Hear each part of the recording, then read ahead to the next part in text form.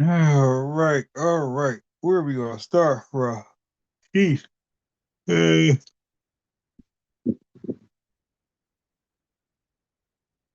I guess we can start right over here.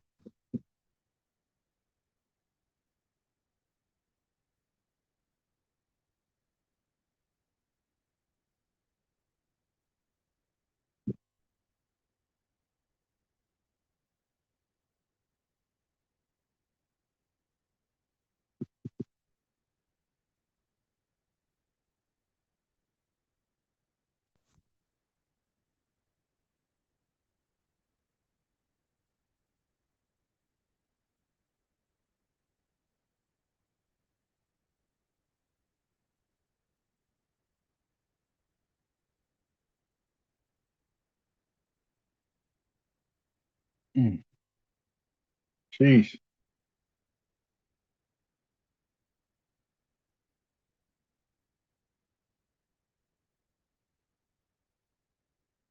Hmm.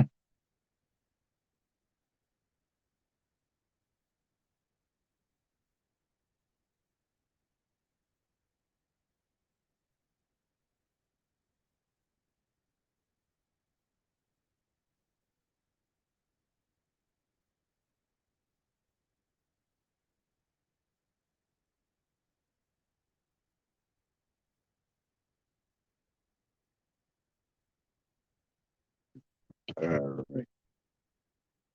Yeah.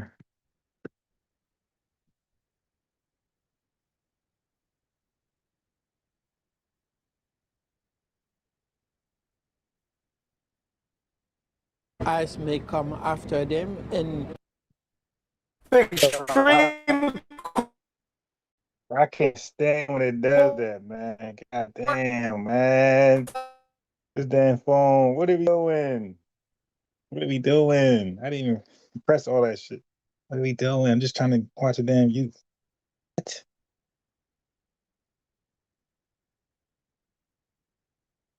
Hey, I'm just trying to go back. God damn.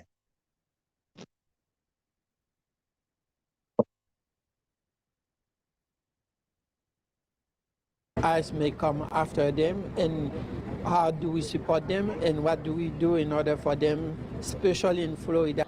So a lot was happening for them by being here.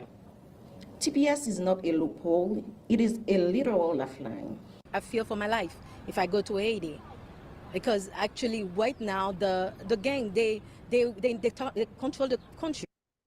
So if I go in Haiti, wherever I live, they can kidnap me, they can kill me. We have 160,000, I've understood, who could be affected by this. This is devastating for them and their families. For TPS holders who are concerned about their future, we're all concerned about their future. We're all concerned with ICE raids. We saw what happened in Minneapolis. We saw what happened in Stop. other countries, Okay, especially in wait. black Stop. Okay. communities. You gotta Because stop. You everyone gotta was stop. mentioned. We're all Like they gotta stop this narrative that ICE just go after people on how they look. You gotta stop. ICE be having names and addresses of people, locations. They don't just randomly, hey y'all, you look like you're Haitian, you look like Latino. No, man, there's a lot of Latinos in America. There's a lot of Haitians in America, right? There's a lot of foundation Black Americans in America. They don't just go around, give me your ID. No, they already have a list of those refugees, asylees, whoever, evacuees in the country. They know it for the most part. They know who they're going after. You got to stop the gaslight. Oh, anybody can. This is the fear. Well, everybody looks Haitian, so Black Americans, you're gonna be in Haiti too. They're going to snatch you up and they're going to think you're Haitian. Yeah, yeah, they're going to think we're Haitian with this beautiful American accent. Yeah, you dig this beautiful FBA accent. They're gonna mistake me for Haitian. Sure. Okay. That's what you guys believe. That's fake news. Okay. They know exactly what they're going after, and those people, if they get caught, will be deported. And she says she feared for her life because of gangs. Yeah, well, you don't run from gang culture. If that's part of your lineage, you got to go fix that. Black Americans, we don't run from gangs in our neighborhood. We dictate how far they go and who's gonna be held accountable. Haitians got to do the same thing. You can't run from a problem. You got to go to your country and fix it and make it great. and then you come to America whenever you feel like it or get permitted to, not because you're fleeing and fearing for your life, like she just said. But you got to stop the gaslighting. Another thing, you're Haitian, you're not black. You're not black all of a sudden because ICE is coming for you. You're still Haitian, whether ICE come for you or they don't. You're still Haitian. Africans are concerned about their future. You're not black. They can kidnap me. They can kill me.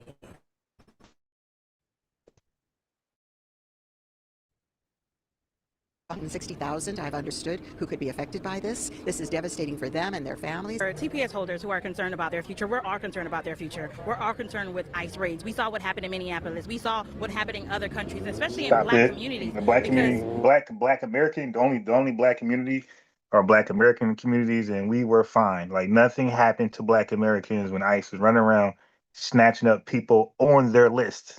Okay, people who got court orders, people who temporary status or visas were expired, those people ICE were going after. Yeah, that had nothing to do with me. Okay, my life was not in danger. I ain't have to worry about an ICE agent. Hey, sir, what is your name? Black Americans do not see ICE in fear for our lives, bro. We know that they have a list who they go after, and we're fine. None of us are afraid we're gonna end up in another country somewhere illegally. That doesn't happen. That's a false narrative. Everyone looks Haitian. We're all African American. Okay, you gotta stop. She said we're all African American. Oh, wait, one more time. I didn't catch that the first time. Are concerned about their future. We're all concerned about their future. We're all concerned with ICE raids. We saw what happened in Minneapolis. We saw what happened in other countries, especially in black communities, because everyone looks Haitian. We're all African American. Unfortunately, we're all African American? That was deep. Wait a minute. If we're all African American, then what is my unique ethnicity that makes me different from you? Because yours is Haitian. You could just say you're Haitian as a flag to go with that. That doesn't represent me. So if we're all African American, then what is my unique ethnicity that makes me separate from you? Yours is Haitian. What's mine? You see? And I was explaining to that sister yesterday, that right there. It's like, no, I'm so glad she said that right there, because African American is a race and black has become that as well. So yeah, this is why we're delineating. We're not going to be stuck in a racial category. We have a unique ethnicity as well. And some people say descendants of freedmen. us as local officials, we cannot impede in anything that the federal government do, and we will not do that. So what do? You're going to send a Brazilian, Chilean, American national to Haiti when that's not their country of origin? There's no passport for them to go to Haiti. Ma'am, that sounds like a personal problem. It sounds like you should self-deport. Okay, you can go to where you need to go voluntarily, or you can wait and be here illegally and get snatched up and be sent wherever they send you to. So it's your call. You could be sent. At least when you self-deport, at least you know where you're going. Or you can play the game and get snatched up and get sent to Eswatini. You dig? Somewhere in South Africa, Swaziland somewhere.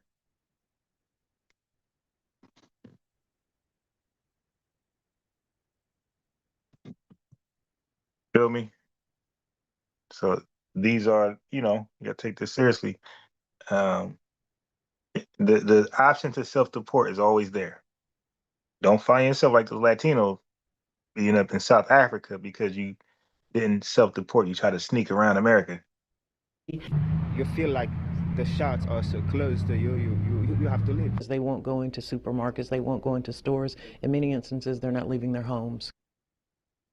Wait, so they won't go to supermarkets. They won't go to stores. They won't leave their homes. Man, why is that the feeling? Oh, because they're here illegally, huh? Okay, yeah, you gotta go. You gotta go. This is the downfall of not being a citizen of a country. When they say it's time to go, you gotta go. And yeah, man, I don't know the latest on this right here, but people are panicking. But it sounds like it's time to go for some folks. Let me check out some more news on this. Haitian TPS.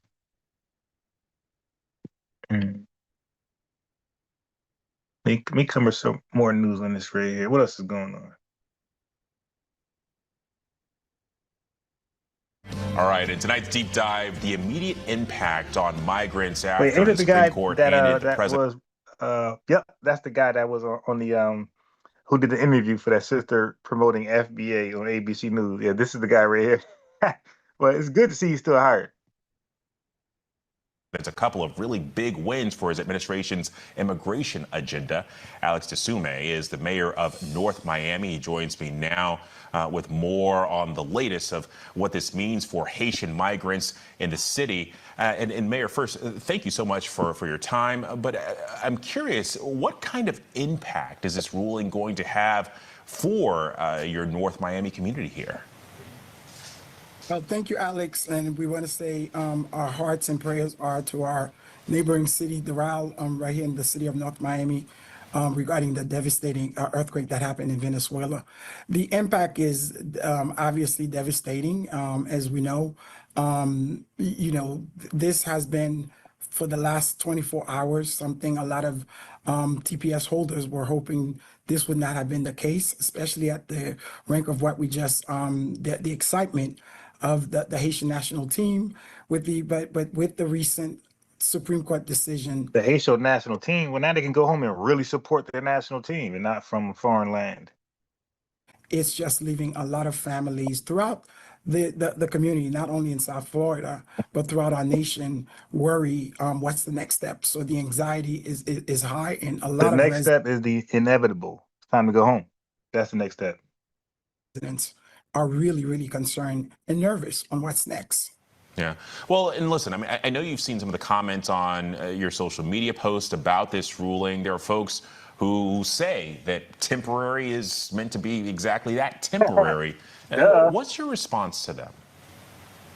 Well, as we know, the word temporary, which TPS has been renewed for over 18 times, one of the factor which I think the administration did not really look into or overlooked is the impact and the condition of Haiti. Haiti continued to face extraordinary challenges, including, ongoing violence. Yeah, but how do you resolve that? You can't resolve that if you're not there. You gotta, y'all gotta get your moment on. Y'all gotta get your Dr. King on. You dig? Y'all gotta go get your civil rights movement, historical movement on. They go to Haiti and just do a civil march movement and speak out against that type of violence. But you can't do that if you're not there. Political instability, and it's a really humanitarian crisis. So to say you will send residents who have said over and over again this might be a death sentence to them, where you have gangs running the country. Wait, hold on. I didn't I didn't learn that part of the conversation when I was talking to Haitians that come on my TikTok live and YouTube live.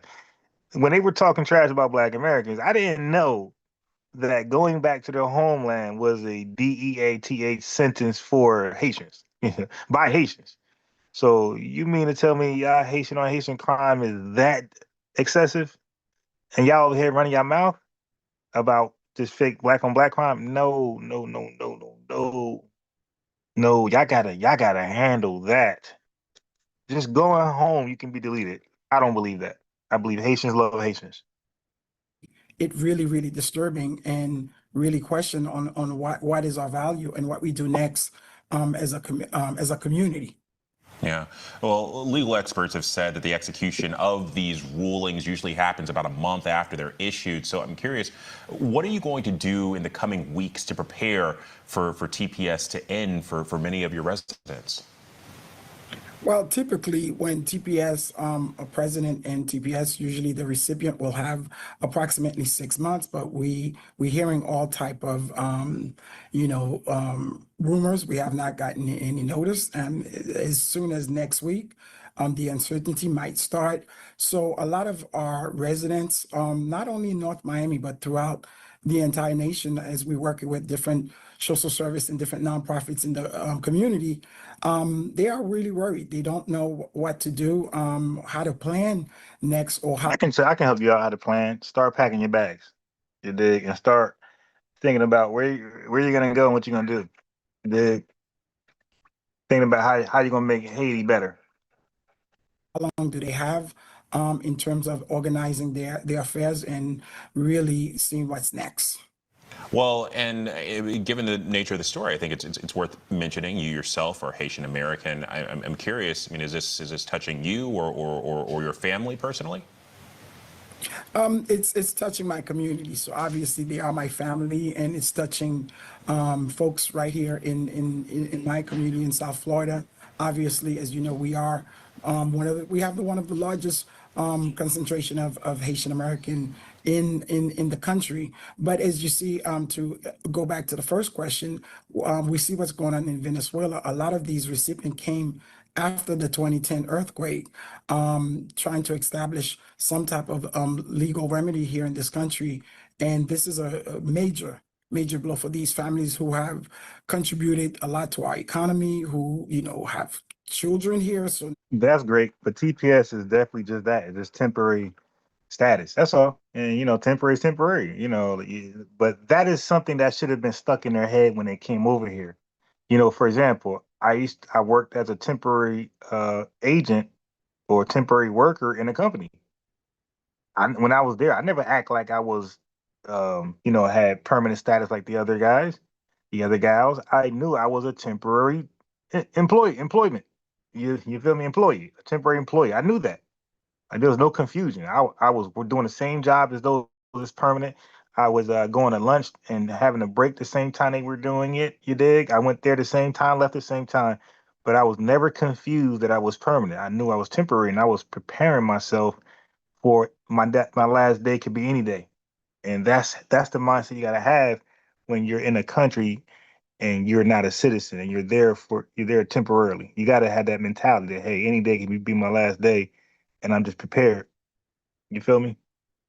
now you talk about a separation of family. Some have purchased homes. This is the community that they. Yeah, but you cannot be temporary in a country and pretend that you're like the permanent people. Like I said, I use that job analogy. Like that's okay. So what I'm not going to do is buy a house and get a mortgage as I'm a temporary worker. You feel me? And I know any day can be my last day. No benefits, nothing, no union, nothing. That'll be a mistake. So that's just living in la la land, buying homes, and you're temporary in the country. That's insanity. Think they would have called home, and they've been trying for the past couple of years to get legal status. And obviously we all see what's happening with Congress, and that opportunity have not provided themselves. So that is why a lot of these recipients are still TPS holders. So it's very, very troubling. Yeah. Mayor Dasume, thank you so much for your time today.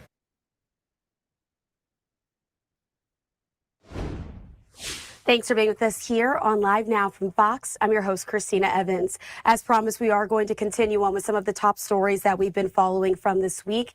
And a lot of our attention has been on the Supreme Court as they're coming to an end of their term. I'm going to put this back up on your screen right now. We have that from the SCOTUS Wire talking about the Supreme Court ruling that is going to be impacting temporary protective status here in the United States, particularly for Syrian and Haitian immigrants. We've been watching how all of this has unfolded, and we wanted to make sure that we're continuing to keep you up with the very latest information. And as we do have here with us on the other side, we're going to be speaking to an immigration attorney to answer some of the questions that you might have as well about the Supreme Court ruling. Putting this up on your screen, we'd like you to scan that QR code in the top right corner. That's going to take you directly to our website. That is going to take you to the place where it says livenowfox.com/connect, where you can submit your questions for our legal experts to answer. And so, again, what we do know is that it's really been, as according to Reuters, since President Trump returned to his presidency last year, he promised to aggressively crack down on immigration and pursue a campaign of deportation, also likely to impact folks who are seeking asylum here in the United States. We do know that the Supreme Court, which has a 6-3 conservative majority, just has made rulings that have green-lighted the Republican president's policies targeting both legal and illegal immigration as well. And so, again, the biggest one that we've had in the last 24 hours came from the Supreme Court that affects temporary protected status for Syrian and Haitian immigrants. And to talk a little bit more about what we've learned learn there. I want to bring into the conversation Sushant Modi. He's an immigration attorney. Sushant, thanks so much for being with us here on Live Now from Fox. Thanks for having me back on, Christina. Of course, and I do want to continue on with some of the bigger stories and headlines here. Folks may have gotten online. They saw that TPS is lapsing, according to what the Supreme Court has now said. They may be not sure as to what TPS even stands for. Can you first start off with just a basic explanation of what temporary protective status is? Sure. So TPS is temporary protected status, and what it's for is for any like natural or humanitarian disasters. So think earthquakes, flooding, or humanitarian disasters, if there's civil violence, gang violence. And what it gives is the Department of Homeland Security, under the executive branch, under President Trump's administration currently, the power to allow people to stay here from that designated country under one of those conditions. And so as we're taking a look there at the makeup of the Supreme Court, that was a big part of the ruling. It was 6-3 with that conservative majority ruling in this case. What else did we learn ultimately from what the decision is that came down? Yeah, there were two major parts, Christina, to the decision. So one is statutory interpretation. So what I mean by that is Congress has the power to create laws, and in this case, created TPS. And whether or not the Trump administration followed statutory interpretation, and whether the courts could even review the Trump administration's decision to end TPS. So that was one of the issues. The second issue, Christina, was one of constitutionality under the Equal Protection Clause of the 14th Amendment, and whether or not I talk about that a lot. The Equal Protection Clause under the 14th Amendment. You did. Anyway, let's go. Decision to end TPS was racially motivated. So that's what the Supreme Court looked at, was those two issues.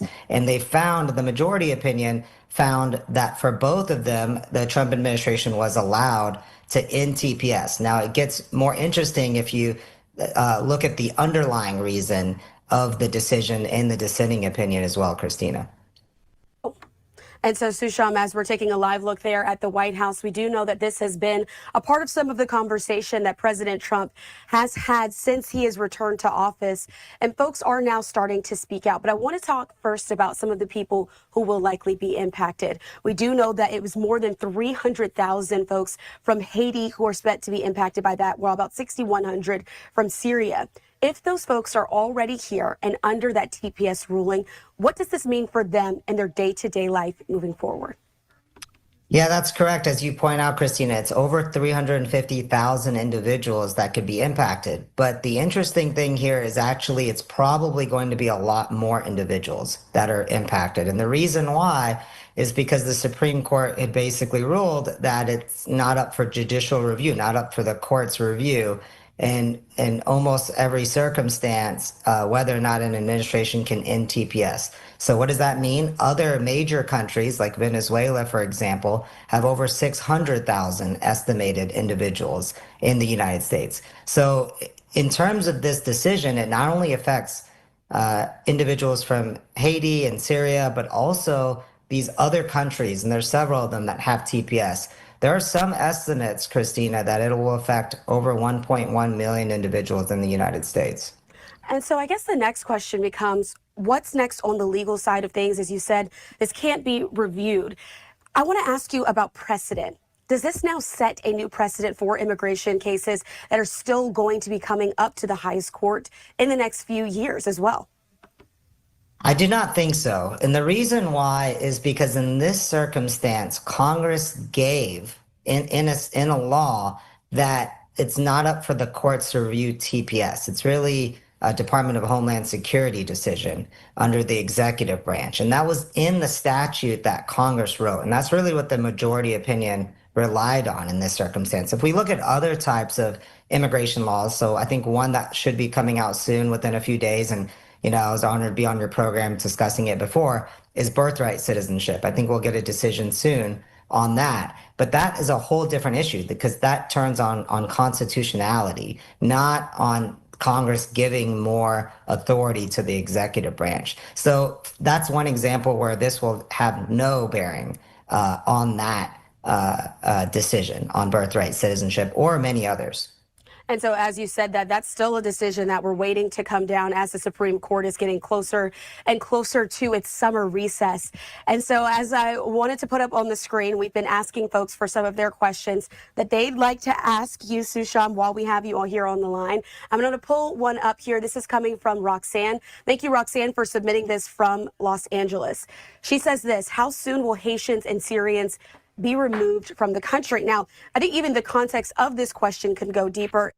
1 month later. Is that a possibility that those who have been here since 2010 or 2012 from those original natural disasters will have to initially leave, or will they be removed? Will they be offered an opportunity to stay underneath a different protective clause? Yeah, that's an excellent question. I would answer it in two ways. First, in terms of the immediate timeline, it's pretty much unknown. And the reason why is because DHS has to come through what's called a registrar. So I would check that carefully, and then that would determine at what time individuals need to leave. It also is different for other individuals. So we talked about Venezuela before, but that had ended in different periods. There's 2 registration periods in 2025. So for other countries, it's also different. But specifically for Haitians and Syrians, we need to wait for the registrar. The second way that I would answer that question is it doesn't necessarily mean they will be removed. So remember, there are other laws that they may have protections under. So for example, for Haiti, there is a lot of violence I think we can all agree to. I think there were 4 individuals that were recently removed to Haiti, and all 4 bodies were found beheaded in a river. So, jeez, what did they do?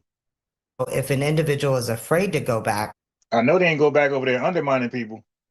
You dig? They took some of those tactics they were doing here, and they did it back in their homeland. And yeah, RIP. There, and they're from that country, they might have the possibility to apply for asylum, which is an international right to stay here and fight. Now, here go the scams. They were here. They are here as evacuees. They're running from, hurricanes and earthquakes. That's a site. That's an evacuee. Now they're going to apply for an asylum status. Stop it. Right, they're deported there, and they're from that country. They might have the possibility to apply for asylum, which is an international right to stay here and fight their deportation case if they qualify. How about fight your crime? How about fight your crime back home? You know what I mean? Like, I think that's more important. You want to fight deportation. How about you want to fight ICE? How about fight your crime?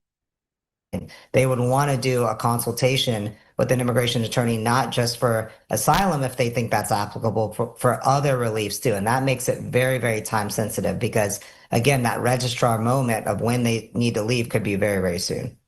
Yeah, they said Haitians are beheading people. Wow. That sounds like a personal problem there. All right, we appreciate your context, and thank you for submitting that question, Roxanne. Susham, we have yet another one here. If you're able to take a look at this, this is from Francis and Katie saying, does this mean pending TPS and asylum applications will be counted as unlawful presence for aliens who are applying those? So this is the scam. They keep applying for temporary statuses while having babies here, while anchoring babies here.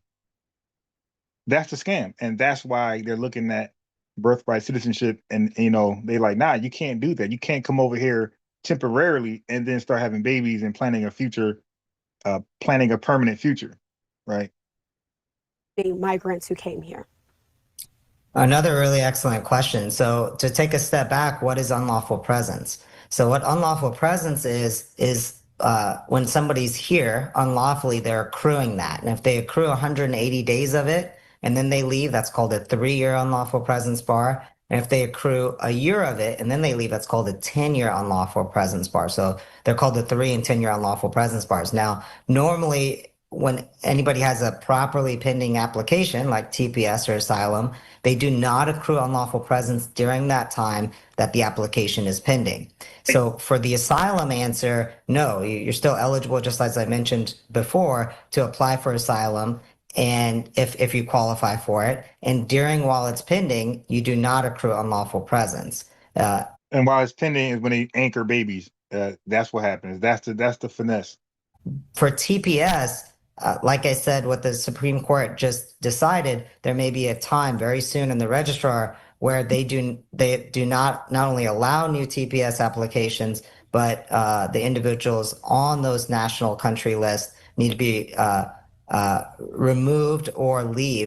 You heard that? Those individuals that's on that list. So they have the names who they're looking for.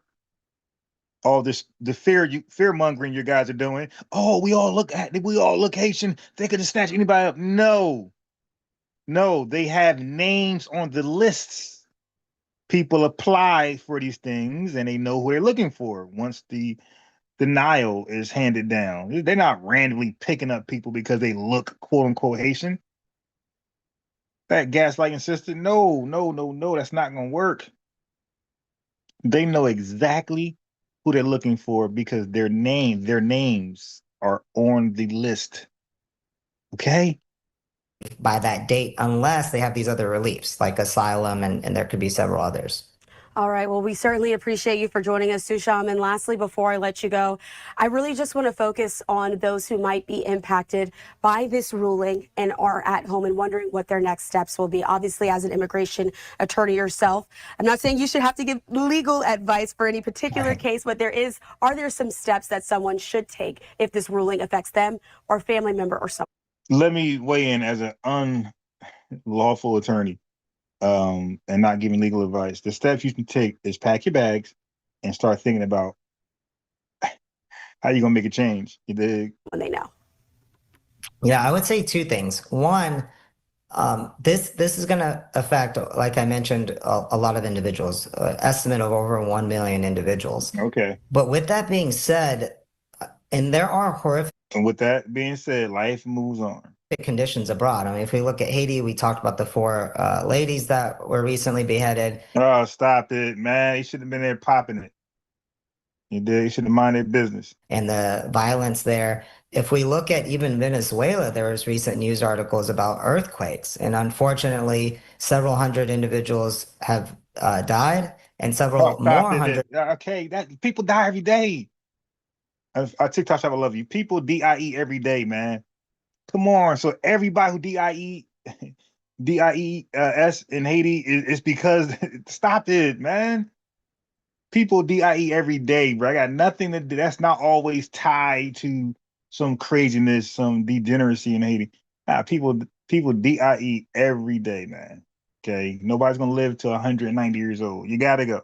Individuals cannot even be found yet. In fact, TPS, this is one of the purposes of TPS, is not to remove individuals that are facing natural disasters. Now that's up to the Trump administration now. That's over. Their homeland looks safe right now. Will the Trump administration add Venezuela back on the TPS list, given the very recent earthquake and the horrific damage there to both? Right. So this is the time to rebuild it. Get over there. Start from the mud. Don't make no cookies, but go from the mud and build up property and of course individuals.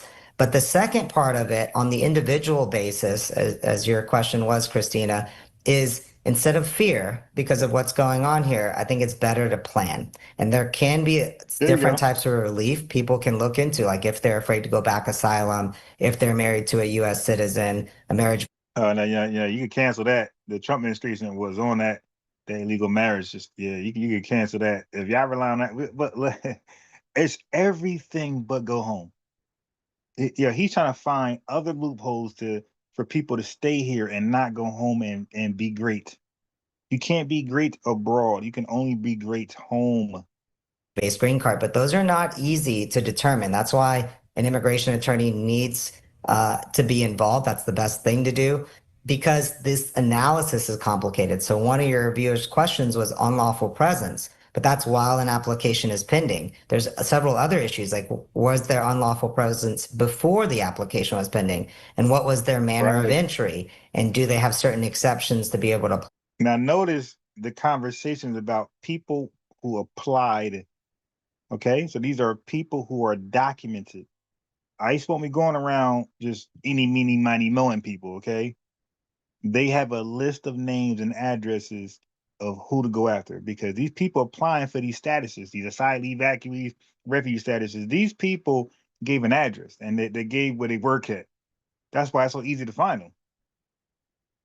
Apply for these reliefs. So that's why it's going to be really crucial and time sensitive, urgent to do a good consultation with an immigration attorney. Well, we certainly appreciate you for joining us here on Live Now from Fox. As always, Susham, of course, major rulings still to come from the Supreme Court before that break when they go away for the summer. But we certainly appreciate you for taking down the very latest. Thanks for having me. Good seeing you. All right. So what else is in the news? What's next for, okay. No, that's way too long. I seen another one I wanted to tackle. Was it this one? Developing now, a Supreme Court clearing the way for the Trump administration to remove some temporary protected status. That ruling is sending shockwaves through South Florida's Haitian community. And Local 10's Christina Vasquez is live in Miami Shores with reaction. Christina. New at this hour, we are hearing from a TPS Haiti recipient who says she's now trying to process what happened and figure out her next steps. After the earthquake, I was able to apply for TPS, and with TPS, I was able to rebuild my life. Temporary protected status Haiti designee Farah Lario says she feels the sting of the Supreme Court's decision. And now for the Supreme Court to make such a decision, it's just telling you that your life has no value. Working with an attorney. No, your life has value, and it's more valuable home. You know, making your country great. Y'all out here in America flying these flags. It's like, okay, why don't you fly your flag home? So that's the hypocrisy I'm talking about. These guys are describing how dangerous their country is, right? But they come over here and fly the flag. It's like, wait a minute. So you're flying a flag that represents danger to you, to yourself and your family? Like, yo, that make any sense? This country saved you from your homeland, according to what she's saying, right? Her homeland's so dangerous, she don't want to go back. But you come over here and you fly that flag, not the flag that saved you. Yeah, that part is the confusing part. She says she's now in the process of applying for asylum. My life just collapsed because I have to continue to fight for my right to exist. How about fight the crime and the gangs in your homeland? My people, they can't go back, where they will likely die and have no future. You hear that? So these guys are talking now. All of a sudden, Haiti is so dangerous. That wasn't the conversation when they called in or my YouTube live or invited themselves up on TikTok, on my TikTok spaces. That wasn't the conversation. I knew nothing about how dangerous Haiti was. They was telling me how great it was, and they just so great and proudful, and if it wasn't for them, Louisiana wouldn't be. This is how they be talking. Now all of a sudden, Haiti is just so dangerous. Oh my God, they made a pact with the dead. Oh, come on. This is Tess Petit of the Florida Immigrant Coalition. This government did not follow due process. And Paul Christian Namfi of the Family Action. Boy, here come the gaslights. Okay, and I was trying to tell the sister yesterday, the Jamaican sister. She was like, foreign Afro-Caribbeans and Afro foreigners don't prioritize immigration. Yes, they do. You see this right here? Told you. I was trying to tell the young. She said she's 18. Now you're learning. Like, no. When y'all come over here, y'all don't join our struggle, because as immigrants, your temporary status can be over any day. So you're like she said, fighting immigration. You're not fighting for civil liberties or an anti-Black crime bill. You're not fighting for that. Why would you fight for that in your mind? You're not gonna be here long. You ain't gonna benefit from it. Like, this is how they thinking. So I ain't fighting for that. I'm fighting for immigration status so I can stay here longer. And we understand that's your logic. Network movement say their focus is now on urging Congress to act. This government has never, ever demonstrated the ability of people from Haiti to return safely to their country at this current stage. And the reason is because it's impossible. Widespread gang violence and kidnapping. One local employer that could face a direct impact, the Archdiocese of Miami. This is going to cause a disruption to our healthcare services, but not only ours, but throughout the region and throughout the United States. Archbishop of Miami Thomas Wensky says a significant number of Catholic Health Services employees, to include nurses and home health aides, are TPS Haiti designees. But you're not going to reach to have the best economy without taking into account the labor force participation of immigrants. We are also exploring what your local elected leaders have to say about all of that. We're going to have more on that coming up in just minutes on World News with Louis Aguirre at 6:30. For now, bring live for you, I'm Christina Vasquez, Local 10 News. Christina, thank you. Yeah, I was trying to find that one video where the leading dude for ICE or the DOJ, that guy, he was speaking. I was trying to get him to speak on it. Now, so Roland Martin was fear mongering. Let's hear Roland Martin take on it.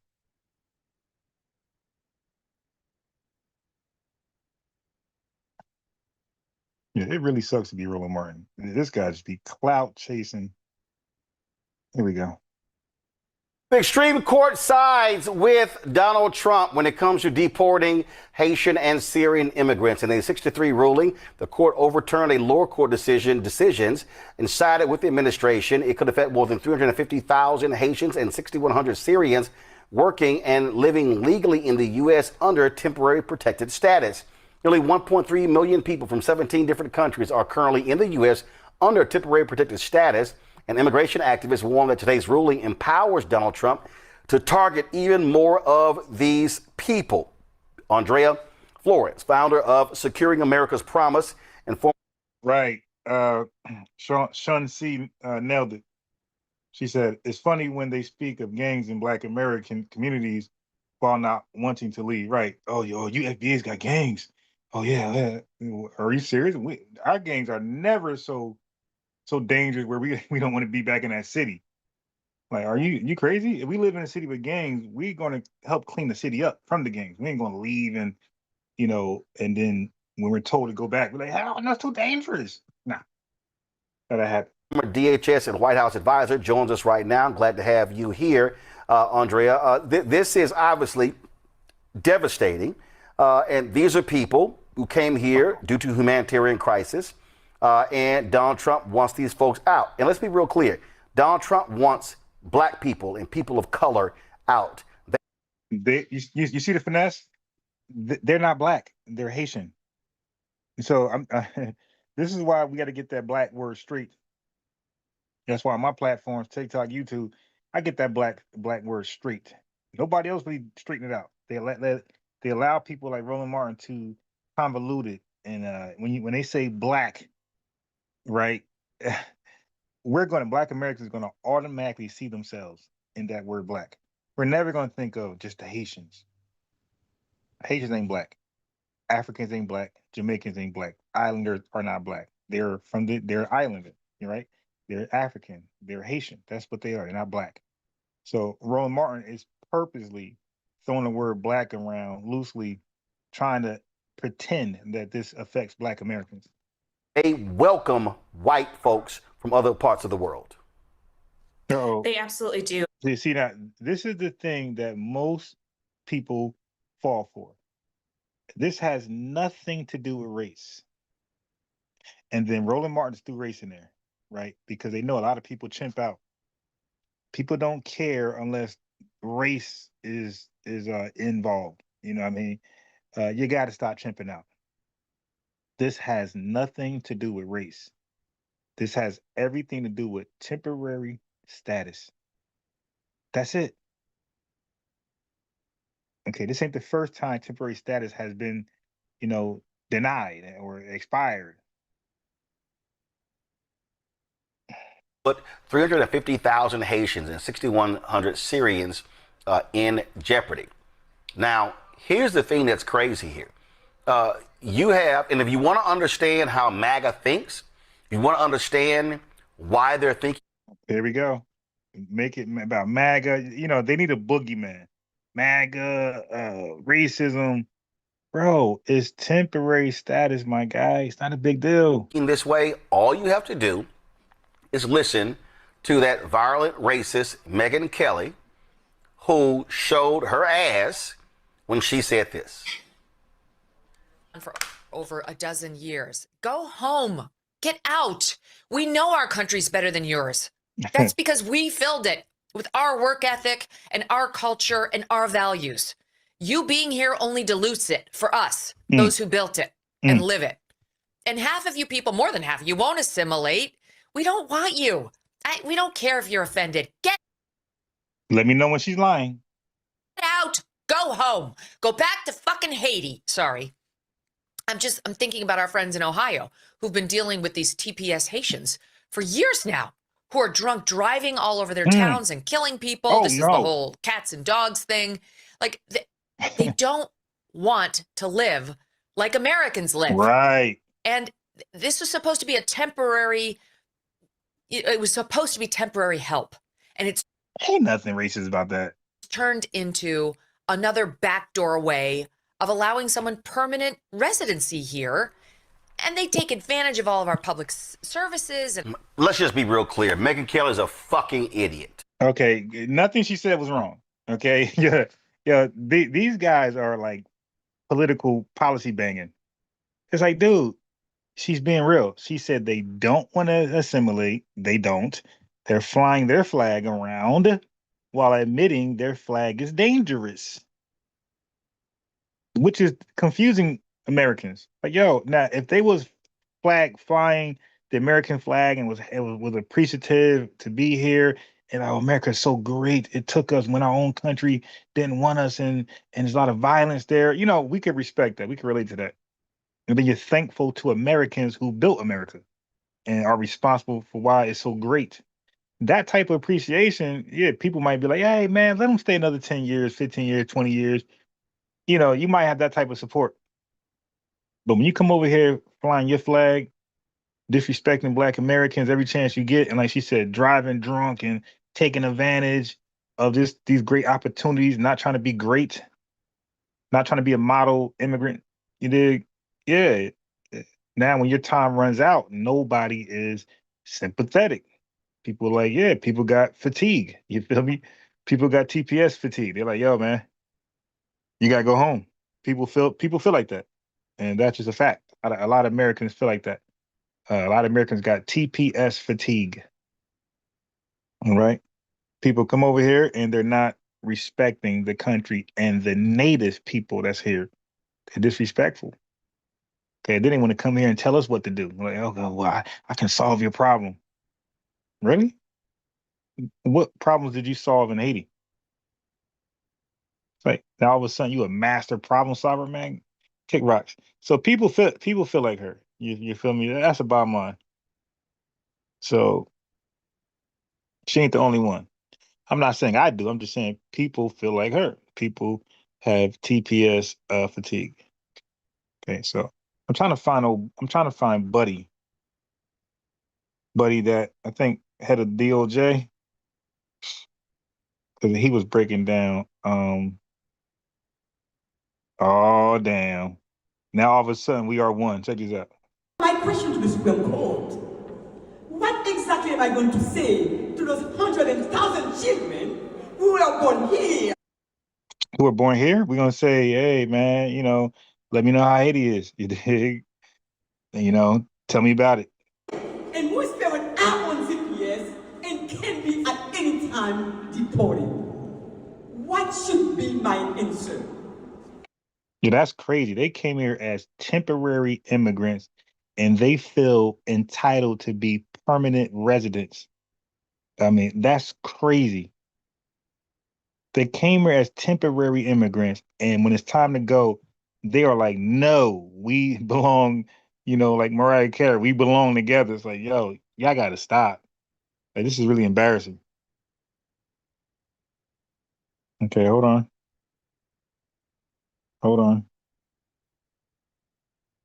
I want Buddy. I want Buddy from the DOJ, because he has something to say. And I remember seeing it. Uh-oh. And tonight, we are hearing from South Florida's Haitian community reacting to the court's decision. A Haitian attorney, activist, and TPS holder say they are vowing to keep fighting. We continue our team coverage with CBS News Miami's Tanya Francois. And Tanya, you spoke They'll fight anywhere but their homeland. That's interesting. with the Haitian woman who says she's not going back to the Caribbean nation.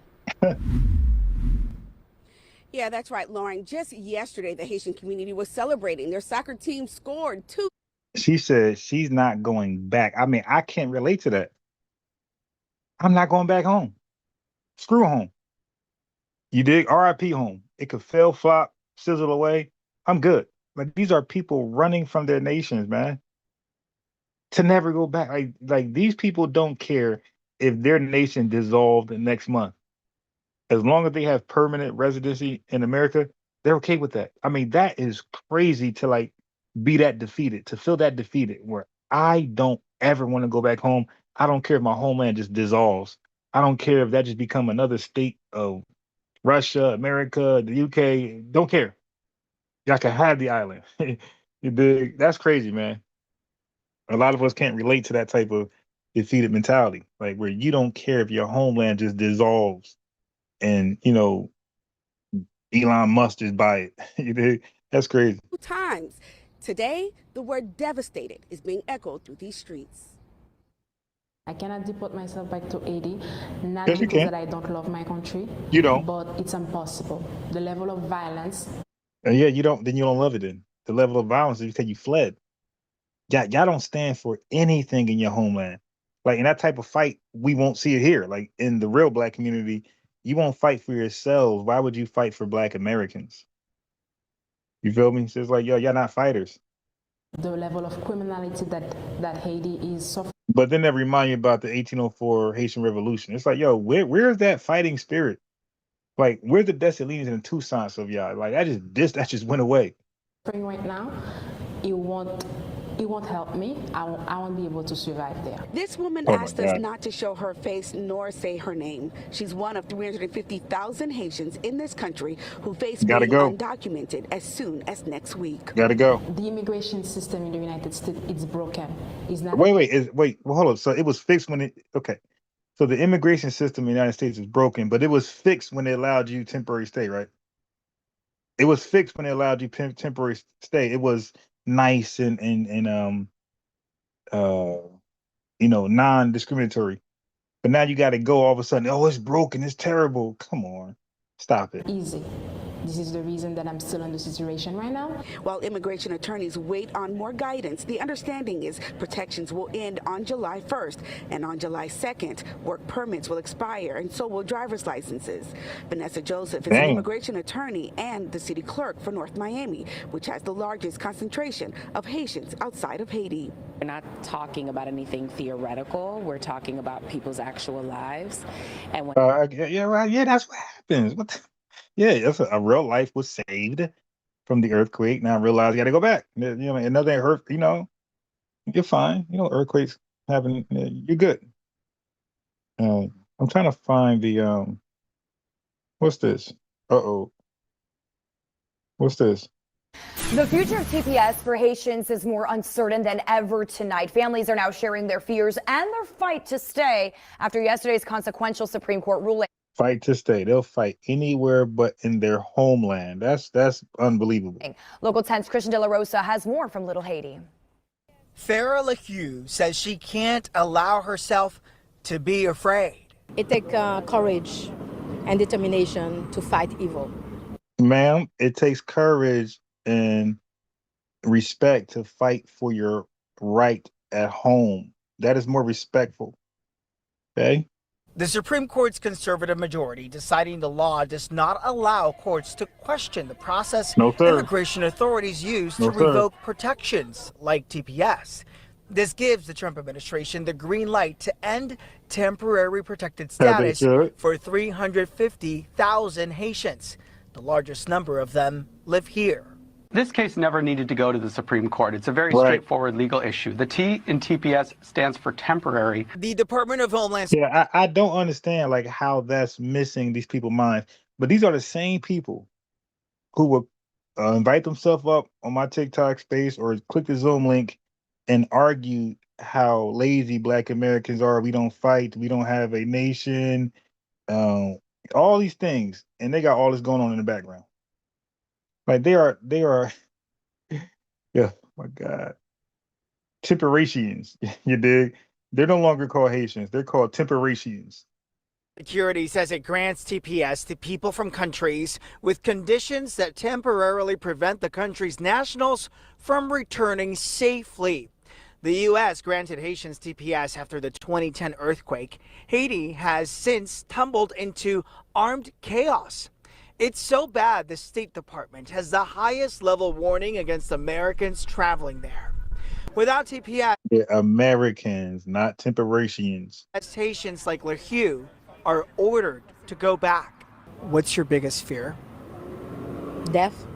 We Oh cannot. my God! So then, why are you calling American, administrations evil when we're not deleting you? You don't fear DEATH over here, but she said our administration is evil, but her administration, she claims she fears death, but she doesn't call her homeland evil. Okay, that makes sense. Send them back to a country that is in turmoil. In Little Haiti Friday, community leaders calling on Congress to take action protecting TPS holders. Oh, they took action, all right. Many also fearing the potential hit to the economy. TPS agents are known for working in industries like hospitality and long-term care for seniors. The economy will be fine. That means more Native Americans will stop being discriminated against and get employment. Okay. Some groups estimate their economic impact is close to $6 billion, $1 billion in Miami. Everyone who's We're not worried about that. That means people will be working. Native Americans will be working. going to these hotels, when your room is not ready on time, when you don't. Oh, don't worry. A foundation or a white tea person or one of these legal Latinos will be happy to work at the hotel and get benefits and get some discounts on rooms and all that. Listen, there's this lie that's being like pushed around where Americans, not just Black, but Americans don't want to work in hospitality industries. Like, stop it. Stop, especially retired moms and dads and uncles and cousins. You can stop it. They would love to take it easy and just make a bed and take out hotel trash. Stop it. Have someone to cater to you in the different restaurants in the different industries. Trust me, you're going to feel it. No, we're not gonna. Look, you're gonna feel it. You dig? We're gonna just take the job. You know what I mean? Yeah, that's crazy. She relied on, we're leaving, so these jobs are gonna be unfilled, and these lazy Americans, they don't want to work. Stop it. Our retired moms, aunties, our people who are on the government assistance are going to be employed. Okay, they're going to take those jobs and make the best out of them. Now at 6, the Supreme Court says the Trump administration can move forward with its efforts to strip Haitian immigrants. Wait, I'm trying to find the DOJ. With us for more, Bharat Ramamurthy, former National Economic Council Deputy Director and author of The Bully Pulpit on Substack. Where is my man? I'm getting everything but him. And I had a video of him. Did I save it to my Yeah, anybody invite yourself up. You want to talk about this?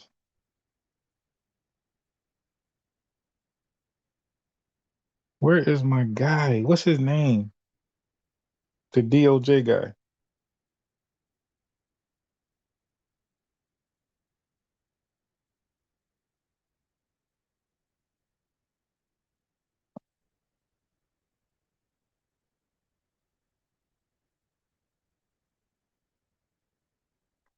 I look for my guy.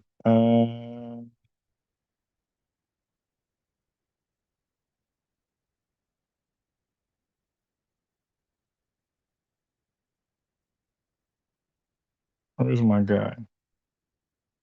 Yeah, but yeah, you gotta stop. You gotta stop. You gotta stop crying and complaining and just deal. I mean, the temperatians gotta stop complaining and crying.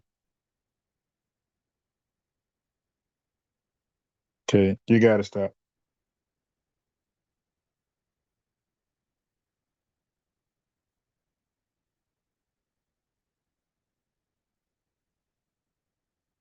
A big relief for thousands of Haitian nationals living in the U.S. after a federal judge blocked the Trump administration from ending deportation protections. And today, local community leaders are reacting.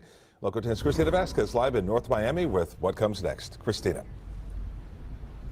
Some of the speakers today were describing this judge's ruling as a victory for humanity and for upholding our. So everybody's not upset at the ruling. Like I'm telling you, y'all gotta stop listening to the news, man. If you don't have an unbiased mind, if you don't have a objective soul like myself, yes, turn the news off and tune in to me, and I'll give you an unbiased perspective. Everybody's not upset at this ruling. There's a lot of people happy and felt like it was needed. Constitution and our nation's democratic principles, while warning that in their view, this legal fight is not over. Woke up with a sense of revival after suffering extreme anxiety. Expressing relief, community leaders, faith leaders, The ruling is a reprieve. and TPS recipients has given us hope in the checks and balance system in the United States. are approaching a federal judge's. Now you see what happens? Now this is why these folks should align themselves with Black Americans' agenda. And maybe we would have stepped in like, yeah, okay, give them 10 more years or whatever, 5 years, 3 years, give the country a better chance to recover and where they could fight against the gang violence. This would have happened. But this is what happens when you do not consider us, include us, and disrespect us. Or you think you got all the answers, sway. Okay, so we're just watching with a popcorn. Decision to hit pause on ending TPS Haiti with cautious optimism. Let us be clear. This is not the end. Because what is given can be taken Oh, no, this is definitely the end of the road, boys and men. away by a higher court. Miami's Archbishop says about 100 of their Catholic Health Services employees, to include nurses and home health aides, are TPS Haiti designees. Had this gone through, there would have been an immediate negative impact on the economy of South Florida.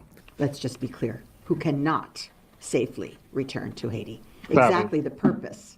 Stop it. My fault. Lena, how's it going?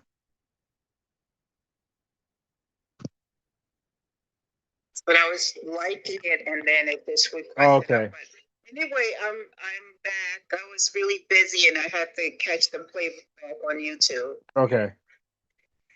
Yeah. So I'm here. Yeah, so everybody. What are you talking about? Delineation? No, we're talking about the Haitian TPS Congress ruling. Oh, yeah. Okay. Well, I'm trying to like the live. So I'll mute. Yes, I was just playing coverage on that, but I can't find no neutral. Coverage. Everybody is I can't find no neutral coverage to get both sides, like a realistic, journalism. Like everybody's not against it. Some people are for it. That's like realistic journalism. Hey, how you doing? The indigenous. You meant to hop on? Hi. I'm kind of like Miss Lena. I was liking the live. Okay. I got you. Oh, I'm sorry. Okay. That was so good. Yeah, no problem. I was going to say something, but I'll let you finish playing. No, go ahead. Yeah, because I had played a bunch of them, but I'm trying to find like any video that's for it. Like every video can't be against it. But yeah, go ahead. You got it. I'm in the background. Right. And yeah, I agree. I haven't really seen too much. I haven't really looked either, right? But I'll say that I think this is a very good thing for several reasons, right? Because I've been listening to a lot of the Haitians making their rounds on the panels, making pleas and all these things, right? But one of the things that I think that we're overlooking, I work with a lot of these first and second generation children, right? And a lot of the things, and one of the things I heard this Haitian woman said that she is not passing down her Haitian culture. She's just letting them kind of just pick up whatever, right? And so what's happening over here, they don't have a sense of what American culture is because they don't see America as our country, right? In every cultural aspect we've created, but somehow it gets imputed to the white tea, right? Right. But my point for saying all that, these children and even these people that came over here, 16 years ago, they don't have an identity. right? And they keep trying to latch on to ours, and it's muddying our lineage up, right? But most importantly, these children are abused. And so that's why I believe it is a good thing. They keep saying they're scared to go back to Haiti. But here's the thing. We've been here. We have been enduring all of this stuff. Our ancestors, and maybe because we've been in kind of peaceful times, so to speak, right? So we don't really know the fight, but we've been in the fight, right? Right. And we just been fighting to kind of passively, but we're really activating and realizing what has become of our country. I don't like the landscape. I don't like a lot of things that I see that has been abused on our ancestors' soil, right? And it would be a travesty for us to sit back. So all these people that don't belong here, I don't really care if they think it's me. This is our land, and we have the right to decide who gets to stay here and who doesn't, right? And that's all I'll say about that. But if you find those videos, I'm interested because I do know there are people that are for this. What you're seeing is the Democrats trying to emotionalize and find other loopholes to keep these people. Right. And they talk about the loopholes where they trying to file for asylee status. You know, so they get more pending temporary status. So pending means there's no ruling. Like they didn't decide yes or no, but as it's pending, they're allowed to stay here. But like she said, they got pending statuses. Some got temporary statuses. That's why I call them temporations, right? They're the temporations. That's their new identity. Yeah. They don't want to go home, but like that is entitlement. Like, how do you come to a country? Like she said, oh, this evil administration or this evil immigration. Wait a minute, it wasn't evil when it let you come over here. Like now, it was angelic when you got over here, but the same system that's going by the or standing by the temporary status thing. Like, hey, it's time's up. Like the earthquake happened how long ago? Like, right. And here's the thing about that too, right? So here's the thing. The evil administration that they say, right? This is the same administration. I mean, the same laws that have been on the books since forever, right? And it's just that they weren't necessarily enforced, right? What gets me, as like you said, the entitlement, right? Temporary. These people have no intention of leaving, and that's the thing. We're finding out that these people, because you hear them come up here and say, "Well, I have a birth certificate, I have a passport, I'm not going anywhere," right? And then they put themselves on the same level as us, right? And that's the disrespect right there. The fact that you think that because you have a naturalized or a status would even be on the same level as an American, right? And that's the thing that they don't understand, because again, they don't see this country as ours. They don't. That's why they thought we could be deported. And they're still kind of finding out, having a hard time understanding that literally we can't be deported. And they're having a hard time grappling with that as well. Right. So that's why the gaslight of like this one Haitian lady was pretending that ICE is just going around any, mini, money, mo, we're going to send you to Haiti. And she's lying. They have they got your name and address and where you work on the application. So they know exactly. That's why they could say 350,000. That's not a random guess. That's names that's documented. That's on this temporary status thing. So they know exactly who they're going after. They're not going after people who so-called look like Haitians. No, they're actually going after Haitians who got names and addresses and got employment in different places. And another thing I wanted to say too, right? Because I got to go back. It's been a couple of years since I've actually looked at it, right? But if I'm not mistaken, refugee and asylee seeking for dangerous, I thought you were supposed to go to the next country, right? When did it become that America becomes the one-stop shop for everybody who needs to be saved? Right. So that's America doing that, because America want to show the world how, hey, look, we're not evil, we're not racist. We're saving these. It's like the saving the puppy thing. Like, hey, look, or the starving child. Look, we're saving these people from their countries, and you see the neighboring countries don't want them, so we're gonna take them. So that's their way of trying to clean up their image, low key. Well, the only way that we can clean up our image, right, is because we are the moral compass of this country, right? We don't get credit for it, but we really are. We're the moral compass, really, for the world, right? And so the fact that they're doing this fake, or I call it feigned, level of humanitarianism is fake, because it doesn't exclude the fact that the main people that you have defrauded on this land, the sovereign heirs to this land, you've done terribly. Right. And you want to import more people to ignore the fact that you have, deeds to, what do you call it, atone for. So, right. It's big. Yeah, but didn't that's what Russia was trying to say about America, was that they had like this fake humanity because they were doing, Black men wrong. Right. Yeah, that was some of the, especially during the civil rights movement, but they highlighted that. I can probably help you to look for bias opposing, but that means that I would have to drop and go on into the newspapers and look for it. It's usually in the outside of American newspapers that they have this unbiased information. Right. Well, I found the guy I was looking for. This is the guy, I think the lead guy, DOJ, but I actually found it, and here he is. 1984, TPS has never been temporary. That's why the whole statute exists. Temporarily give people protection while the country's in turmoil or after they suffer a hurricane. But the problem is no administration have had the guts to actually follow that statute. President Trump has the guts to follow the law. So temporary means temporary. When the condition of that country gets better, they need to go home.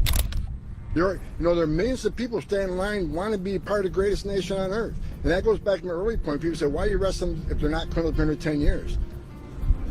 Because they cheated the system. They may have been in 10 years, so let's remember, when you enter the country illegally, it's a crime, and they're doing that, putting themselves in front of the line while millions of people are taking their tests, doing their background investigation, paying their fees to be part of the greatest nation on earth.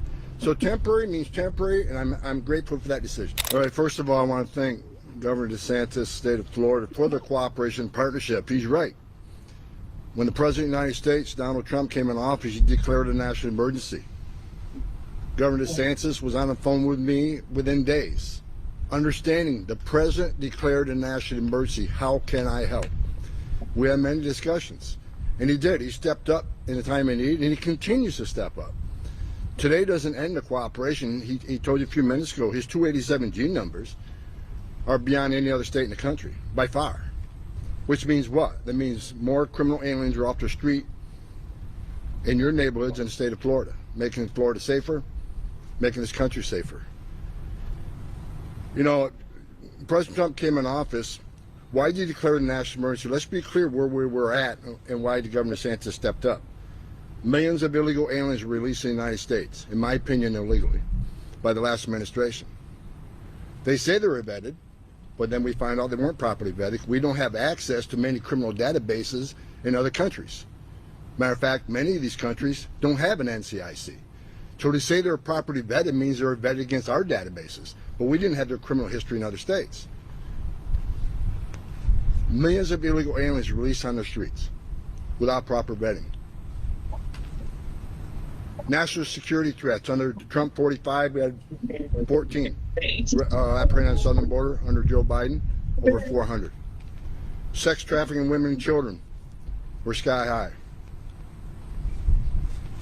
We know we had 2.1 million known gotaways. Why did 2.1 million people pay more to get away? Why didn't they take advantage of the Biden policies? Come in, turn yourself into Border Patrol, get released within 24 hours, get a free airplane to the city of your choice, get a free hotel room, get free medical care, get 3 meals a day, get work authorization within a few months, which is the real reason they came here. Why did 2.1 million people pay more not to take advantage of that giveaway? Because they didn't want to be fingerprinted. They didn't want to be vetted.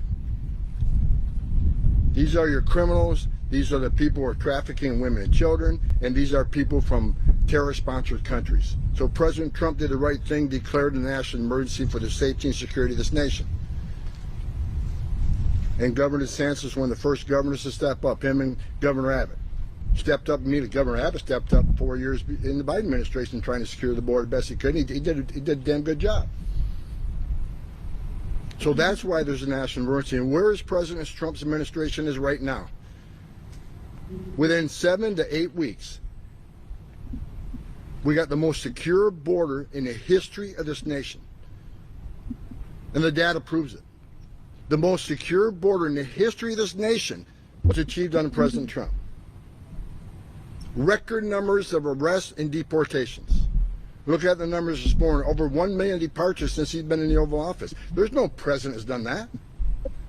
And for those in the media keep saying that, you know, we're not keeping to our promise of, you know, looking for criminals, then you're looking at the wrong data. The data I see every day is 60 to 70% of everybody we arrest is a criminal or pending criminal charges. What does that mean? That means this country is safer every day because of the leadership of President Trump.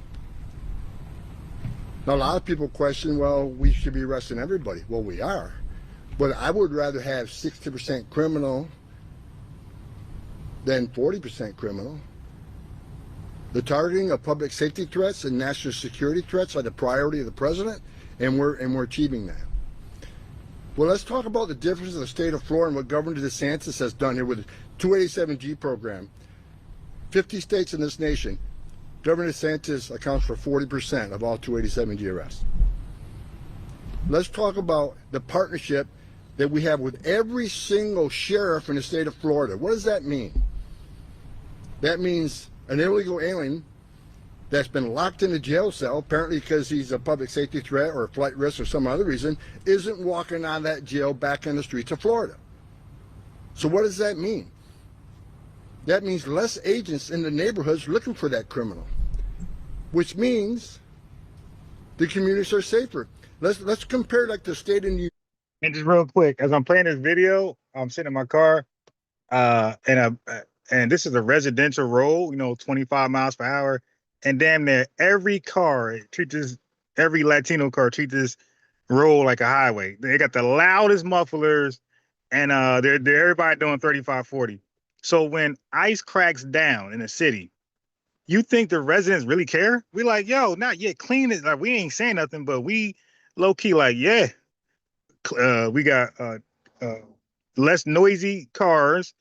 The traffic is going to go away. And the speed, this dangerous speed where kids run out in the street after a ball, that's not, or a motorcycle guy or e-bike guy, the chance of them getting ran over is less. That's why the speed limit is 25, is so that you have time to react in case somebody runs in the street or a e-bike, whatever. 35, 40 miles per hour, you don't have much reaction time. But the point is, if ICE was doing a crackdown, the Native Americans are not going to care. You know, yeah, we're going to be like, whoa, thank you. New York, who just signed legislation that we lost cooperation, we lost all the 287G programs, lost cooperation in the jails. And I'll tell you the same thing I told the governor of New York. If you lock us out of the jails where one agent can arrest one bad guy in the safety and security of a jail, which is safer for the community, safer for the officer, safer for the alien, that's going to force us into the street to find the bad guy. And when we find them, many times are with others. Others are in the country illegally, but it may not be a public safety threat. Well, they're coming too, because we're going to force immigration law. That's what American people wanted when they voted for President Trump. So when you become a sanctuary state and do the complete opposite what the state of Florida does, there's going to be more collateral arrests, there's going to be more agents in your neighborhood, and your community is going to be unsafe. It doesn't make sense to me for any public safety threat illegal alien to be released back into the community to reoffend. We hope more governors follow the lead of Governor DeSantis. President Trump achieved the most secure border in the history of this nation. He has record numbers of arrests and deportations, majority of them criminals, which means this country is safer every day. President Trump's leadership have located 147,000 children that were smuggled under the last administration, they lost track of and weren't even looking for. I'm sick and tired of reading in the media how inhumane the Trump administration is. 147,000 children. And we got many more to look for. There's almost 300,000 children unaccounted for. President Trump made a commitment to the American people. I make that same commitment. We're not going to give up until we find every single one of them. We know that some have already died, some from natural causes, some from violence. We know that some that we found and rescued were victims of sex trafficking. We know that some were in forced labor. It's President Trump and his leadership that are rescuing these children. People say this administration is inhumane. Let me tell you something. Right. Yeah, it's ain't a Trump commercial, but you got the gist of it as far as the TPS is concerned. That's why I like it from a lost, a Congress or legislator perspective. You get to hear unemotional information, right? It's about what's, and even some attorneys, immigration attorneys kind of kept it objective. And that's what I'm like. I don't want to hear somebody that doesn't know the law or the legislation or the reason why Congress ruled the way they ruled. I don't want to hear none of that. You dig? I just want to know what it is, TPS, and who's involved, who's applying, and at some point it's going to end. And you know what? You know what's crazy? It wouldn't have mattered if it was this year, 20,040 or 20,090. They would have complained. So just say what you want to say. Just say what you really want to say. You really want to say, hey, make 350,000 people permanent residents, make them citizens. That's what you really want to say. Just say that. Is the American people, and that's correct, right? And that's when I voted for Trump, right? That was one of the reasons. The other reason was, again, the missing children. That broke my heart, right? When I heard that there were over, because I listened to Mayorkas in the session hearings. When he was the same thing that the guy just spoke, he was the head of that, right? Right. He was the Tom Holman, right? I literally sat there and watched him. How he just they just non-answer. And for them to have over 350,000 missing children and they had no concern, that's when I said, and Trump was the only one that was talking about that, right? Same with the immigration and the deportation, right? Those three, and gender affirming, those three things, I said, we cannot allow that because that's inhumane. It's inhumane. Right? For us to sit back. And even when if we were to allow these people in Haiti, no, that's not fair. They need to go and fix Haiti and all these other countries. Right? We sat here and built this country up, right? And we get no thanks for it. And we're still fighting and they're in our way. So whether people thinks it's inhumane or whatever it is, I don't care. We are a country of laws, right? And the laws, like SCOTUS just ruled, Trump can remove them, right? Right. And that's why we have to be vigilant, right? And all these other little counterbalances they want to do, we have to be vigilant and on support because these people need to get out of our country. They are allowing criminals, like he said, almost of 60 to 70% of the people that they have gotten are criminals. Right. But that's going to be ignored, though. Yeah, we're going to ignore that. 7 out of 10 are criminals.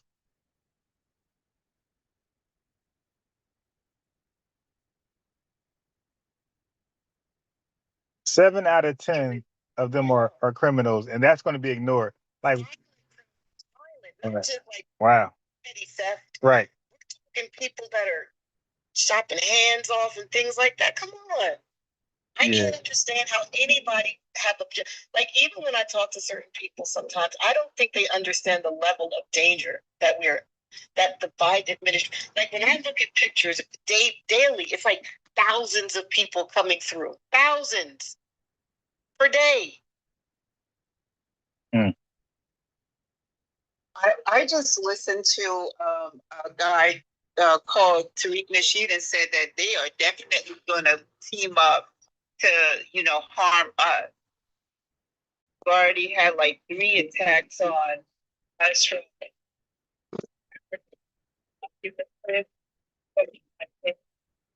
that.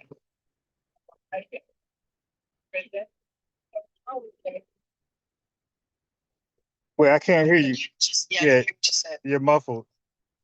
I said that we have had people that come on live and said that they were going to physically harm us, right? We have those recordings. They literally come on the live and said that they're going to harm us. And then we've already had two West Africans that was unalive for doing a tea attack on us. And then one of them is in prison as far as I know. So isn't this like a threat? So it is a threat. Yeah, but the way they look at it like, you know, it's not a national threat because maybe 3, 4, 5 people said it. Like it would be national if it was like being reiterated. Then how did the agents get theirs? How many attacks and threats did they have? Even with the small hats, they just got theirs last year. And it was because of that. Like, they've never had en masse people coming after them, but it was because of that one little incident at the museum last year. Remember that? But they said that we already have a bill, which was the civil rights bill. No, that's no.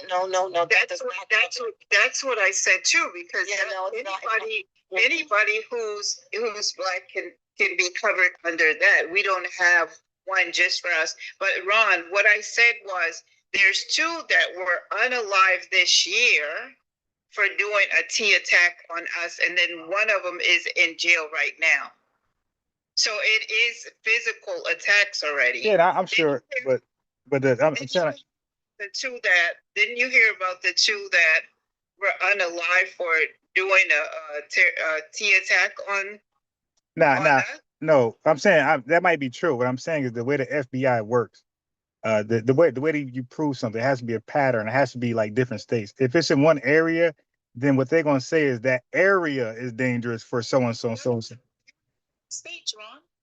Yeah, but they weren't connected though. That's what I'm trying to say. They weren't connected. Well, they always talk about these sleeper cells, and they should know about those.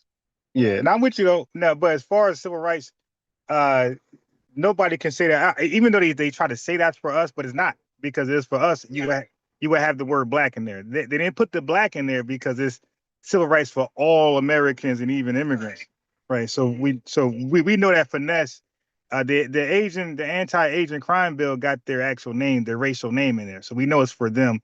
And with other people, their name is actually in the bill. That's when it's for you. We don't have an anti-Black crime bill, so there is no crime bill for us.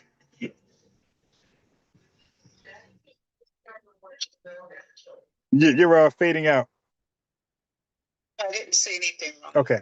Yeah. Dang, this dude. Yeah. Yeah. No. So what we're asking for is an anti-crime bill by name, right? You got to put us in there. It can't be something done to us, but everybody benefits for it. From it. Everybody benefits from it. Then it's not for us. It's for everybody.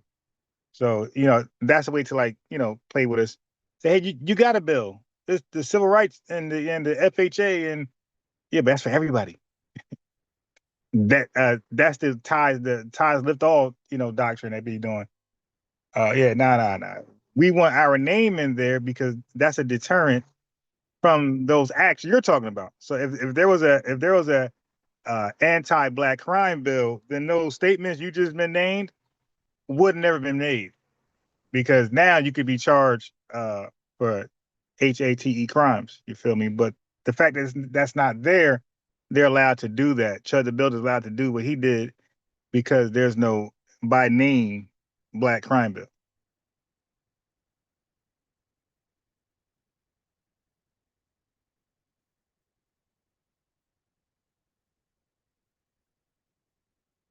Yeah, so and that's what that was owed to us. Like, we were in need for that during segregation, during Jim Crow laws. Like, you talk about the Asian, the virus 19, they got harassed for 2-3 years.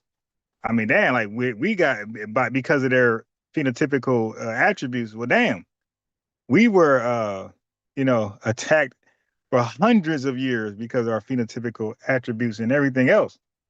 It's like, and nobody's seeing that as, hey, these Black Americans need federal protection specifically to deter white people from attacking them and speaking ill, and the media with the bad news, and then the cartoon drawings, like all that stuff would have been discouraged with a federal crime bill waiting on you.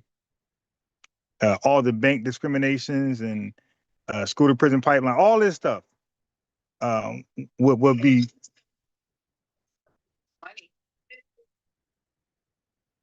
Yeah, I'm sure a lot of things make money, but we're not concerned with that. We like, hey, might make money, but don't make money on somebody else. That's what I mean with you. I know what you mean, but I mean, to them, it makes money. You know what I mean? So unless we understand what 50 million is like, and if we use just half of that to do civil protest and stuff like that, I mean, we are the people are the power. It's 50 million of us, and we don't even need 50 million people. I mean, look how they were able to shut down cities during the George Floyd protests. Now you're telling me that we need something important for us and that we couldn't get together to do something? We didn't work. If 50 million people didn't work for a week, you know what will happen to this economy? Start messing with people's money. Yeah, but that type of action is too extreme. But what we can do actually is we have a lot of energy, like you said, for the George Floyd thing. An individual who was done wrong by the police department in a particular city, right? So we got justice for one guy, right? But when it's time to get justice for 50 million, we're absent. Our mouths are shut. And that's what I'm on. It's like, hey, it's about time we ask for justice for 50 million and not these one-offs, not these individuals. They need justice too, but if you get justice for 50 million, there's probably no one-offs anymore. But that's where we need to be.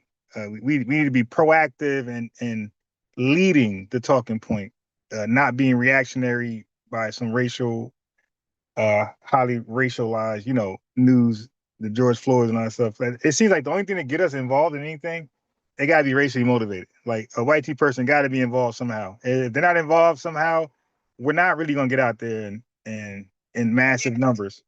It's one of the talking points of the white tea is until we're involved, then we hear you guys loud and clear. But that's always been some of their talking points. Right, it's true. Look at right now. Right now, look, the Carmel thing died down. Okay, where's the energy? Okay, now, hey, this is the best time to introduce an anti-Black crime bill or whatever else we want to introduce for the 50 million, right? This is the best time to insert that right now on social media. We're not going to do it. We're going to wait till another high-profile racialized event, and then we'll be back out there chimping out, talking about that.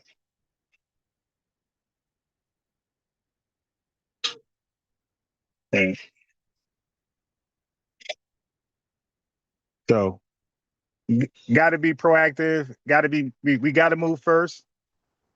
We got to be proactive. We got to move first. And hey, now that the world got our attention, hey, what about that anti-Black crime bill? Let's talk about that right now. And that should be trending on social media, but it's not. Yeah, well, the thing is that a lot of us would like to work together, but until then, we just have to work with our families, communities, and see if we can educate them, because a lot of people have a low ethnic pride. They thinking, everybody's our friend when we don't have any friends and allies. You know what I mean? Yeah. It's time to stand on business and speak on things that really matter. But people are really quiet about that anti-Black crime bill. People really, really refuse to talk about it, and it's like, why is there no energy? Well, can I say something? Yeah. I'll say. I'm sorry. Hold on. I'll say it like this. I'm sorry. I'm trying to turn this thing down. I'm so sorry. I've been in spaces where there is some things like that in the works that's just not discussed publicly. Yeah, but it got to be okay. See now, I don't like that. I don't like that fake Illuminati stuff. Oh, it's done in secrecy. I wouldn't say it like yeah, that. nah. fake Illuminati. Like it is. The private. All right, but the private conversation that got to stop because we are Republic on everything else except for the most meaningful things. Now it's shh, don't say nothing. No, that's not what I'm implying. So I'll give an example. Like, so what we need, and I think it's groups like, for like, I'll call it the lineage-based ADF, right? Groups like that are already actively working on stuff like that. Wait. I understand. Hold on. What's it called? I'll look at it right now. No, I'm saying like I don't remember the actual name Okay. of it. But I'm saying I've been in spaces where I hear that there are people who are taking it, like you said, legal scholars and things like that are drafting things like that. That's my understanding. Yeah, okay. I don't want to make it seem. I mean, I know what you're saying. I don't like these little silos where everybody's doing their own little thing. I agree. I don't like that either. But what I'm just saying is a lot of strategy and things like that. I agree with you. Like the awareness needs to be made, right? And so we should be talking about it.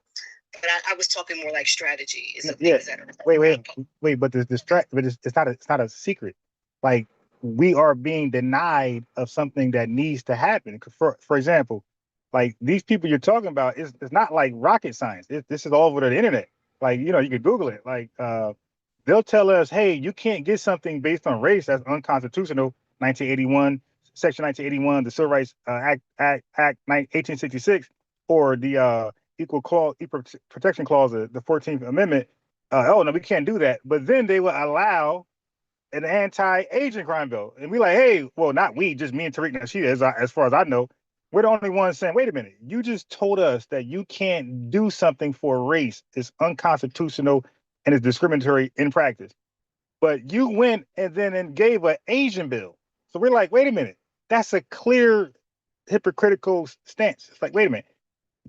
That can't happen. Either it's unconstitutional for us and them, or it's allowed for them and us. But both can't exist, and that's something simple just to point out and people to there's no secret strategy for that. That's just hey Congress, make your mind up. Is it unconstitutionally to do something for a race or is not?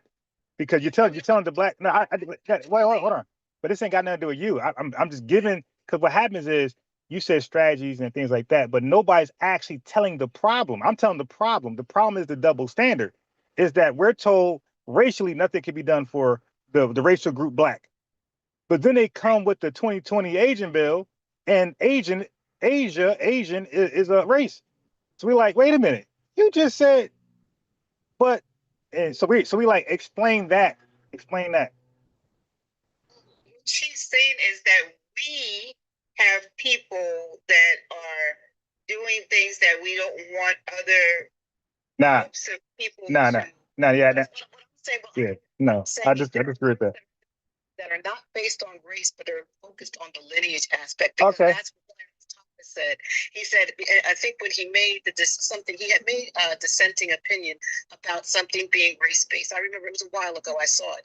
But what he did say, it had to be focused on lineage. And so that's what I think the angle that we need to go on. No, I got you. I understand what you're saying, the duplicity of it, right? They got a race or whatever, right? I get that. And I'm not going to argue that because it is duplicitous. Like that matters because we're told it has to be lineage based, but then they allowed a race based action. So it's like, wait a minute, like so we're not going to highlight that and like wait, and then it's the Asian community on top of anybody. It's like wait, what just happened here? So nobody's going to talk about it. So we're going to leave that quiet. Where now if that got national attention, then people would see the clear contradiction. Like, hey, wait a minute, why is there a racial law? We should challenge that one. We should challenge the base of that. That's my thing. I said the only people talking about it that I know of is myself and Tariq Nasheed. I don't know nobody else going into depths of that. They can't even explain it, let alone talk about it. Could you actually pull up that bill and read it to us, please? Because I never even read that. So I'm just gonna rough draft it. I can read it's like a little long, but in 2020, this is just a briefing. In 2020, you had the virus 19, right? And they're saying Asian people, but really people with the Chinese phenotype, right? They're saying that they were being attacked during the virus 19 because of how anybody who looked like them. That's Hawaiians, Filipinos, Japanese. Anybody who got the slanted eye Asian look, they were being targeted, discriminated against, and they said some violence was towards their way simply because they look like that. So then they said, okay, so now Congress passed a bill specifically for the people that look like that. The problem is when you make it a race, there's other people in that racial category who don't look like that, but they're protected by that law. And these are the Indians and Pakistanis. They don't have the Chinese phenotypical look. And that's why race-based nothing works, because it speaks to people who not really affected by whatever you're addressing, whatever harms you're addressing. So that's why racially nothing can happen. Because they'll say, hey, we can't do something for Black Americans racially because there's other people in that racial category who are not affected by that. So that's called discrimination with exclusion while including people. So it's like, hey, either every race is included or no race is included to your claim, but you can't pick and choose, right? So that's the issue with racial categories, racial things. So that's a like synopsis on the Asian thing. So now Tariq pointed out, and then I went and did a little more research on that. Like, wait a minute, I thought Edward Blum and these guys said nothing could be done for a group racially. And then, but this was allowed to be passed. Like it went unchallenged. Like they passed this relatively easy. Really no feedback. I think it was like a unanimous decision. Like damn near everybody voted yes, Democrats and Republicans. Why do they? Okay, so I just looked it up. So why are they lying and say it's not race-based? Right. Well, exactly. So that's why I'm like, and Tariq is like, why nobody else in these spaces is talking about this? Is an easy one. This ain't even like out of research. This is an easy one to bring attention to, and we rather talk about individual cases that don't move a needle.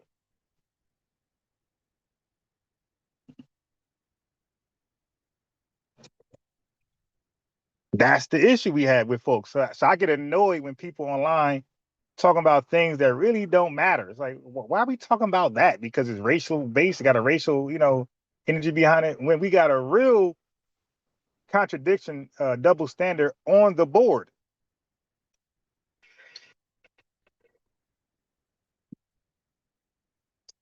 But everybody wants to be silent towards that. And it's like, even FBA is like, they refuse to talk about it. It's like, wait, why? Why do I want to talk about it? This is an easy one. This is an alley-oop. It's the layup. This is pinning the tail of a donkey. Like, why don't we just talk about why is everybody so afraid to talk about this? Like nobody's addressing this at all. I don't understand it, to be honest, because I just looked at it and it says it's not an Asian crime bill. It's a COVID-19 hate crime, but then Wait, you can't say that word. You can't. No. Okay, right. Yeah, no. You got to spell it out. It says incidents against Asian Americans. Oh, so it is Asian. Asian Americans in Pacific Island. Right. Pandemic. The targeted motivation. Right. By dramatic spike in discrimination and violence and incidents against Asian American and Pacific Islanders. Okay, so it is an Asian bill. Right, so it is an Asian bill because it's directing assaults and violence towards harm towards one. And look, let me ask you, what's an Asian American? Can you define that for me? What is a Pacific Islander? Right. But look, an Asian, because when we think of Asian, we think of Chinese only. No, Indians are Asian. Pakistanis these are Muslims, Indians that's are Asian. So they don't have the Chinese phenotype. Why are they included in the bill?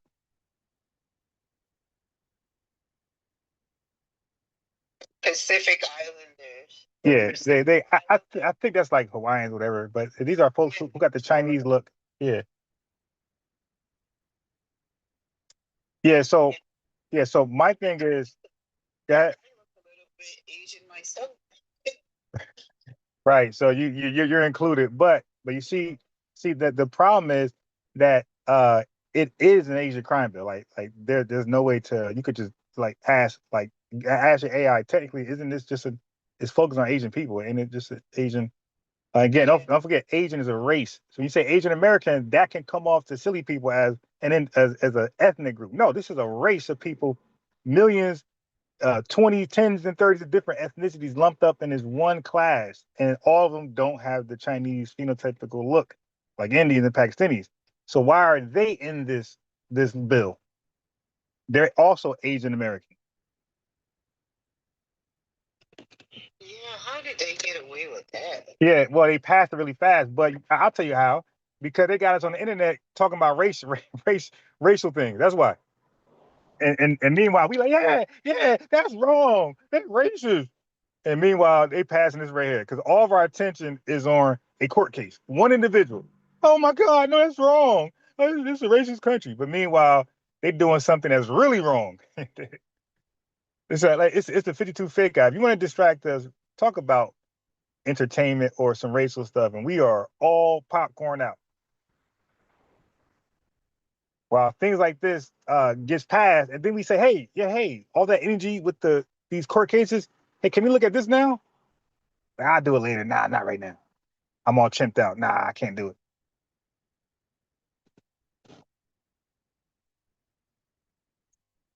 My tablet decides to not want to work quickly today.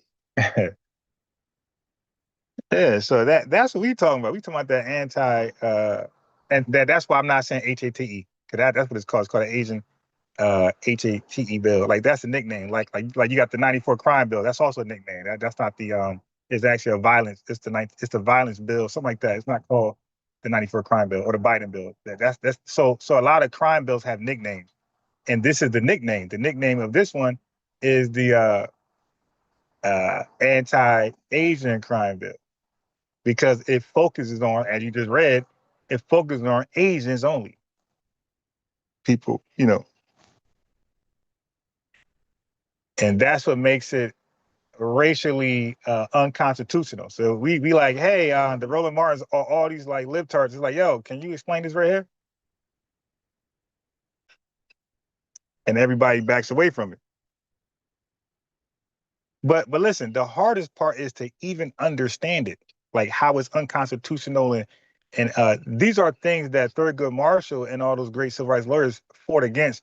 And all Edward Blum is, people don't know who that is, but all Edward Blum did was borrow the strategies of our civil rights activist lawyers. That's all he did, because they knocked down Jim Crow segregational laws because they were unconstitutional, because they were race-based, right? White people only, no black people. Race-based. So it was easy. So our civil rights lawyers went out there and dismantled all that in court. Got it all overturned. So Edward Blum just sat back and seen it happen the other way. Oh, this is only for the black race, no white people. They're like, oh, okay, we got you, And they legally knocked them all down as unconstitutional because they prioritized race, which they did.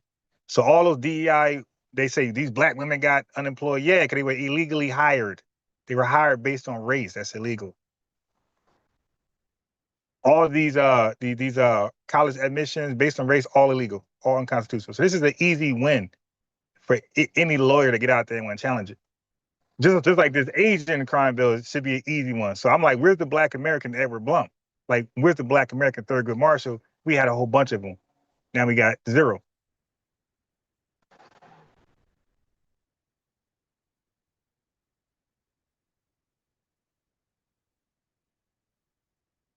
Where's our lawyers to knock down the unconstitutional things that other races take advantage of, that we were told can't happen?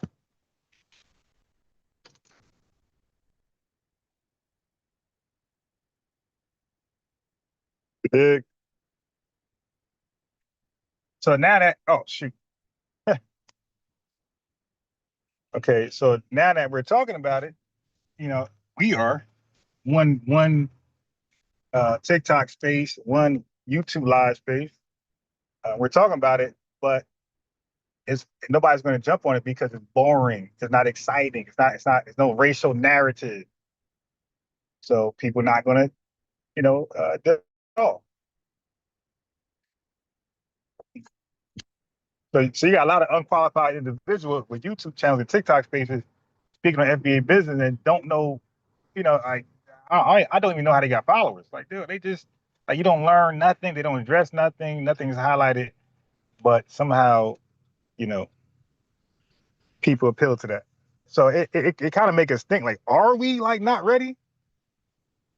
Because you would think like right now is the time to like really get behind like great. Oh, spec ran over. By great movements and great philosophies and ideologies and strategies. And that's why I say we can't afford to have private strategies because you can make it public and we ain't gonna hop on it. So you make it private, we definitely not hopping on it. And the thing is about private strategies, I personally believe it'd be nothing burgers. Like, because if they make it public, we're gonna see right through it. And we're like, hey man, what is this? Like, yeah, that can't work because A, B, and C.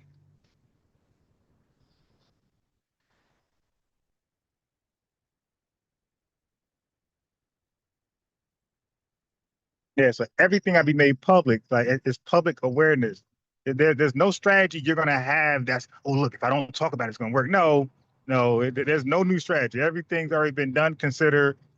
These white people got all the AIs. They already know what you can do and can't do. All right, so you don't have no human strategy that the AIs ain't already point out or red flag already. All right, these folks ain't waiting around twiddling their thumbs, nervous on what we got. No, they're already asking their AI engines, what could they do to this? What could they do here? Like they're playing chess. There's no new human strategy that's like, oh wow, we're gonna get it with this. No, it's right down the middle.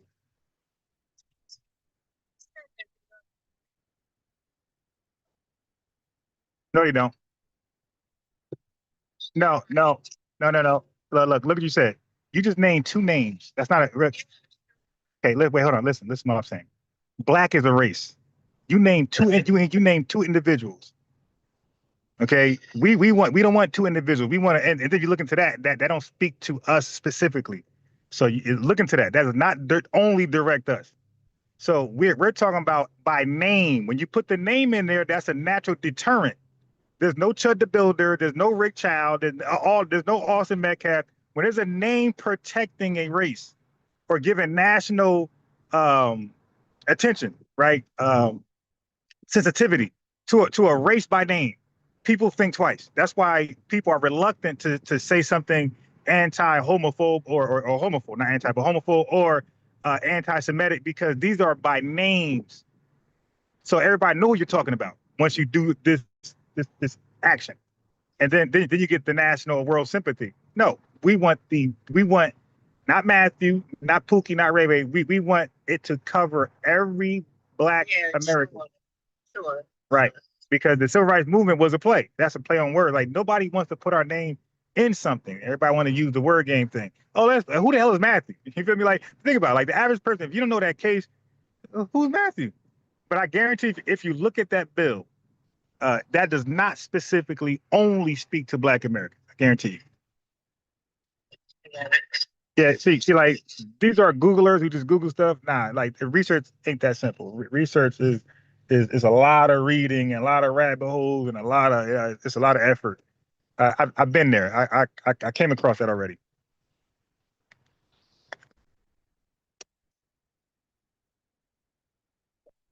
Yeah, this homeless man, damn near in his car asking for money. God damn.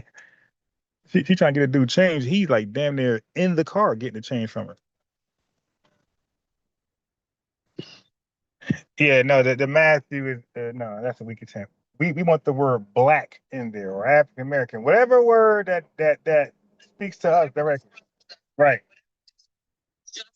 Right.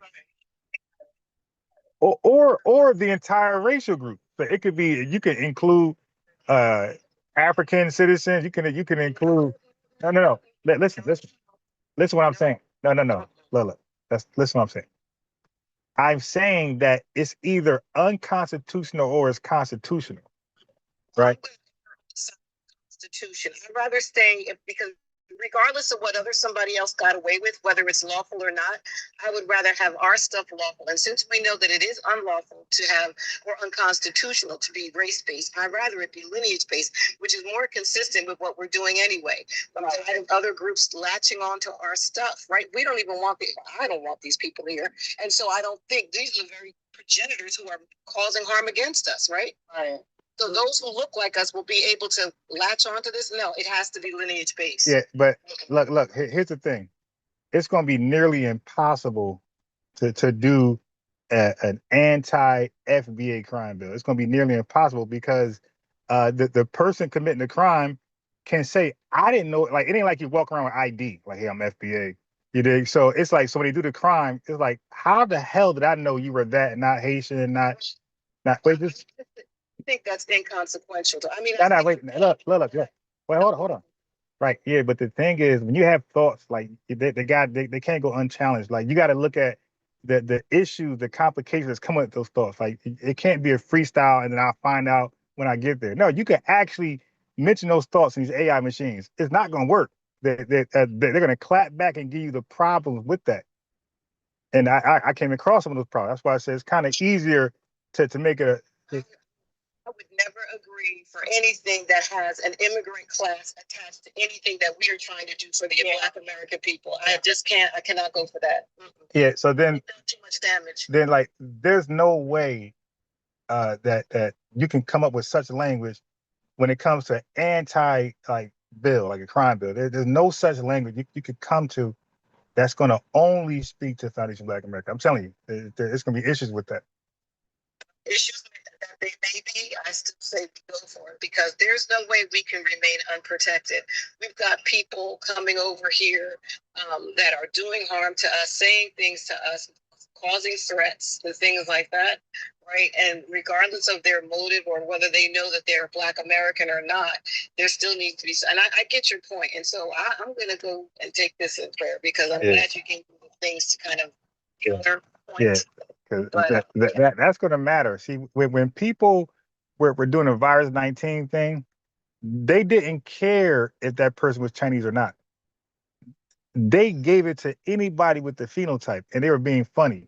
Okay, so when it comes to an anti-Black American crime bill, how are you going to? You know how hard it is to prove he did it because you're FBA when he's going to say, I thought you was Haitian.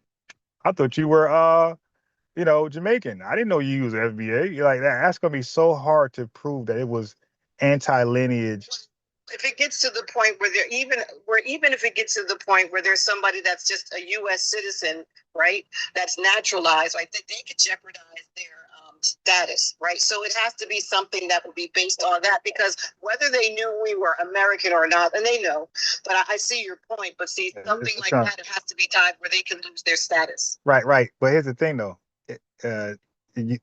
All this goes to court, and if you can't have a great argument where, again, no doubt that when you say an HATE crime, there's really no doubt involved. Like, you can prove it for sure that they did this because you are who you are.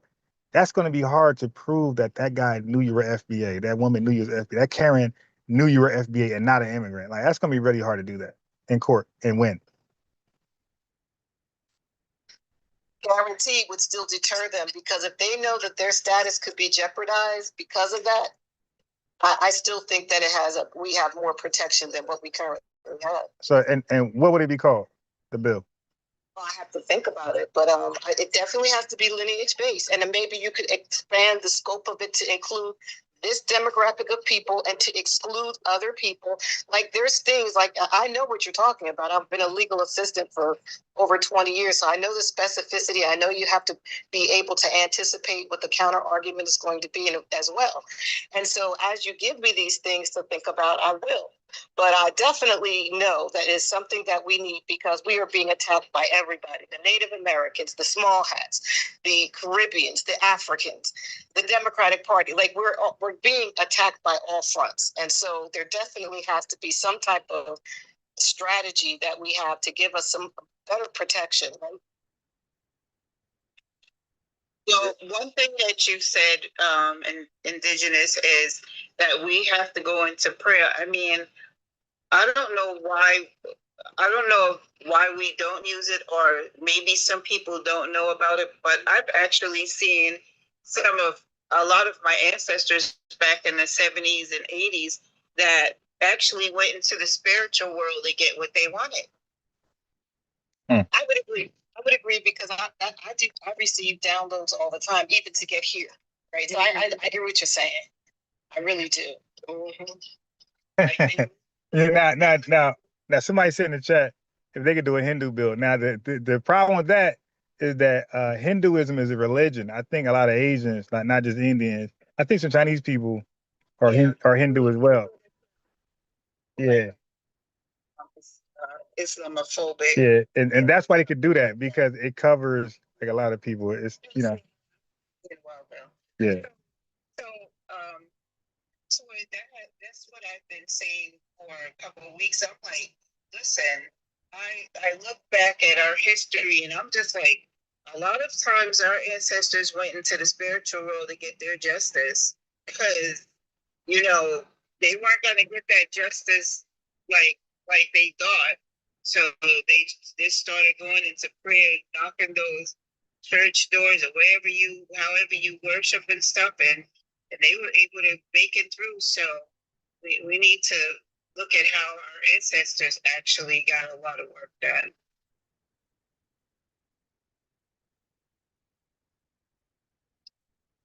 Yeah, well, that's a strategy that people can consider. It's an individual thing anyway, so it it's just you should know like what spirituality you tap into. I mean, I've actually seen it done. These people were being denied a lot of things, and then we're still standing here today. Is not just because we think that we're special. They had a lot of work to do in that spiritual world, So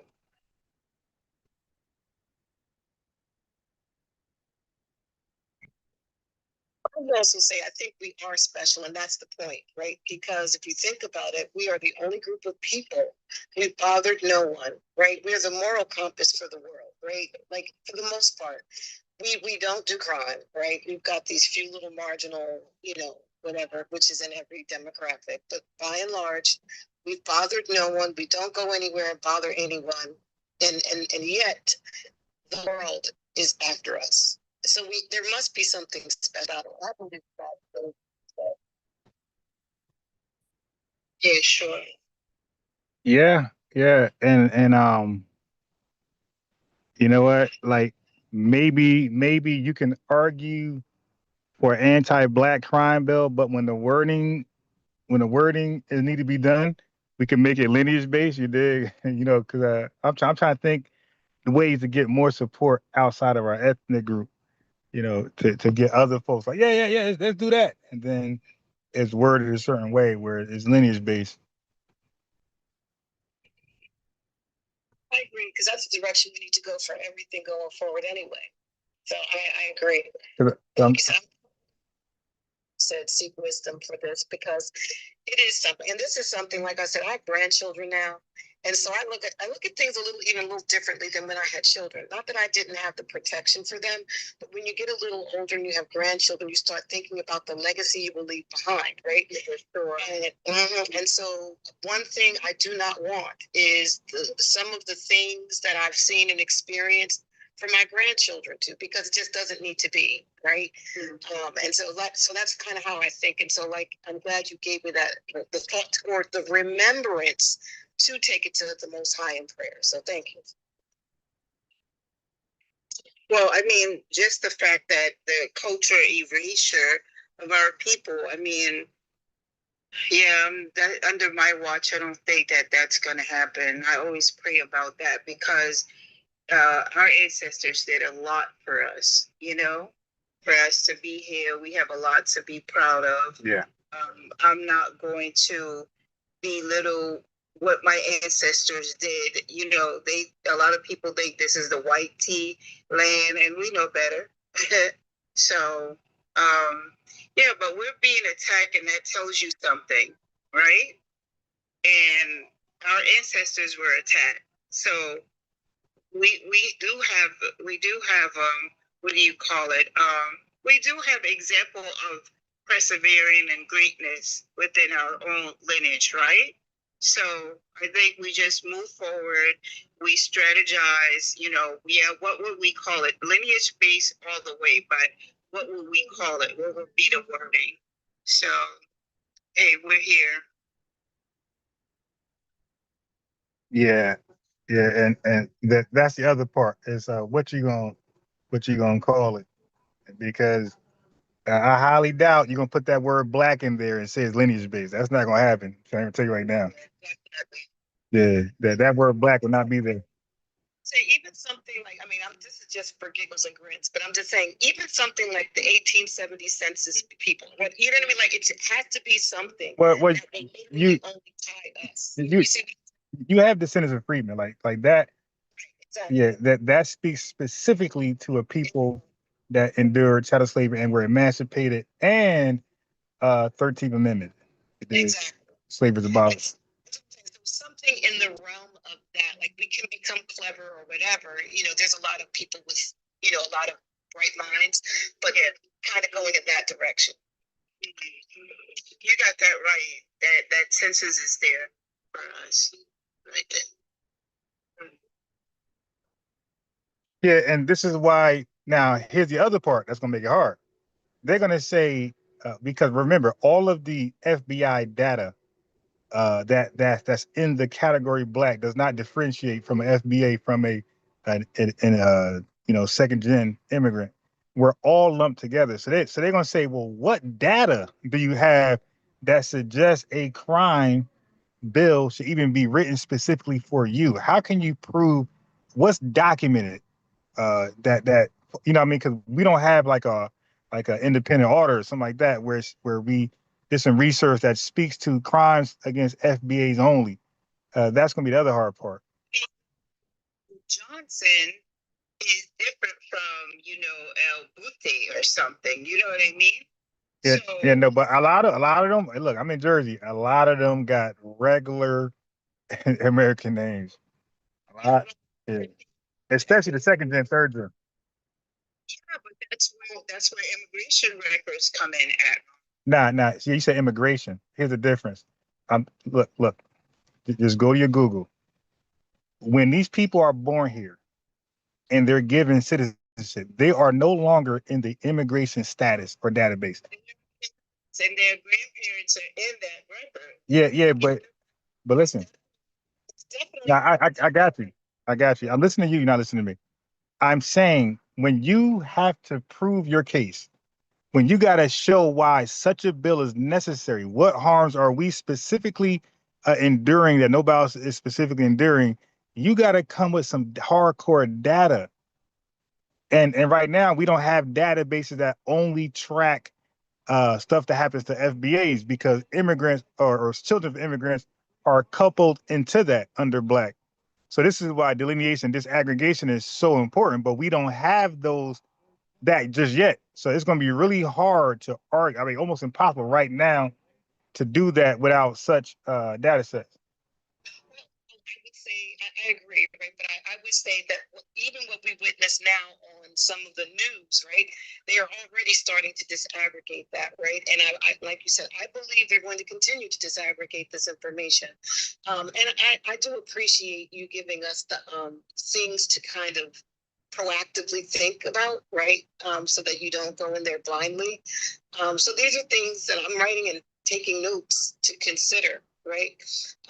Because there's got to be a solution to this, right? And I would even argue, just like if there is someone that is an immigrant, that they would think twice about doing something, because I mean, I know I see your argument, like how do they really know you're Black American? I got that part, but it's really just for the protection. And I would hope that at least it would deter them from even thinking about doing something rather than us having to prove that it was a crime, if that makes sense. Yeah, I just don't know. Like a lot of racial things right now don't get considered because of the fact that they say you can't prove intent. Like they're gonna say, yeah, Karen yelled at you. Yeah, Karen did this and called your kids, or stop them from selling MMA. But they're going to say, how do you know, unless she said it, you got a document or on her Facebook, how do you know it was racially motivated? You cannot, it's almost impossible to prove intent. And that's why when you face discrimination at a job or at your, in your housing unit, whatever, it's hard, even though low key that is race-based. But the fact that there's no documented evidence of that, it's probably going to fall to the wayside. So once again, when they attack you physically or verbally, right? The attacker, when they're in court and they defend themselves, their legal team's like, hey, we had no idea to know that woman was FBA, a protected citizen of this country with lineage that goes back to the 1500s. We had no idea, so we apologize, but this wasn't that. Like, he just happened to see a young lady that he disagreed with and he cussed her out, he shoved her. That's all this was. You see? You know what? I mean, I could agree with that. Now, maybe I have the law, right? But I still think it doesn't matter, right? Because I don't think you always have to even prove. Maybe I don't want to say yes, that. You do. Let's just think about libel or slander, right? Right. The fact that you did it is enough, right? You don't always have to prove motive and things like that. So I would think it would be somewhere in the realm of that. Like, it doesn't necessarily matter if they knew. But you knew that this was a black person, and yet you did these things. Right. I see your point, and I got to think it through. Yeah, because slander is just defamation. You know what's going to happen? And that's what we telling immigrants. When immigrants say, hey, man, we need to be in reparations because I was discriminated against and I was this and my rights was violated, we tell them, hey, that's a civil rights problem. That's not a reparation claim, right? So same thing back to you. When those folks slander and say certain things, those are civil lawsuits. Those aren't necessarily racial or HATE actions where you got to prove they are. Because he going to say, hey, man, this was not anti-lineage based. I just don't like her. You know what I mean? She cut me in line and I cussed her out. It was spontaneous. It was random. Crime of passion. That's all it was. And how do you prove, no, it wasn't that. It was actually anti-lineagism. That's going to be your problem. Again, I would turn to the small hat crime bill too, right? Because again, and I have to look at that because theirs is not even religious, right? You've got some that are religious and you've got some that are you're talking about anti-Semitism, right? Right. So now listen, when people look, you said small hat. You see that? You just identify the people. You just identify. See, that's the problem. Is identifying us away from immigrants. That's the problem. We're like almost indistinguishable right now because we're not fully delineated. So we should really be on the aggregation full speed ahead, right? Yes. So I've signed a lot of things, but okay, somebody's gonna have to give us information on how to get our people to sign these petitions and stuff like that. Or do we indigenous, you said that you worked in law, right? How does that even work? I didn't work like this area of law that we're talking about, constitutional and things like that. I didn't work in that area, no. But I'm saying I know the research process and how you have to present your argument. That's what I was saying. I'm familiar with. Yeah, so I need to pay more attention to that. I just don't want to be counted with them anyway. I think it's just unnecessary.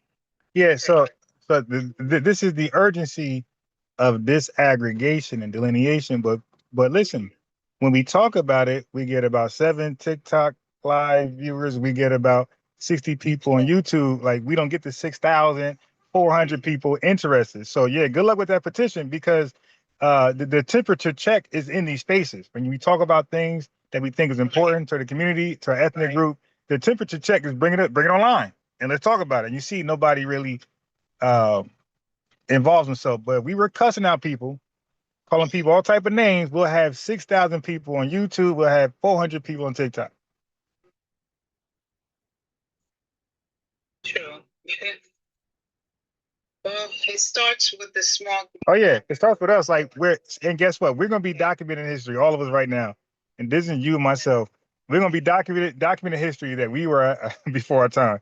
That's how they're gonna look at us. You're right. It's funny. I told my son, I said, anything ever happens to me, I said, please tell my grandchildren that I was a part of this renaissance. Right. Yeah.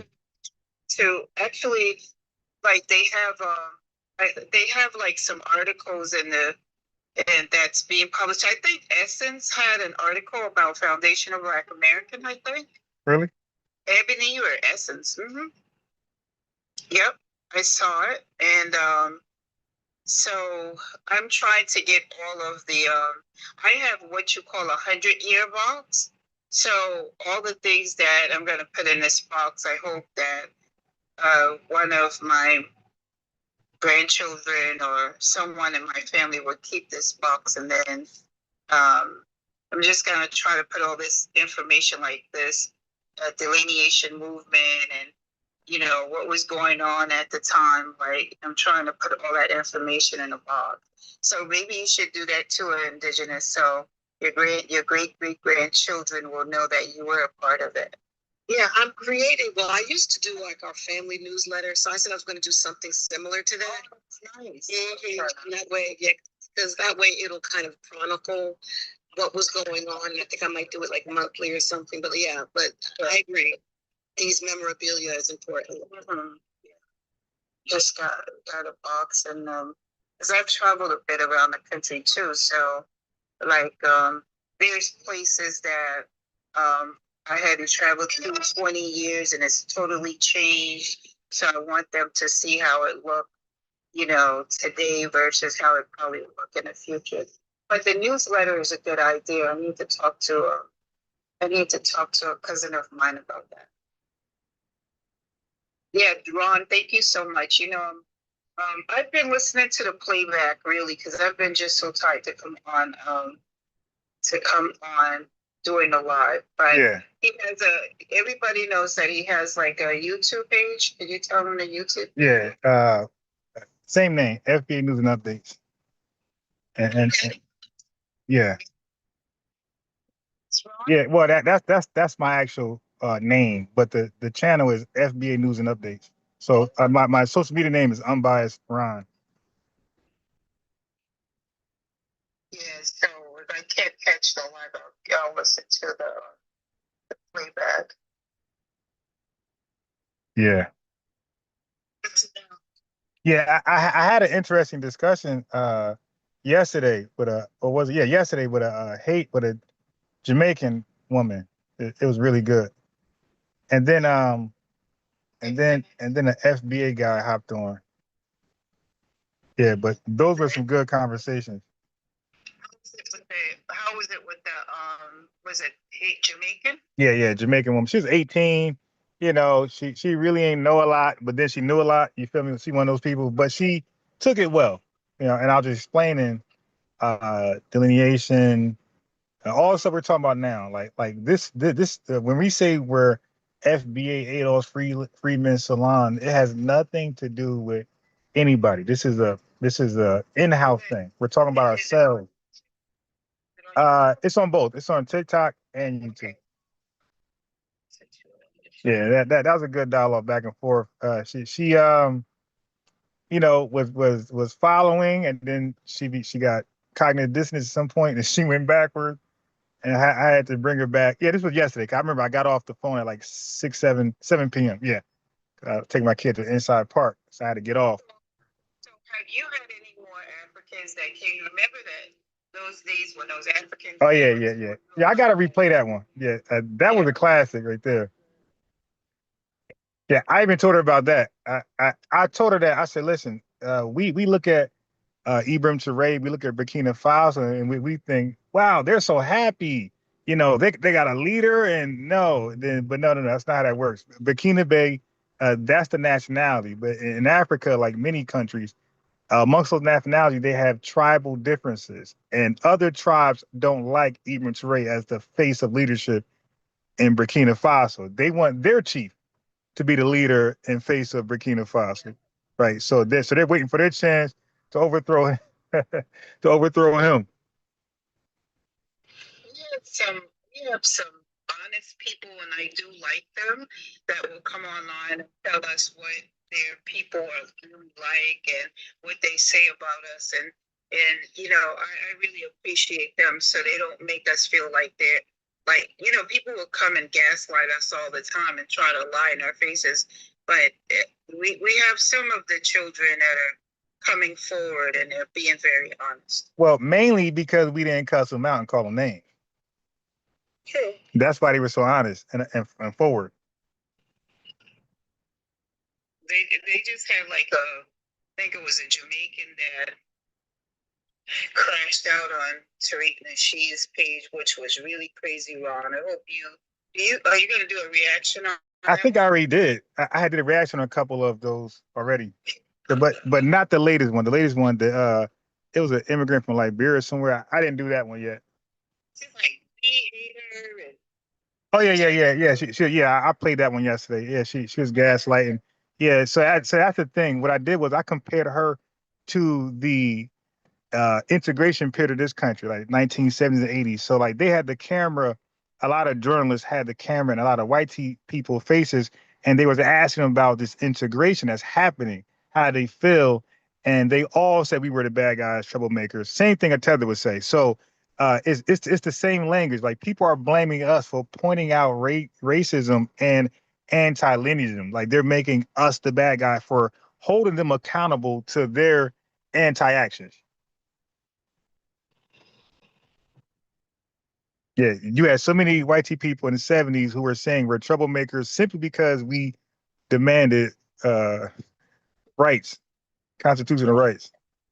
right when they were on our land, and that's the part. They had literally in the 50s, 60s, they really were only there for a couple of years, 50, 60 years. Right. And yet they had the attitude to treat us like that. Right. And so now you see the same rhetoric is coming from a lot of these immigrants. Like, yeah, we're pointing out what you guys say and do to us, and we're expressing disagreement and concern. And you're saying we're the troublemakers and we HATEU because of that. Like, yeah, come on. You got to stop. So when I have these conversations with these people, I don't struggle like everybody else, like Tariq and those guys. Like I actually like even the most, like even Revenue being his best behavior when he come over here. And I had a guy who called himself Black Akata. He's a huge troll of everybody. But when he came on here, he was mild mannered because like I kind of like don't speak to the toxicity. I just talk. I force them to be honest, like to have a mature, professional conversation, and then they actually do it. Yes, I don't really have trouble talking to these folks like that. Like most people, I force them to be, because I'm not going to roast them back. I'm just going to kick them off. Like once I see it can't be educational, I kick you off. Now they want to clout chase. Now they're forced to meet those demands, the requirements. So they come back, they beg to come back on, and they try to be as professional as possible. And then you're able to hit them with facts and history. And that's all I want to do. I want to tell them what they've been running from, right? That because all they want is an excuse not to listen. So once you call them a name or something like that, then they're going to go crazy. They're going to chimp out.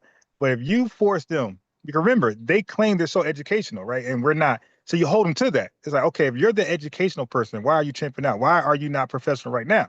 And I don't think you can have an educational conversation. Prove it. So now they're trying to prove they can. Now they're forced to hear the facts, the ugly facts. For them. But I call it the soul truth, the SOUL truth. So they're forced to bear witness to the soul truth. I like that soul truth. I like that. Yeah. I call it the soul truth, SOUL. That's right. We're the soul people. How important is learning law going to be in our future? Now you have to. You have to. And this is the part I'm trying to figure out. How did we have so many look at the Black Panthers, look at so many deacons for defense, and look at our activists, and then our lawyers, the Thurgood Marshalls and the boys. Like, and then there was like a plethora, but Johnny Crockett couldn't even tie their shoes. Like he was great in our time, but he couldn't mess with them at all. Zero. Like these guys won like 90% of their cases. And like they're in the federal courts, they're in superior courts, like getting W's all day long against. And don't forget, they're doing this when segregation is legal. You feel me? And they're getting there kicking butt. And that's why like their names is so iconic and on Mount Rushmore. Nobody can tie their shoes. But how do we go from that, where everybody knew law, everybody knew about the country, to where we at now, where we know nothing but sports and entertainment? We know nothing about law, even our own state laws. We don't know what's right, illegal, legal. Like, how do we go away from that so far left? Maybe a lot of people thought that they really made it over the promised land. I don't know. And like, we pretty much spoiled our kids. I think it's a little more than that, because when I talk to these East Africans, especially the ones that's like Somalian and wrapped up in Minnesota, like, these folks know their stuff. Like, and they don't apologize for the scamming. They actually support it. And they actually make some decent arguments. Like, they know their stuff. Like, you're not teaching them nothing about that. They know all about Minnesota, the politics. They know all that stuff. You're not teaching them nothing. They know all that. See, but they know it. So when they scam, it's a conscious, concerted effort. Like, they know what they're doing. That they're not ignorant to it. They're not being finessed. They know exactly what they signed up for, and they promote it, and they propagate it and support it. We are, and that's the average Somalian that I talk to. They all know about that, and they're not apologizing, right? But with us, we don't know our stuff, and you say spoil. It's no, because there was a drop off. Something happened that's deeper than spoil. Something happened because we have zero interest in it today. Zero. I think there was some type of agreement, like you said. I think and there's different ones, like the Somalians or something else. But you're right. There's too much fraud and corruption that was, they conspired, right? Because it went much higher than them, right? We also know that there was a lot of money that's been sent back to Somalia. So I believe that, like you said, there's a bigger hand behind this. But yeah, definitely. But even speaking to I'll just say all of these people that have come over here, I believe that they were given maybe false promises, because it seems as though they were given the hope of staying forever, right? And I don't think they got the memos that. So no, it wasn't a false promise. It's called the finesse plan. They say, hey, you're gonna come to America as an evacuee. You're gonna and then that might be 10, 15, 30 years. And then when that runs out, you're gonna apply for asylum. So this was the game plan. That's gonna be 30 years. And then when that happens, you're gonna apply for refugee status, or hopefully by that time you could be a citizen. So that was the finesse plan. It was to come here as one thing, and when that expires and run out, you're gonna apply for something else. So even when it's pending, they have a legal right here. So let's say they apply for TPS. I mean, they apply for right now they're struggling with the evacuee thing, right? They saying, hey, Haiti's recovered from the earthquake. I got to go back. So the finesse now is they're going to apply for asylum status. So now, before they even get approved or denied, their application to apply for is once it become pending, that means they have a legal right to be here and they can't be deported. Now, when the decision comes, denied or accepted, now they can act on that. But that might be 10. When it's pending, that could be 20 years. It's 350,000 people. You feel me? I have to double check. Now, I believe I read something, but didn't Trump spend all that? Like, no, it's not asylum. He ended the TPS was just for it was for the earthquake evacuation, something with the Syrians. Whatever the Syrians went through, it was that specific thing. This was maybe months ago. I saw it because it was much more comprehensive. It included a whole lot of African countries. It included a whole lot of other countries. And he was saying, like, no more. And I don't want to misspeak, so I'm going to go back and look. Yeah, that might have been the TPS thing we're talking about now, and they finally got a decision. So that could have been just that.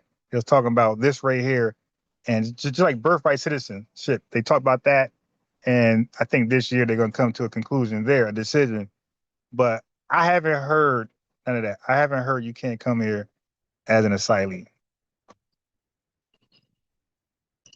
I would just like to know, I would actually like to know law, just to know it. Like, already 60, I don't feel like going to law school. Yeah, no, I say same way here. I thought about it. I'm like, I'm interested in law stuff. But I looked at my age. I said, man, by the time I pass, I'll be 75 years old. So yeah, so I was like, you know what? Same thing with you. And the law, look, the law thing is not as difficult. Like you just got to know what part of law you are interested in, right? And then just watch those lawyers go in. Right. And you'll easily pick up. Indigenous, I think you went on a call or something. I had asked you and Ron, what type of law should we study and how important is it going to be for our future? I have to look. I'm not quite sure. Outside of constitutional law, I don't know if this falls under civil law. Like I have to really look at it. I'm not really sure. But you're again, this conversation really has kind of ignited the fire, like you said, to be a bit more involved. Like I said, I may not be able to do everything, but like you said, I'm good at researching. So, but I'm good at researching. I'm just trying to figure out how can I be more involved. Yeah, so I think people call this civics. Like I think this covers civics where we're dealing with. You say law, like you got to know your state law, and then you got to know federal law, right? And federal law is like constitutional law, but then you got state constitutions as well. But again, that's back to just states. Like so, it's impossible to learn 50 different state constitutional laws and their higher courts. So yeah, so people usually just focus on their state or another one of interest, and then federal law, like the constitutional law. People usually focus on that more than anything. Do you know that they're looking for people who can translate cursive documents? Are you serious? Wow.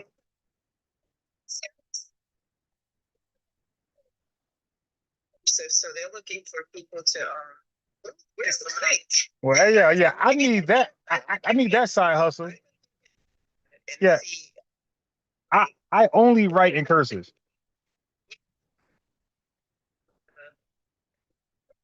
To like translate read and translate the. Oh yeah, hire me. Yeah. I could donate an hour to that. Yeah, I can. Yeah, I only write in cursive, so that's gonna be easy for me. Yeah, so I'll inbox you, Ron, if I find that job. I don't know what the title of that job is. I'm sure is it on? It gotta be online. Yeah, it is online. You can Google it, but again, I said like you said, by the time we pass the bar. So, but I want to be more involved. I know it's civics, but like, what area should we study? Yeah, so really that's it. Like it's just civil rights. Like you gotta know, like for example, like you're gonna interact with a law enforcer or anybody. Like so the only people who are gonna like you got jobs in like public facilities that can violate your civil rights. So really your civil rights, because you're gonna find your civil rights being challenged and violated. But you won't know that unless you know your civil rights. So like the first 10 amendments, for sure, you gotta know that. You gotta know when the right to speak, right to counsel. You gotta know when to plead the fifth, not say anything, not self-incriminate. You gotta know your Second Amendment rights. You gotta know your freedom of expression. You gotta know your freedom of journalism, First Amendment. Like I think like the first 6 is like the ones that apply to individuals. Like you gotta know even know your rights when you're driving. Your rights when you're driving are different from your rights walking and non-driving. You got less rights driving. Like if a police officer approaches you while you're walking, you need to, and they want to question you, you need to ask the police officer, am I detained? Before you start any conversation. Am I detained? Once you say no, peace, right? And if you say, hey, you don't have the right to go, you got to say, hey, and then pull your phone out. So you just said I wasn't detained. So am I detained? Am I arrested? Which one? What's going on? If it's neither, then do I have the right, the freedom to leave? And if they say no, then that's really like illegal detainment at that point. Because you're saying I'm not detained, but I can't leave. So it's like, so I am detained. Did I again? Did you do something? Yeah. I've been doing this for years on this stuff. So now, if you are being detained, you're not obligated to help out their investigation. So they're just trying to investigate whether you were part of a crime or not. So and part of detainment, they could put you in handcuffs. So don't think because you're in handcuffs, you're arrested. And don't think because you're being detained, you can invoke your Fifth Amendment. Like, they don't got to respect that. Your Fifth Amendment only comes into play when you are arrested. So when you say, hey, I don't want to talk, my Fifth Amendment, and they're going to ignore you and ask you questions anyway. And you're going to think they're doing something unlawful, and they're not. They can keep asking you questions all they want because they did not yet arrest you. Once they arrest you, now they can't ask you questions against your will to cause self-incrimination. So you got to know if you're being detained. If you're being detained, just be quiet, right? And just comply and just sit there. They might say stand up, sit down, get in the car, all those things, get in handcuffs. Unfortunately, you're stuck. And detainment it's like a limited time. They can like detain you like a half an hour. They can't really do too much after that. I think in the detainment, I don't think you're required to give them any ID while you're detained. Yes, that's a fact. Well, check your state law. But because you have some state laws where you are required to issue or supply ID on demand, like Jersey, you don't have to. And the most states you don't have to, I think. But you got to know that, right? So the detainment in most states, you don't got to display ID. You don't have to, but you could tell them a name and, hey, I don't have ID, but here's my name. Because your investigation got nothing to do with my name. Go do your investigation, either clear me or arrest me. That's all it's going to come down to. Okay, that's all you want to know. And then once you're arrested, once he said you're under arrest, now whatever you say at that point is going to be evidence for the state, not for your lawyer. It's going to go against your lawyer. Or if you want to represent yourself, anything you say will go against yourself. So you will be like snitching on yourself, building the case stronger for the state. So you are. That's why most counsel advise you to don't say anything, because nothing you say is going to get you out of that arrest. Once you're arrested, and it's a wrap. So you want to know that. Now, if you're driving, you got less rights.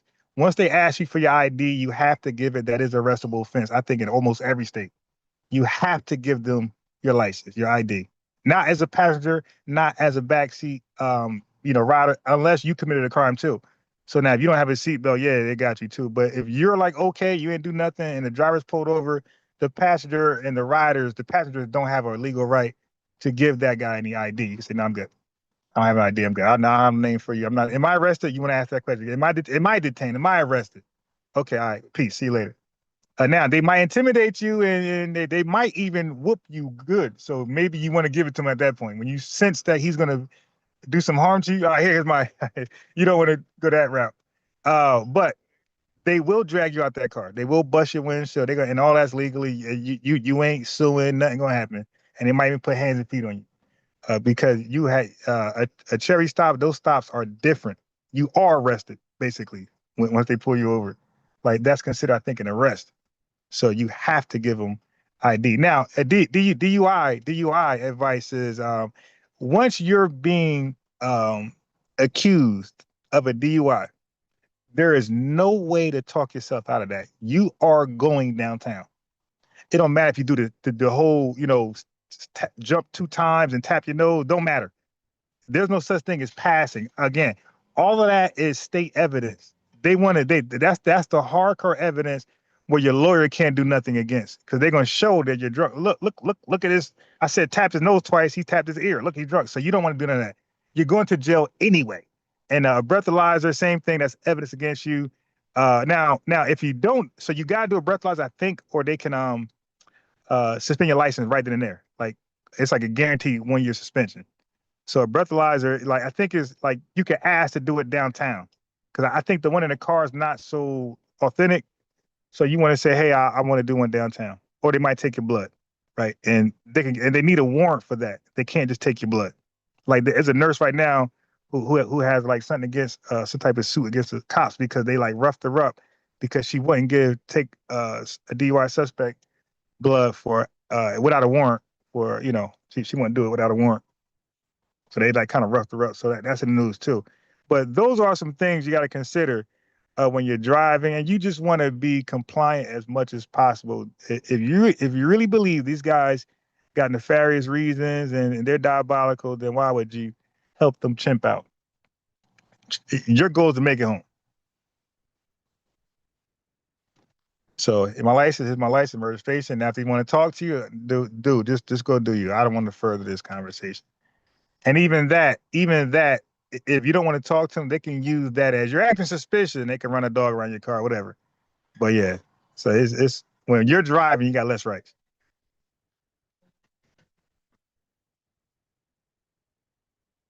Yeah, it's some deep stuff. But that's civics, all right. That's civics. It's what are people allowed to do to you that might be unconstitutional. You might see some reparatory, really just civil damages.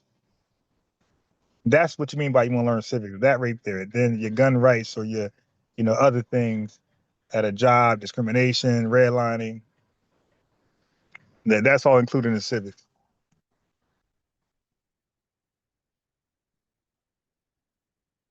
There you go. The lawyer name was Charles Hamilton Houston. He was the guy who trained and mentored Thurgood Marshall and damn near all of the Dream Team Black civil rights lawyers at the time.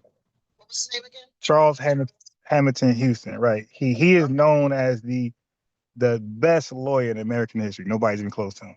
Because anybody you can compare to him, he already trained them. He mentored them. So they were under his umbrella.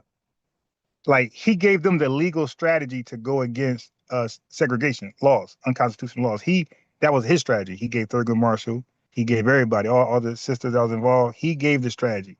He said, we're not going to attack it at one time, we're going to attack it in increments. So he said, yeah, we're going to beat it up in pieces. And they did that, and they were like all of them had like a 90% winning chance in those Supreme Courts. And they all became appellate judges, superior judges, federal judges. They did big things. So it's like, how do we go from that to where we are now, where we can't really name one Black American lawyer that's big time like that, that's on his purpose or on her purpose? Like, we can't even name one. And it might be, like you said, spoiling, and we don't, that the kids can just go be, a drug dealer or, a worker at Wawa. Like, the expectations we have for each other, it isn't that high for our kids. Isn't like, hey man, you have to be a lawyer. So I mean, look at right now. We're mad at counsel for certain people cases. So this is the best time to train your kid, or somebody, a young one, to be a lawyer. Like, hey, now we need the Thurgood Marshall, we need the Charles Hamilton Houstons right now more than ever. And especially when we're talking about delineation reparations, there's not too many qualified, to be honest, not too many qualified big time lawyers that can really handle that. Like, Johnny Cochran was on the case and he passed away, but it's not too many big name lawyers that's really involved in reparations. And that's another eye opener. Why nobody want to touch this? Well, I'm talking about from the lineage. Like, why? Like, people who have the clout and education to touch this. Why nobody want to touch this? Okay, I would say this, what I see, kind of like what Ms. Lena said, and I'll say it in this way, we've gotten very comfortable. And I would say even the qualified lawyers, in my opinion, they've kind of sold out, and they're less focused on virtue or values or things like that, and they're chasing the bag. So a lot of them have been bought out, right? That's why you got, every time, I have my thoughts about Crump, right? But whatever, he's pretty much well known for whatever case he takes, he wins. But his integrity, in my opinion, is a little questionable, and he represents more like the demographic of attorneys that we see today. Like, he's got the kind of the moniker of being the social justice, but I just don't think he's very lineage. Yes. Exactly. Not at all. They're going after the bag, popularity, wanting to. A lot of our people are trying to. They're full speed ahead and recognizing a lot of what is actually ours. Like, they're taking it back sometimes. So yeah, it's not lineage space for them at all. Yeah, at all. And I don't know, he's more like a compensation lawyer. I don't know him to win cases and get things passed, laws passed, or get justice, real prosecutorial justice. I just know he's known for lawsuits. Like, hey, let's bury this story. Just go get paid. Like, don't get justice. Get paid. Exactly. That's what I'm talking about. The integrity is missing. right? You know what I mean? Like doing things because it's the right thing to do. Like they're more focused on, like you said, the clout, the money, but not so much it's the right thing to do. You know?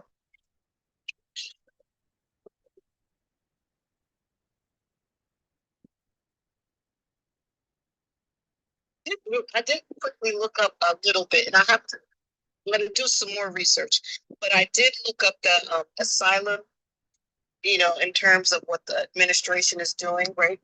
And what they basically said, because I said it was a while ago, and what he did was he severely halted like all asylum processing. So like he's doing that and he's got a list of countries. I didn't really look it up. Yeah. But I do remember that he was being very harsh and like there's none being processed. So I would hope that would prevent them from, to your point about talking about if the Haitians, right? If once that is over, I don't believe that they'll be able to apply if they're on that list. That makes sense. Yeah. So when I was following this, like recently, when I was planning reports just now from immigration lawyers, they did not. They included it as a possibility, not as a impossibility. Like the way they worded it, they included that as the next step. They said the next step. But yeah, there's a halt because he did say something to that, but it wasn't like it was no chance. You know, he was saying like there was a chance, but it depends on, you know, different circumstances. But it's not ruled out. And it's not a guarantee either. Right. But the best I can hope for, like I said, I've been listening to the administration in particular.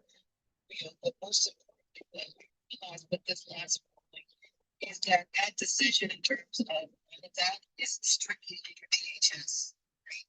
So all it takes is a simple no and add that country to the list, right? If it's not there already. So hopefully they'll do the right thing.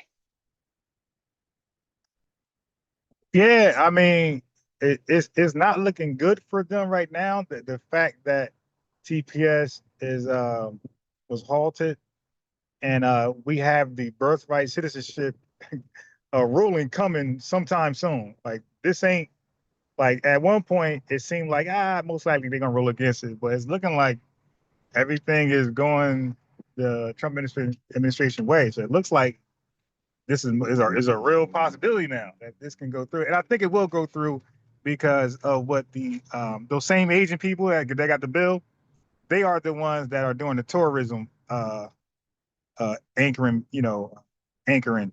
They're coming over here as tourists, they're getting pregnant here, and then delivering and going back to China to learn more about communism. To come back, they're getting pregnant. They're coming from their countries pregnant and then giving birth and then going back. Yeah, and they're going back to so that kids can learn all about communism and whatever that they got going on. So when they come back here as legal citizens, they can bring that agenda with them when they run for office.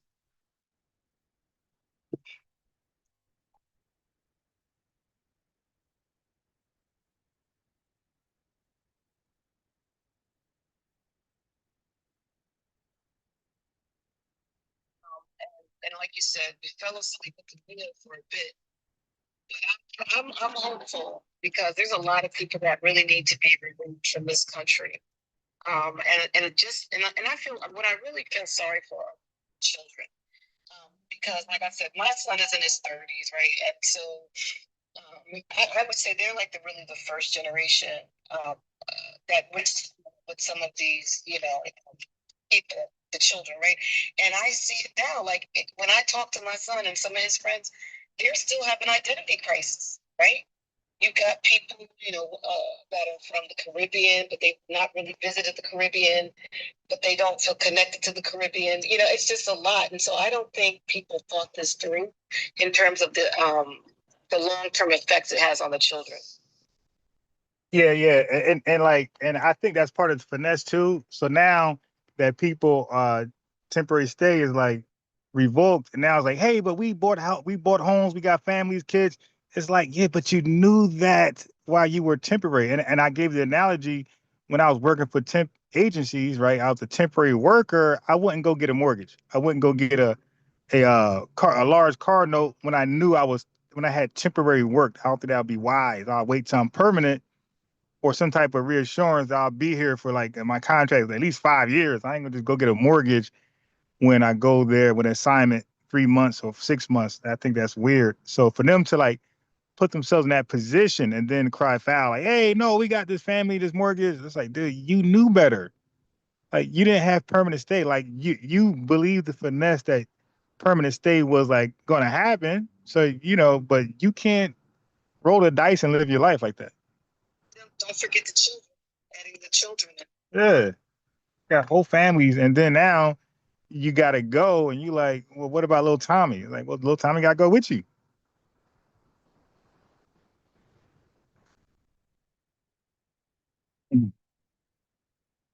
Hey, so we got I don't know man in the building. What's up? Oh, what's up? What's going on? Suburban Swerving. Just, I don't know how to use this account, man. Okay. What the hell? It's TikTok, man. This thing is weird. So, but no, what I was gonna say, man, about these lawyers, bro. We grew up where you the system was all that that was the devil, bro. You didn't mess with the system. We didn't want to be lawyers. We want to be captains. You know what I'm saying? It was part of the culture. Right. That's the reason. The mistreatment from those people is what made us shy from that. And that's the wrong attitude. We should have been going towards that. You know what I'm saying? We need that. We need to be in all of those arenas, man. We need to be in the military. We need cops. We need to be, I was listening to this one podcast. They was talking about how guys don't try out for special forces in the military. Right. We need to be doing all that. Yeah. Yeah. I think we have, like, I don't know what you would call it, but we have people that would speak against that, right? That's supposed to be like loving Black American or lineage, but they would go against all that. Then you'd be like, well, what should we do? Just be gangbangers? Like, what do you want us to do? And then like they don't have, like, it's just weird. Like, yeah, listen, the bottom line is that your child, right, is either going to go to college, especially male child in the inner cities.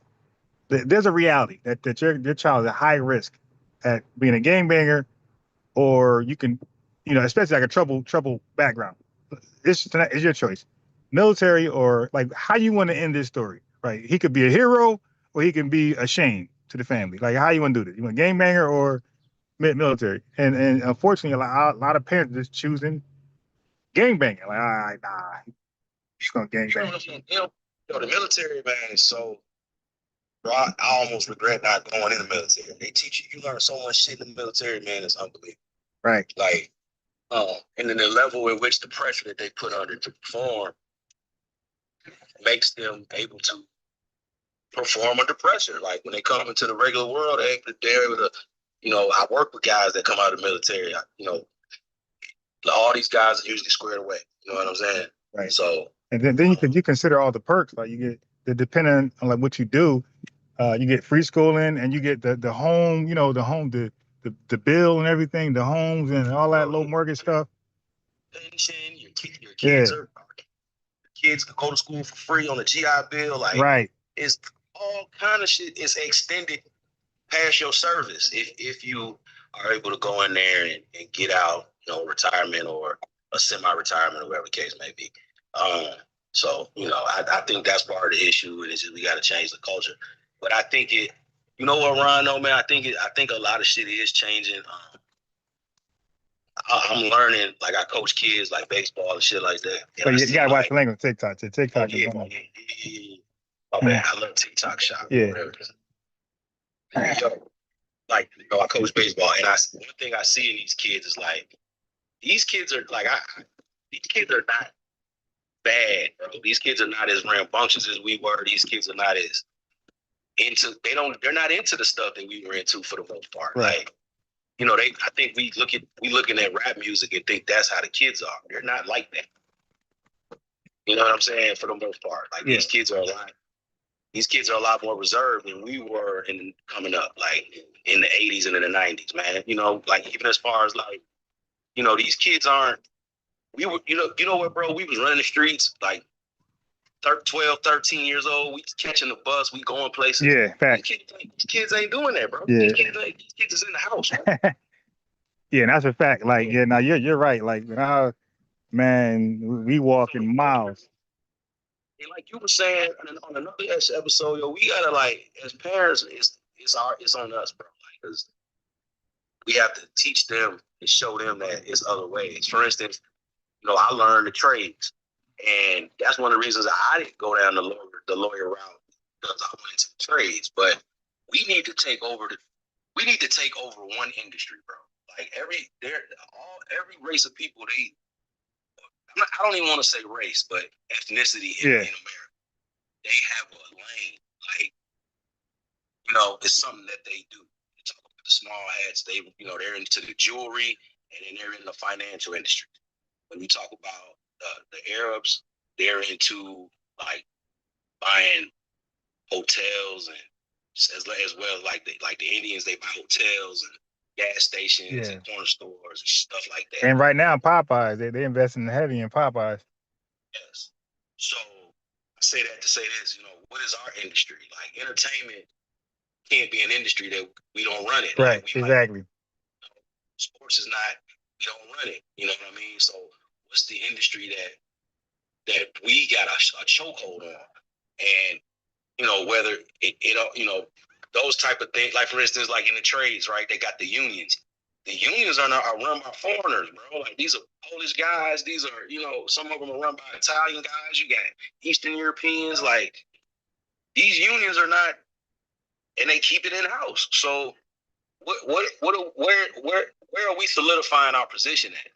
Like I still at all. Yeah, where are we solidifying our positions at? To where, you know, if we're not running the law field, but we don't have lawyers, we got unions, or we got some type of group of a body, like what the NAACP should be doing. Right. You know what I'm saying?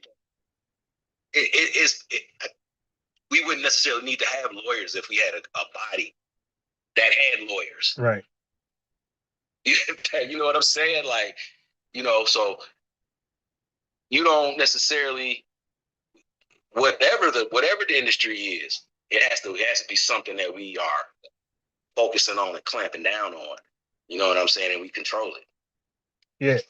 Yeah, and that's why delineation is so important, because in reality we don't see a we. Like, you know, we see an I, you, me. We don't really see a we. That's why people are not on code to like teach their kids or guide them to a certain field or, you know, mindset, philosophy. Like it's like everybody's for themselves. So like, you know, and somebody could be off code. You could be teaching your kids some stuff like, no, we're not doing that. We doing this over here. And like, Well, I do see a change, especially with this direction we're going with the Asian business and stuff. This is not a boycott. This is a way of life for us now. For who? Yes, we're not. I mean, a lot of those Asian businesses are closed in our communities. Like which type of, you know, there's different business that they run, and the brother lists them. Which one? Restaurants and the here and nail, but I'm saying that. Now, I only ask that because it depends where you at. I'm in Jersey, and man, that's why I said weird. I said weird. I see these things lit with Black Americans up in there. And you know what the Northeast is like. Yeah, but that's why I said weird, because, you know, when you say something like that, we can only look it from our vantage point. We like, wait, I don't see that. I see folks still in these damn hair shops and nail salons and everything's packed still. I agree with Lena, right? Because maybe because it comes on our algorithm.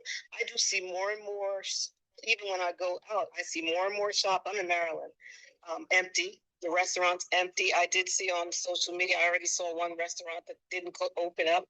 So, and again, it's not even been a month. So I do believe, like you said, this is a lifestyle for us. And as things catch on, we may not get 100% participation, but what they won't get is 100% participation from us, because that's what they got before. And we're sending a clear message because we've had enough of the disrespect. And for those who are off code, so be it, right? Let them, it is what it is, but we can't be focused on them. But I do see a lot of impact already. And I said this before, I was so mad. I actually loaded that video on my page somewhere in the page now, but there was this Caribbean, I want to say he was Jamaican, but he was talking to our children, and I wanted to know who okayed for that guy, with permission to talk to our children and call our children the N-word, and said that our children said that we have a slave mentality. He's talking to our kids now. So who was that? And saying, yeah, that video's on. I have to go deep, and I don't know who that guy is, but I know I reposted it, and I said, you guys need to find this guy and have a talk with him, because first of all, it was so disrespectful. He said that they had more problems in their country during slavery than we did. Like, boy, I was mad, and it just like a lot of people, I expected more because. What platform is that? Is that a school or is that like a YouTube? To speak to the kids at some community center. Oh, wow. Page, Ron. I'll have to go look for it because I posted it a long time ago. But this guy had no right in our community centers talking to our kids. No way. He was anti-Black American, anti-American. He was saying the most. And then how do you go to a community center and address children that are that you're trying to try to get them on the right path, and then you're calling them the N-word? Yeah, that's crazy. And what was the age group of the kids? What was the age group of the kids? They seem to be like elementary, middle school. Really? Mm-hmm. I gotta see this video. And was this during school or after school? It looks like it was like a community center. It could have been. It looked like it was a community center. So these people, you think like, oh, such and such. I think he was. I don't know what that guy is. If he was in. I won't lie. I don't know what he was, but I still have that video on my page, actually.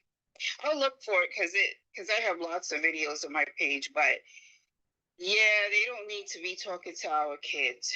Yeah. So we gotta really stop people. When we see the messages going backwards, we gotta stop people.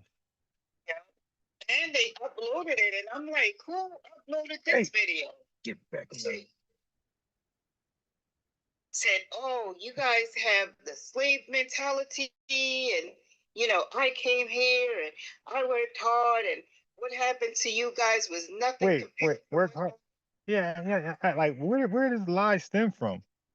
It's because you only come here as a hyper selected individual, which you don't work hard, and then or you come here as a humanitarian immigrant, you don't work hard. Everything's given to you. Yeah, but that's crazy. But I don't know how that was allowed. But also, where does this lie stem from? Because you only come here as either a humanitarian immigrant, don't work hard, everything's given to you, assistance, all that type of stuff, and a hyper selected immigrant that don't work hard because they come here with education and wealth already. I wanted some brothers to get a hold of who that guy was and have a one-to-one personal talk with him, because it was so ridiculous. And I'm like, who actually recorded this, thought that it was okay for him to literally cuss our children out, talk crazy about us, and call us slave mentality. And then when the kids were laughing, he was like, don't laugh, because what our ancestors went through during slavery was far worse than what country? Hey, that's a lie. Which country was that? Which country? I think it was Jamaican. Yeah, no, they were them. No, Jamaicans outnumbered white people 1,000 to 1. So like our thing is, these are children. now I know that, and we can't do anything about that. That's already written in history. What I'm saying is right now, for those who hear that argument, this. If you're there in person, you can rebut that with The world uploaded that and thought that that was okay to cuss our children. You're there to be some up. So you seen it on YouTube? You seen it on YouTube? It was right here on TikTok. Really? Wow. Yeah. Yeah, send me that. Okay. In your inbox? Yeah. So like the brother was saying, he's working with the youth, right? And yeah, we need to get back. We need to tend to our own youth because a lot of these people are passive aggressive. Even with nursing, some of the nurses wouldn't treat our people well because of the cultural difference, and I've heard people talk about that. Yeah, that's the thing. Like people gotta document this. You gotta complain, man. You gotta be documented because once it's documented now answers gotta be delivered now. Because we like, hey man, you got all these complaints. We can audit that stuff. We got all these complaints here, and this person's still here. And what type of training you provided, what type of disciplinary actions, But if without the, as you know, in most places, if it's not documented, it didn't happen.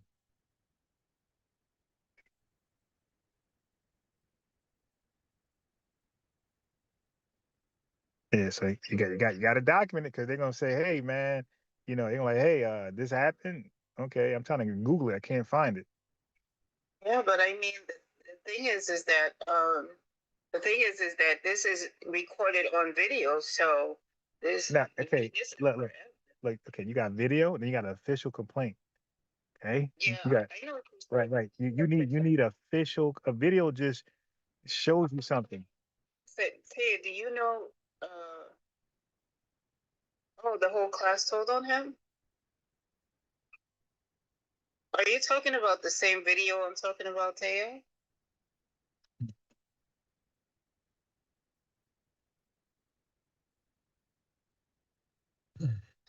Or maybe she's talking about a teacher she was. Okay.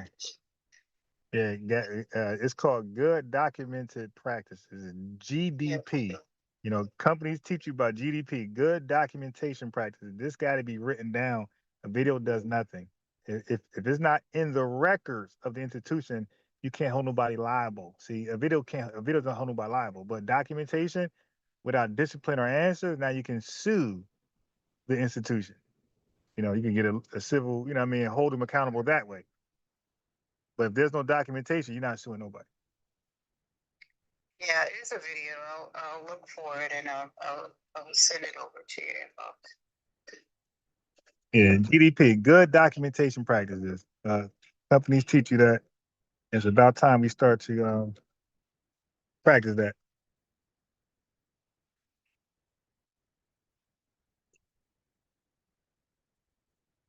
Oh man, oh man, oh man, oh man.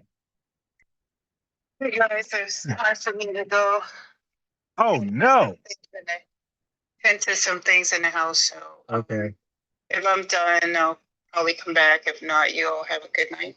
All right. Well, good having you.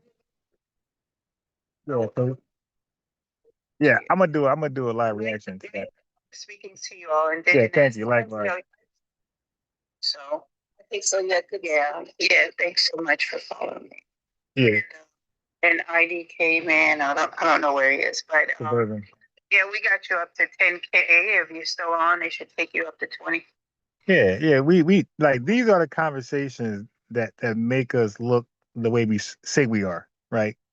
We claim Black excellence, but when people look at video about us, they don't see that. They see a bunch of toxicity and xenophobia. So like these are conversations that really correct the narrative. It's like, hey, no, we have these conversations. You just don't. You pick and choose. You want the toxicity, so you go there. But the mature civil conversations, people usually dodge. I want to say this before I leave. When I lived in Minnesota, within 10 years, I saw like a lot of Bosnian, I think, or what's the other one? Bosnians, Ukrainian, and Albanians. I saw a lot of them like in the transportation. It seemed like they had their own transportation companies, like taxi companies, transportation. So yeah, we need to have a call. So Okay. Yeah. I mean, that I thought that was my phone. That shit was so loud. I checked my phone like that. I got an interesting, strange ringer. Yeah, yeah. That's another thing. That too. Like I remember in my city, man. The cabs in my city has never been Black American. We've been the majority. You know, after a while, after white flight, we've been the majority. I ain't never see a Black American taxi company. It went from Jamaicans to the Hispanics, and now it's pure Hispanic. But yeah, I don't know what's up. I don't know what's going on like with us. Now, one Black. Go ahead. Yeah, but I'm sorry. I don't want to say, well, I don't want to say that there's nothing up with us, right?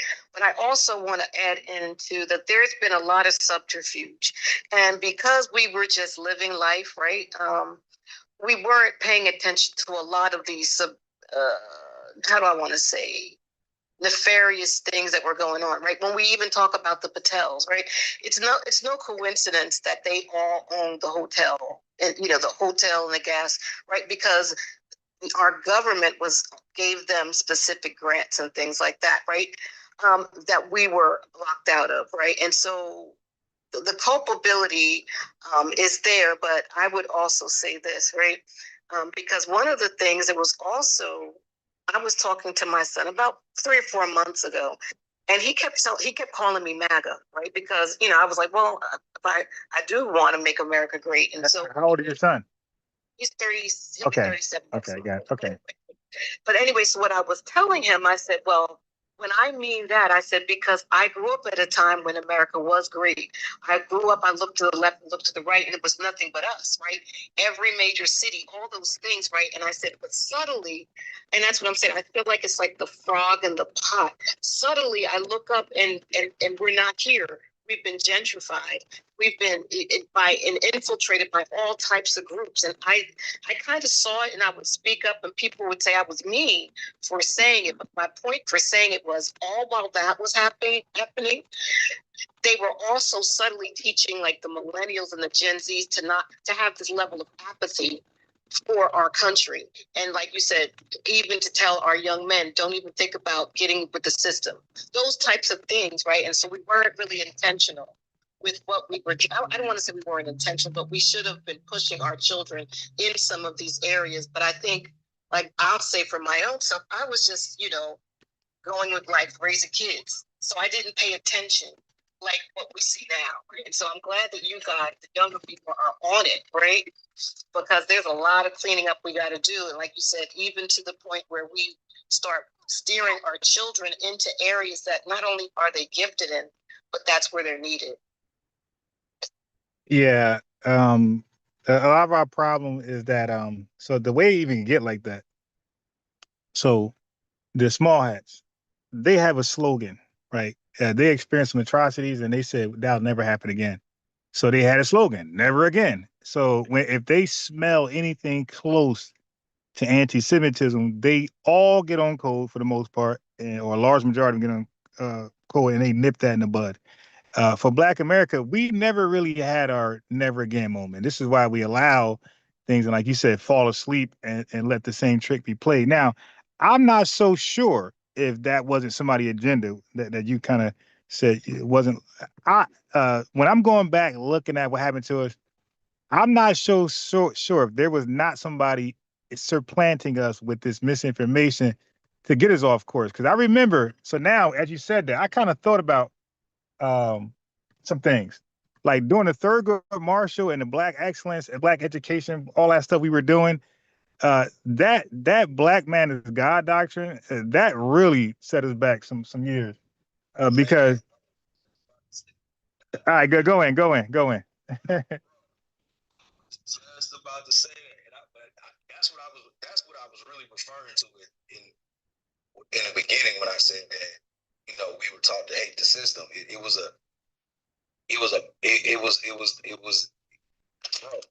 It was fake comfortability in a Oh my revolution God. that you really fight. You're not prepared to do this. That's what I'm saying. We need to go in the military. Y'all was talking. People were talking about fighting systems and separating, and you're not prepared to do that because you don't know about. You're talking about civics. You don't know about civil engineering. You don't know about none of that shit. None of that stuff. Excuse me. So you're absolutely correct. It was the pumping your chest out and the God complex, and all that wrapped up into, coming out of, like how we were taught to separate ourselves from Christianity, like that was the evil, but really it was just how we were taught the Christianity. Yeah, like, right.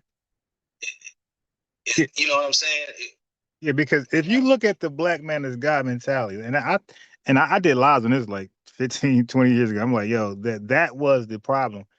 Because that was like reverse knuckle dragging white tea stuff. Like how like the white tea person that's living in South Carolina woods somewhere or Georgia woods, they got 3 teeth in a which where I'm telling you real life. Like I seen that house with no roof and people lived in there. And these are white tea people in Georgia. So like they live like that, but they believe because I'm white tea, I'm better than the most affluent black American ever because he's not white tea. So they believe that, and that's what made them feel like racially superior and comfortable where they don't chimp out. So we borrow from that. We like, hey man, that doctrine made us like, in my opinion, it stumped black excellence. Because now instead of proving you're that, we just went with the doctrine. Hey, I'm born that way, so I'm better than everybody. And I see FBA and delineations going that way too. I see people who are unqualified, uneducated, broke as hell, got no job, no nothing, criminal past, 1,000 kids, and they believe because I'm just FBA, I'm better than the most affluent whoever. It's like, nah, yo, that's that doctrine all over again. That stumps black excellence. I have to say this though, like I have to say that I think slavery, the idea of bondage makes you run away from order, like from things that keep you in line. So for instance, the same people you talking about, right? None of these guys, a lot of these guys are just out of the blue, so-called self-taught scholars. They didn't. Right. Right. Okay, so like if you're gonna be a martial artist, you have to go through a lineage, right? You're not just gonna pop up and say I'm a black belt. You gotta go through a lineage to earn a black belt. Yeah. So if you're gonna call yourself a scholar or whatever, a lot of these guys, they didn't go through the Nation of Islam, they didn't go through Masonry, they didn't go through none of these schools of thought that actually have taught them the order of thinking or taught them the order of so when I tell you that the black man is God, now you have to be accountable for it.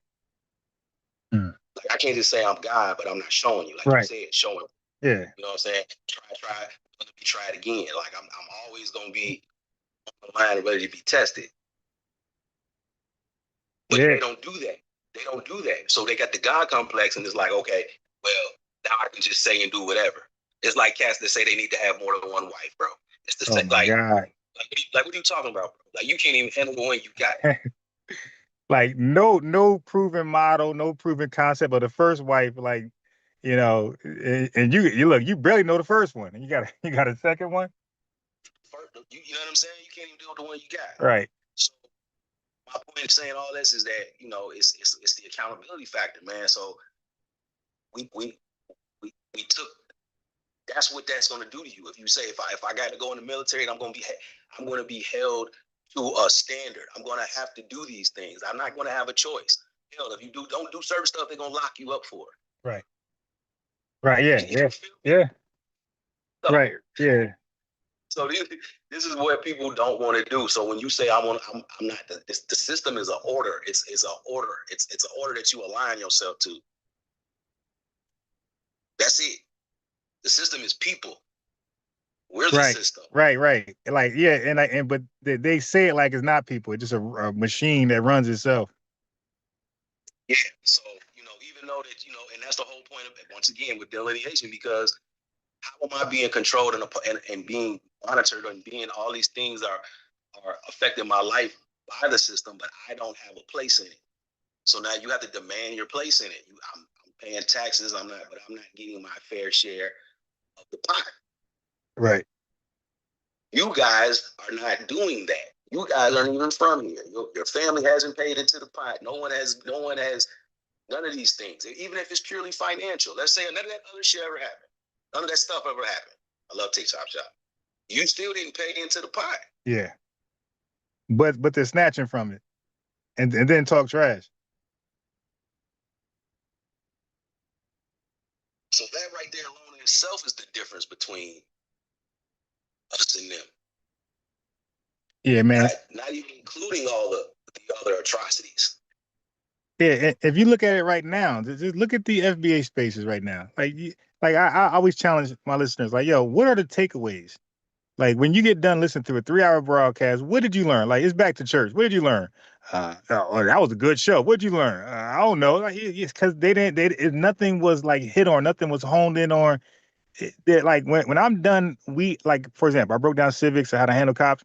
If you took away nothing else from that, you know that now. The difference between being pulled over and being stopped, the difference between a detainment and an arrest, right? Where a detainment, your Fifth Amendment don't mean nothing because that only means something when you're arrested. So he's gonna ask you questions, you don't got to answer, but there's no Fifth Amendment when you're detained. It's only when you're arrested. But those things people didn't know, but you could take away that today. So when people are loud in these spaces, it's like, yo, what are you just yelling? You just another pastor under FBA. Like, it's the same thing, just rebranded as something comfortable to people to get them back to fall asleep again. So I'm over here saying Black excellence. Like, nah, we're better than that. Like, let's actually know some things. Let's actually know the law. Let's actually know about things going forward. Like, let's not be who we were yesterday. But I don't know, like people kind of just, and it might be how old they are, they just gave up. They're just like, hey, man, I'm done learning. I'm staying where I'm at.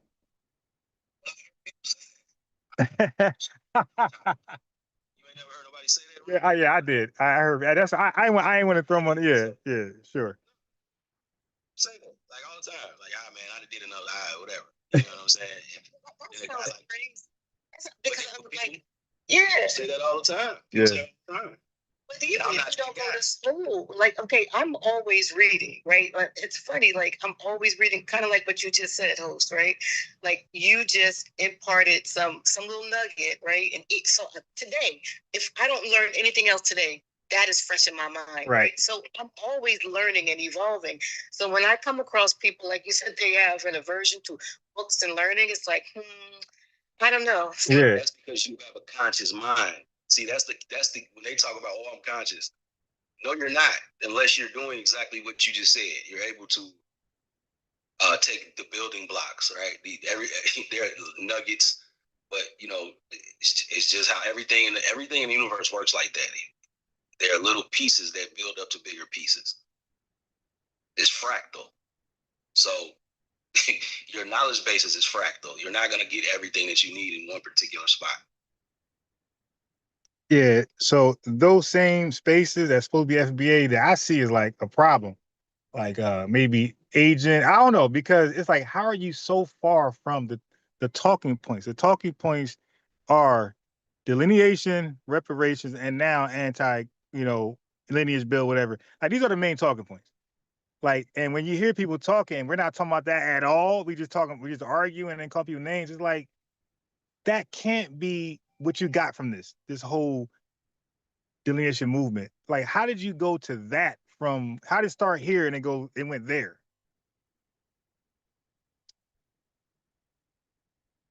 In those spaces and hearing them just argue. And then you got FBA and FBAs now. I mean, like, they were just like going crazy on each other. Like, what is this?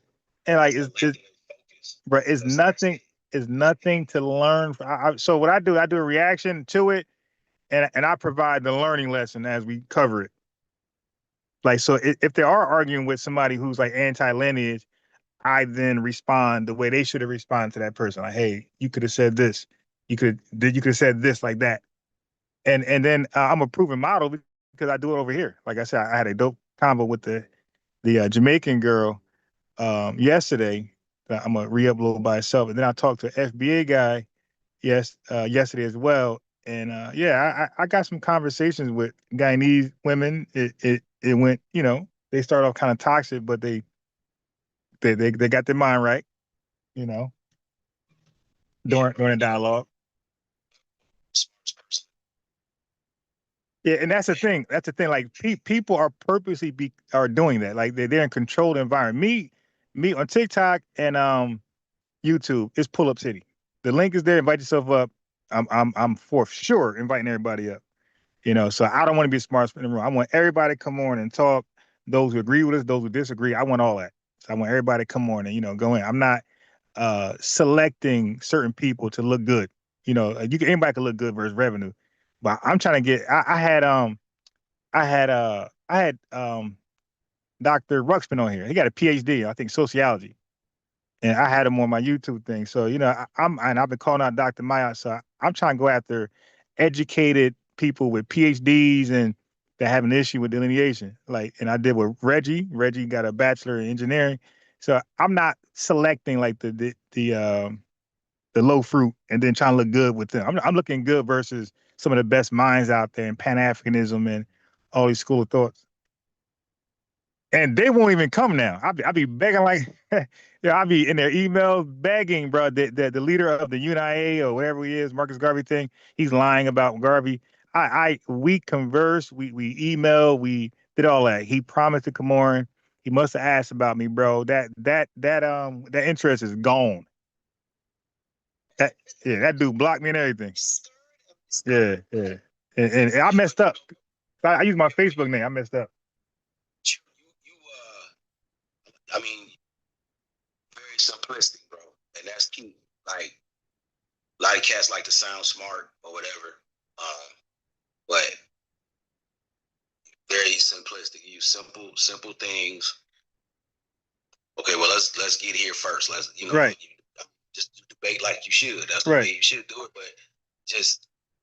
But the key is in the simplicity, though, bro. The way you eat. I see you cook guys with just real simple things, and I'm like, yeah.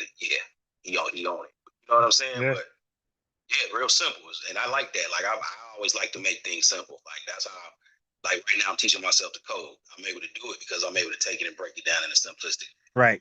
And that's the thing. You got to make complex things simple. And that's what I'm really good at. I'm good at something real like when I was breaking down gerrymandering, which just seems complex. But the way I give it back is so easy. When I break down race versus national identity, ethnicity, all those things, the way I give it back. Now, the research is difficult. If you might try to research that stuff, it's difficult. But to see the difference, or even with the DIA programs being shut down, and when I explain all that, I explain it back simple, but the research was way more complex than the explanation. Yeah. They agree. I would say succinct, right? You're very succinct. You provide enough detail, but don't take the long way around. Right. Mm-hmm. A lot of times too, cats go too far. You already said what you said enough. Right. And now you're going too much, and you're adding and making up stuff that really don't belong in the conversation, right? Okay, for instance, when we talk about delineation or even a reparations claim, I don't even know why people argue with them, because it's you can shut that in the gate just by saying, this is a claim with the United States government. Right. And that's exactly how I explain it. I say, this had nothing to do with anybody besides us and the United States government. That's it. Everything else is subterfuge. What are we talking about here? See, but the thing is, you got to have those conversations, because you got a lot of FBAs, bro, that cannot explain delineation. They on here yelling and hollering. You say, yo, break down delineation. What is that? And they really can't tell you. Now I know it. I'm just, they don't know it. So a lot of times, we kind of just be talking for them. Hey, man, here's the answers. All right. So when you had this convo again, use these talking points. And they don't even, a lot of people don't even know the origins of why we're even delineating. What is the whole purpose to delineate? What's the whole play? How this dates back to Walter Plecker, 1924, and racial integrity. People don't even know how all this even happened. How it started with the indigenous people and reclassifying them, and then they extended that to us with the whole Negro to Black. Black was an ethnicity. Richard Wright, 1954. Then you got Nation of Islam. Muhammad speaks. We're Blacks. Ethnicity. It's not a race. Matter of fact, the race at that time was Negro. And I think mulatto was just combined with Negro through Walter Plecker. So it was just white tea and Negro as races. So we came with a black ethnicity, and we used black as a nationality as well. It was not a race to us. In 1977, the OMB, the Office Management Budget, had behind our back had listed black as a race. So now, when we're saying blackity black, black, black, all those demands are now all unconstitutional because you can't discriminate or prioritize races, right? Under the racial banner. So we're using black and we're demanding things, and they're just laughing like, yeah, okay, yeah, that's illegal, it's unconstitutional. And then I think Jesse Jackson figured that out. So he came with African American and said we're that. And then in 1997 they made that a race. So it was like, yo, so now we're literally out without an ethnicity. So we can't make any demands. We're in a racial box, but we're just there. Everybody else went in there with an ethnicity, or nationality. So Jamaicans are in the racial box, but they're in there as Jamaicans. The Nigerians are in there as Nigerians, and Haitians are in there as Haitians. We're in there as nobody. Like we don't have an ethnicity, and true Americans. So this is further proof, right? If we didn't know, like they're literally trying to sabotage our lineage, right? They've done every single thing to the point where that it's so disgraceful that we don't even get our own box, our own identifying box.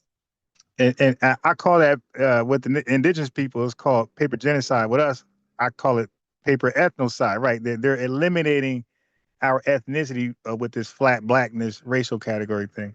And Yvette Carnell, Tone Talks, Dr. Sandy Darity had caught on to that in 2016, and that's why you got ADOS, right? Because we deserve a name for our ethnic group. So when you talk to these like people who start off as toxic, and you just say, hey, bro, you just said we're both black racially. You just said we're both African American racially. So what is our ethnicity? And then they go blank. It's like, so you don't think that we should fight for or demand ethnicity? They're like, yeah, okay, FBA Adolf Freedman Salon. That's what that is. Like, what that got to do with you? We're naming ourselves because we're saying I am a somebody, and this is my name. I'm not flat black. I'm not just in a racial category nameless.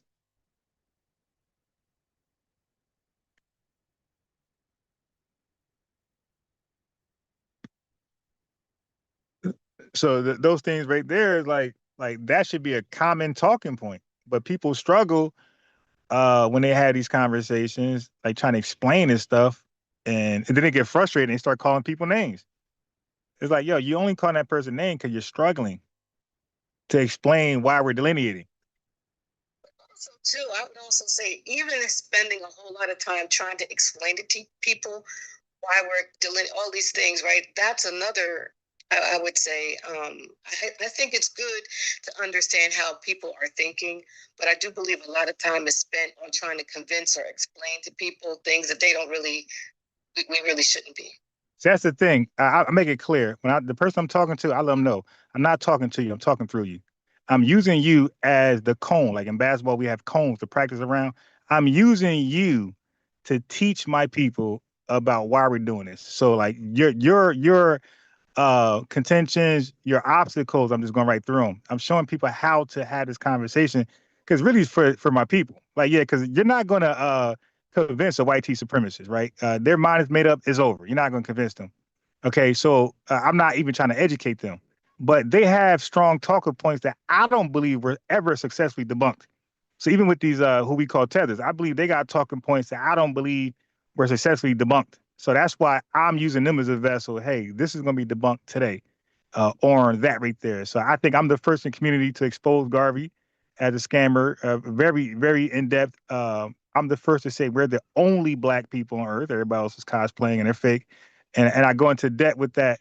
I break down exonym, and then I break down all the proper terms and understanding for these claims. You know, I break down the difference between exonym and endonym, you know, and ethnonym, all that type of stuff that goes into your ethnicity and nationality.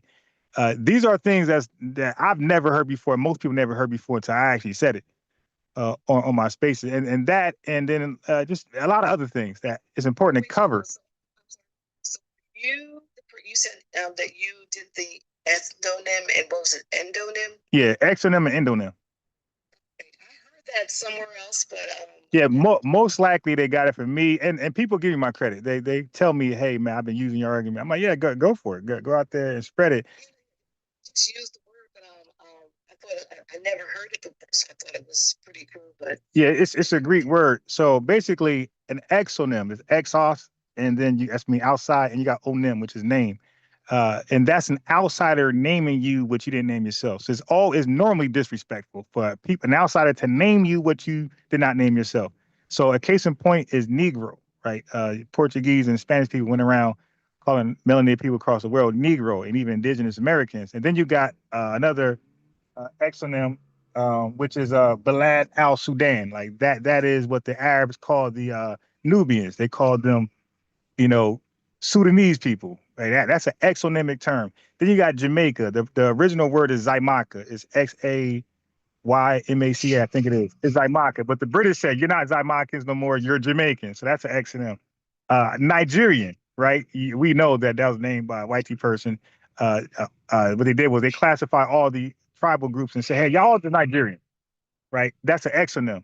So these are names given by your enslavers or your oppressors to undermine you. And the exonyms always got a negative connotative definition. It's never something that respects you.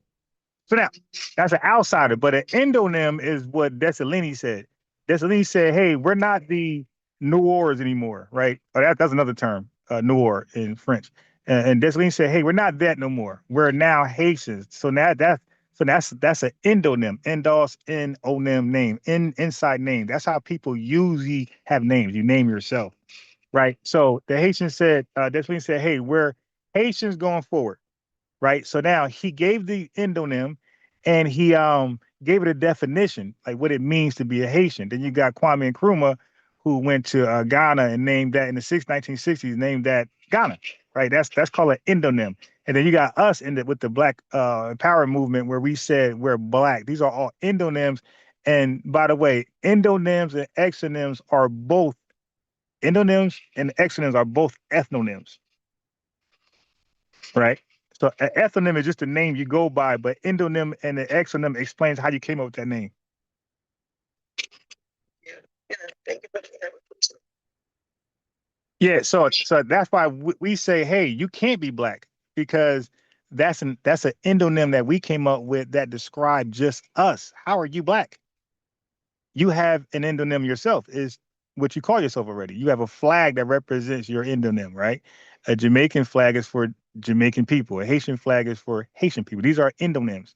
A Nigerian flag is for the Nigerians. It's not for Black Americans, right? These flags are not interchangeable for melanated people across the world. And we had a flag in during the Black Empower movement, 1967. Melvin Charles came up with the Black American Heritage flag. So we got a flag to represent our name. You don't have a flag that represents Black. So it's like, yo, you're not Black in any sense. And then you claim the racial thing that I already broke down, 1977, the OMB, but that's an exonym that came by white people. So if you are Black, that's an exonym through white people. That's still not respected. But you're not ethnically Black. Ethnically Black is to experience our 400-year ethnogenesis.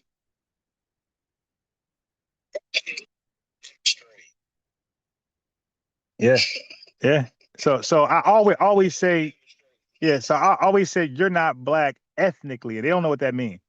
Right, and then you gotta say ethnicity, ethno people. Yeah, you're not Black ethnically. Nothing in Jamaica is Black. Everything is Jamaican. Jamaican food, Jamaican culture, Jamaican language, Jamaican flag, Jamaican country. What is Black in Jamaica?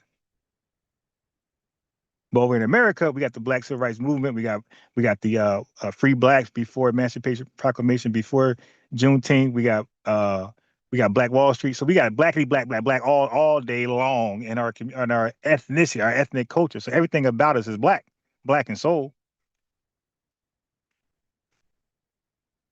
Yeah, so that's why I say we're really the only Black people, ethnically. You should clip that right there. You know what? That's perfect. That was a perfect explanation. You should clip that. It's like music. It was like music. Clip that. And when you say it like that, you really don't get no rebuttal. People just be like, okay.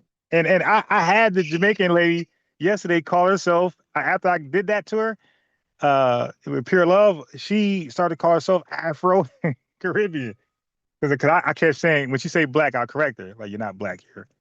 And then after a while, she started to say she's Afro-Caribbean. She stopped saying black that fast. And usually they do that. Usually they normally follow up with the right language. Because I'm like, be proud to be you. Why are you proud to be me?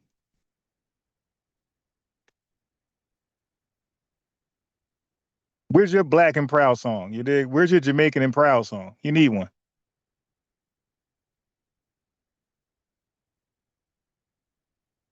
The Haitian and proud song. Like, these folks don't want to go home. That to me is like, I just can't respect that.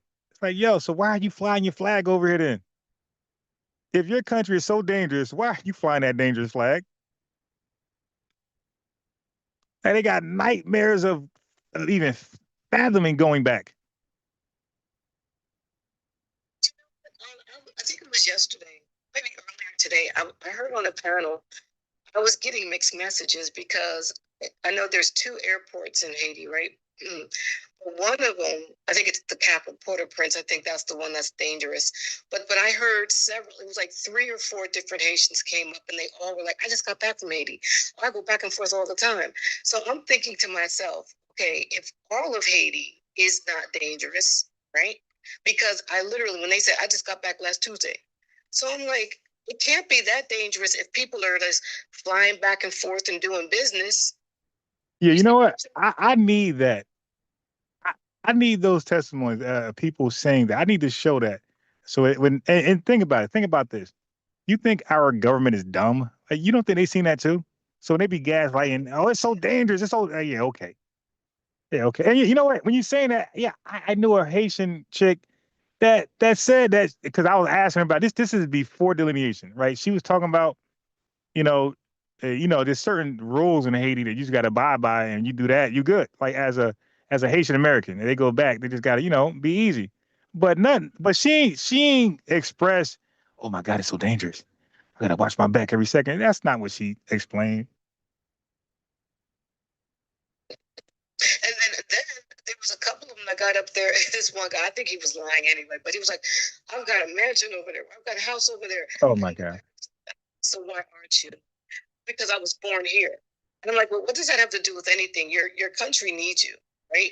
And he was like, well, I would go, but I have properties over here. And I'm like, but oh my God, the excuses be exactly. And it's like, but they always big up your country until it's time to go back. it all says dangerous and it's the worst place on earth. But I knew something was weird because the language that person used for the immigration, right? They said immigration policies are evil in America right now. This is the same immigration policy that allowed them over here. So when it allowed you over here, was it evil? Right. So now, but to go back, they're evil. But they talk about how dangerous their country are, but they don't use the word evil when it comes to their dangerous country. I found that interesting. Like, why'd you reserve the evil language just for immigration? But you're saying your country, you can be deleted, and you refuse to use the word evil to describe your country in its current condition.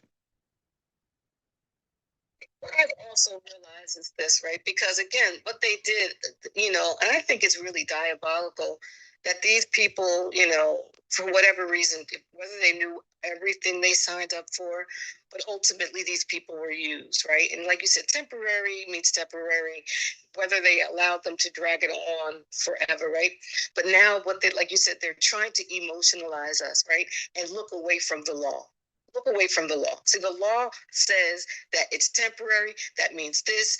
It's time to go, right? And those of us who are going to stand on truth, stand for righteousness, stand for what's best for our country, we're not moved by those stories, right? We have compassion. We do, right? But like I said, when I hear, however big Haiti is, and I hear other Haitians saying that I literally go back and forth and this part over here is safe, I don't understand why I should have compassion for someone who wants to continue to seek asylum because their country is so bad. You see, I'm not falling for it. Yeah, and I'm not going to have compassion anyway, because the only way to get your country safe is to go back and to have your civil rights movement over there. Like, you need to make, a historical moment again. Like, all they could brag about. Yeah, yeah, exactly. Yeah, I like that because their claim to fame is 1804. That's it. Like they have not bragged about anything about Haiti since 1804. So these guys are like 222 years, back. It's like, yo, y'all ain't do nothing great since. And this is the time, like you said, get out there, make. I'll call them temporatians, right? Not Haitians, temporatians, because these guys just want to be temporary for eternity. Indefinite temporatians. Like, no, get back there and they would get so much respect if they was to turn Haiti around. The thing is, right? I mean, like, America is great because we built it. We endured so much and still endure. We didn't run. As a matter of fact, like you said, the more I'm reading about, like, even doing my genealogy and stuff and reading history books, the more I'm finding about our people. Man, we didn't take no junk. You see what I'm saying? And right now, I meant to ask you, host, if you don't mind me, how old are you? 48. Okay. Well, I'm just so glad to see so many of our people waking up and, like you said, sounding the alarm. Like you said, this is your lane here, and you're doing it very well, right? I got to go check out your YouTube, and I'm going to put my son onto it because I'm pretty sure, your content would be of interest to him because you're young enough, but you're a brother, you know what I'm saying? So I'm definitely going to make sure, he sees your channel too. So Yeah, I appreciate it. Yeah, so now here's the thing. We built a country with people who HATED'd us, and they were not us. Okay? Okay. Yeah, I appreciate you. Thank you for hopping on. Anytime. And you said that this is the same YouTube channel name? Yeah, FBA News and Updates. Yep. Okay, well, see you. I'm actually live. I'm actually live on both right now as I'm talking. I might check it out. I'll put it on, do some for tomorrow. Okay. So. Yes, sir. All right, take care. Thank you for coming on. Yeah, so I was going to say real fast is that we built our country under duress, violence, and adversity. Now, check it out. We built it with people who were not us, who had it in for us. These guys are having problems with people that's them. Yeah, that's not the same. Those people who you're afraid of is you. Can you imagine being a Black American and you're afraid to go back home because of yourselves? The gangs, whatever, yourselves. It's like running the city. It's like, yo, those are your relatives in power in those gangs taking over. You can't call your cousin and say, chill out. You can't call your uncle. I miss my Uncle Charles, y'all. You can't call Uncle Charles. Yo, like, man, chill out, man. All that chimping around, bro. We trying to come back home, bro. Cease the GUN fire, bro. Cease the WAR. They can't do that. Those are their people they're afraid of. These are uncles, granddaddies, cousins, brothers, sisters, second cousin, third cousins, wife, husband, all that type of stuff, man. Yeah, no, bro. We don't feel sorry for you being afraid of yourself. Now, if that was somebody else running your country, the white people, whoever else, Arab, then we'd be like, yeah, all right, yeah, that's crazy. But this is yourself you're dodging. Yeah, and Black Americans, we just can't relate to that. We don't know nothing about that. That's the same issue in Jamaica. That's the same issue in Africa. These guys are WAR with themselves. There's no white man over there enforcing Jim Crow. There's no white man redlining and lynching for 100 years and all that stuff, man. Minstrel shows mocking them. This is themselves. Cousins, brothers. Like, nah, I'm not buying that. Not buying that. Yeah, no sympathy, man. How you afraid of yourself? Get out there, look in the mirror, and tell your cousin stop chimping out. Put the GUN down. You dig? Haitian on Haitian violence. It got to stop. Yeah, they got all these TPS signs. No, we want to stay here. Why? Where is the cease or peace in Haiti? Like, where's those signs? Yo, they got no signs that's promoting the end the violence in Haiti. Where's the stuff? Yo, in Black American cities, like we had like cookouts and basketball events that was called Stop the Violence, where we was telling each other, hey man, the violence is sick. But at this time we weren't delineating, so we had no idea like some of the violence is not even us. You feel me? But where is the Stop the Violence where are the supporters in America and abroad who are using T-shirts to send a message, a political message to Haitians in Haiti to stop the violence? Where are those flags and signs and T-shirts? Hey, stop the violence so we can return home. Where's the Stop the Violence campaign for them?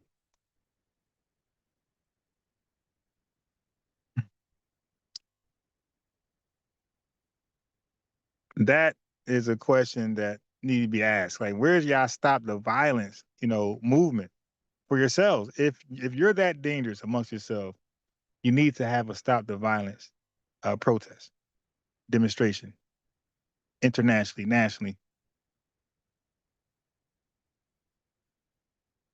I mean, they literally just ran from their problem. That's crazy. They literally just ran from their problem. Like, oh well. And like I said earlier, like they wouldn't give 2 cents if Haiti was just dissolved.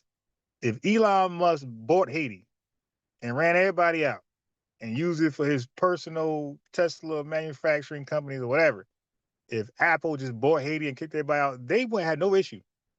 Because they don't plan on ever going back. They don't plan on raising families. They don't plan on living on the soil, but they want to tell you how great and how proudful they are. Stop it. Like, they don't care if Haiti just got occupied by somebody else. Like a whole bunch of Chinese people went over there and said, it's ours now. Like they would have, that's crazy. It's like, so it's like they don't want to be. It's like they almost don't want to be.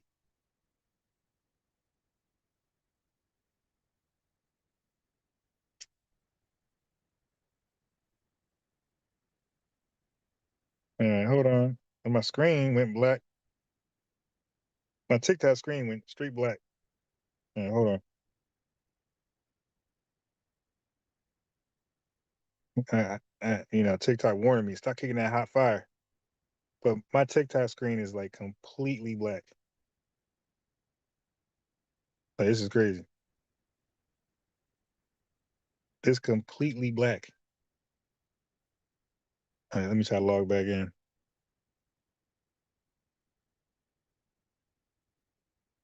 That thing went completely black. Whole screen just blacked out on me. Too much blackness, I guess. Too much blackity black talk. That was a warning. That's an Illuminati warning. Like, all right, all this black talk, man. You better stop. All right, so I'm waiting for it to load up. It's going to take a gazillion years to load back up. I'm guessing. Mm-hmm.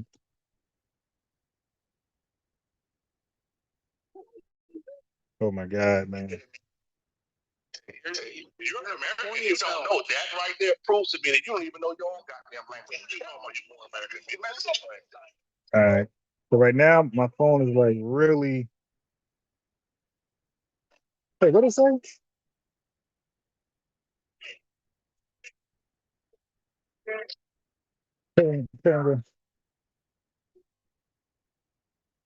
All right.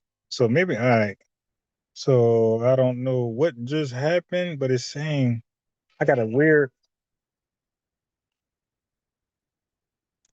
Okay, so I got a weird error message. So let me try it this way. Damn.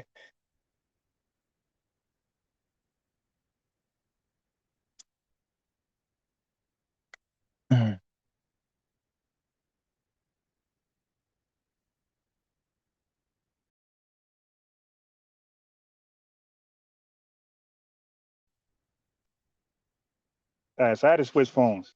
Good afternoon, my lovelies. What it do? What it do? Oh my God.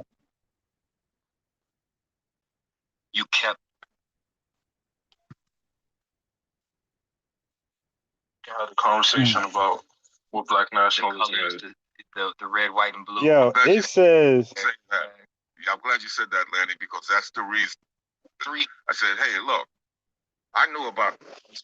All right. So maybe I shouldn't have said that. I was live on yo, listen, y'all ain't gonna believe this. The error message I got from TikTok, it says you can't go live because, well, you can't go live on this device because you're live on another device. I'm not live on another TikTok device. One phone is YouTube Live. The other one is TikTok Live. I don't have another device that's live. An African flag, and I knew there would be some controversy. So let me try to. Look, as long as you're not breaking the law, it's fine. Let me try to do restart this. As a matter of fact, this might be a good time to hop in some of these rooms. Yeah, I want to hop in the African room.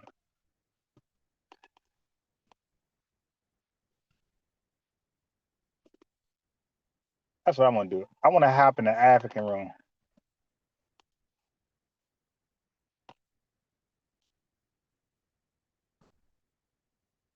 The phone is. I reset the phone. It said I'm live on a different. So it's saying I got two devices that's TikTok live. I don't. I got one device. But I don't know what that was. That's the first time I ever seen that.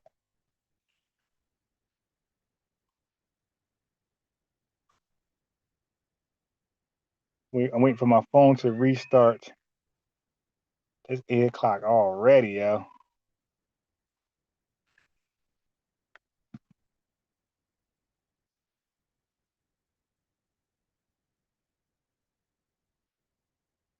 It's 8 o'clock already. All right, let this phone restart. Yeah, TikTok get weird like that. You get kicked off like the weirdest reasons. So I'm gonna try again to get back on. If not, I'm going to go live. If not, I'm gonna join somebody's space. I want to join the African space. Well, I want to explain to them that,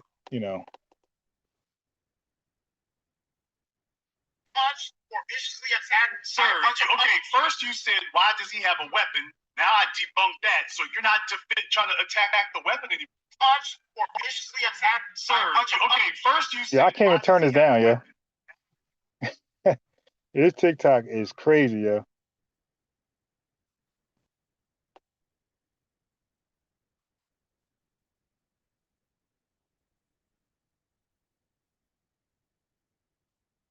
Okay, hold on.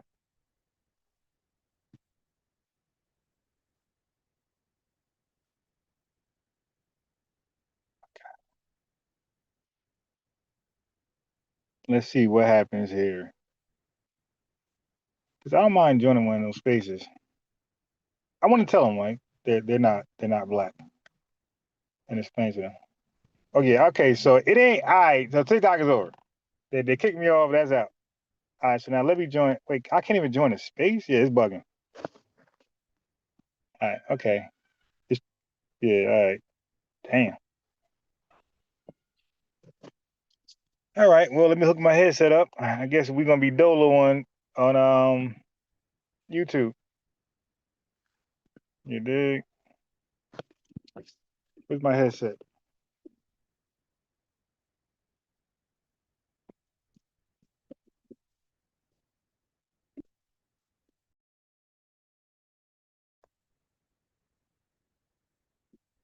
Oh, I left the headset home. Because I was doing the two phone thing. Yeah, so when I do the two phone thing, it don't make sense to wear a headset because you're not gonna be able to hear whoever is the head. So if I got the headset on YouTube, TikTok can't hear, the videos I play.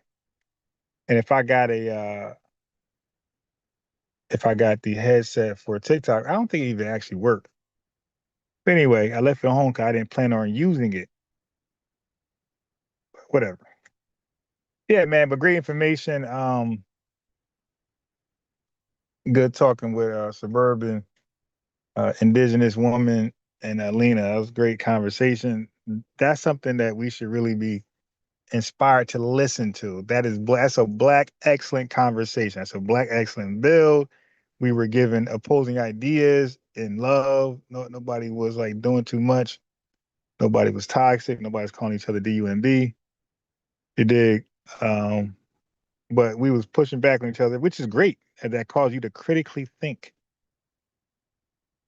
So I was saying the reason why I was arguing for a race bill, because getting a lineage bill is like out of the question. It's not gonna happen. An anti-lineage bill ain't gonna happen. Not until we are fully delineated with an official term for us. And guess what? You're not using black in that term. All right, because that's race. Remember, it don't matter if you add an F there. Black, you cannot use black, white, tea, Asian, Indian, and anything, and say it's not race. It's going to be race. You're going to be sued like crazy. And we're Bumby right there, waiting to finish with that. Okay, we're the foundational Black Americans, and we want a foundational Black, anti-fantasy Black American crime bill. They're like, okay, go ahead, try it. You get that thing going, Edward Blum will be like, okay, I see y'all in court. Black is a race, buddy. Yeah, so any bill for us, what makes the most sense that don't need an explanation would be an anti-freedmen bill or anti-descendants of freedmen bill. I mean, bill, B-I-L, I said build. Anti-descendants of freedmen bill. Dang, do I have a pen?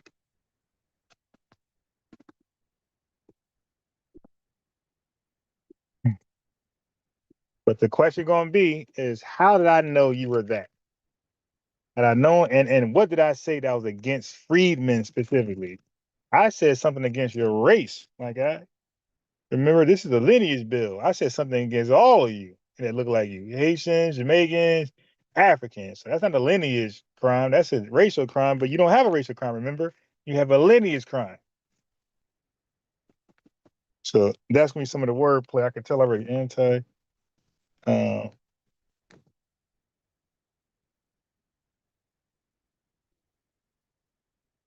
Oh my God. Hey, yeah.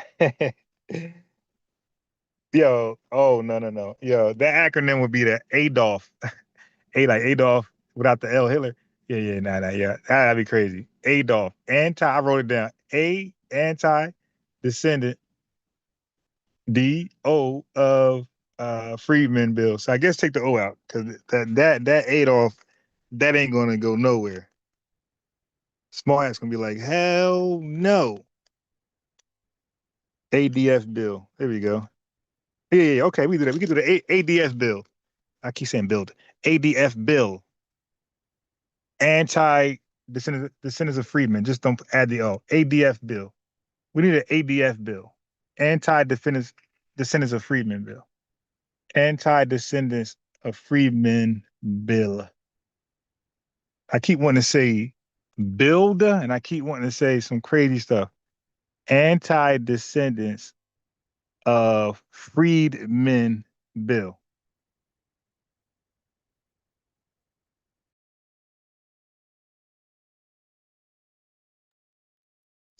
Anti-descendants of freedmen bill. ADF bill. That's what we need.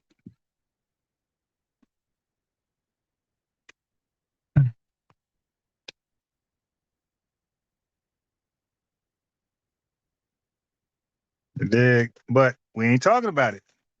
We on TikTok. You got FBA grifters who are literally online right now with the most toxic, setting us back bills or a conversation you could ever witness.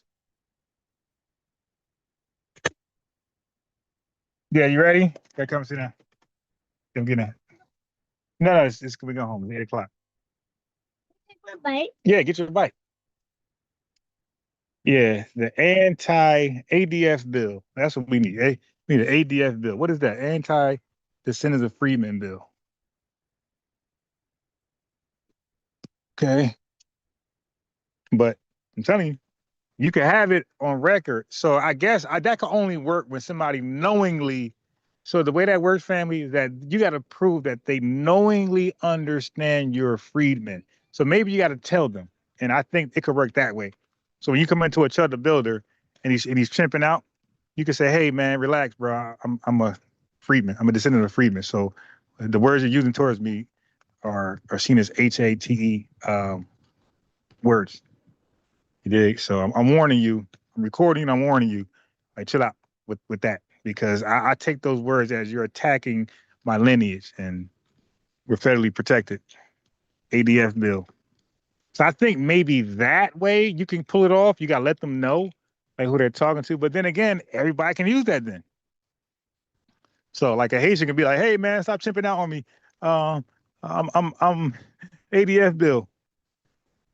I just think it's hard to do for a lineage, a bill like that, because I think the way people gonna get out of it is they're gonna say, go that one over there. They're gonna say, how did I know this person was not Haitian? How did I know this person was not Jamaican or not this?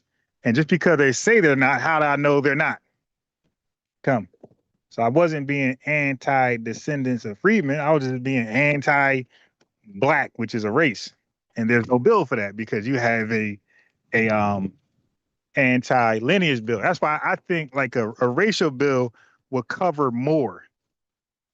I think a racial bill would cover more, which they can't do that because now you're coming at me because I am of a certain phenotype. You feel me? I think that's more easily proven. Hold on.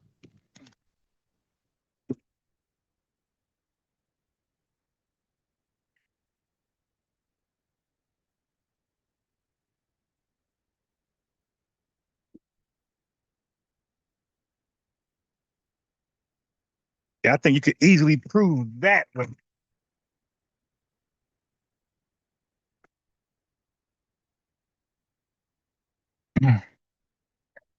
over the let me stop home and get my headset. And yo, I got one laptop at the store, mom and pop store, because the Apple store try to scam me. I go there to get my screen fixed at the Mac Apple store. They like he didn't even like know what laptop I got. Like he seen it. He like, let me scan this because I don't think we have those parts anymore to fix your laptop, fix your screen. I'm like, well, I guess you don't. You leave with that. So he scans the barcode and say, yeah, we don't have that part no more. So I just got to buy a new laptop, huh? A new Mac, right? Huh? Stop the scam. You don't have the part.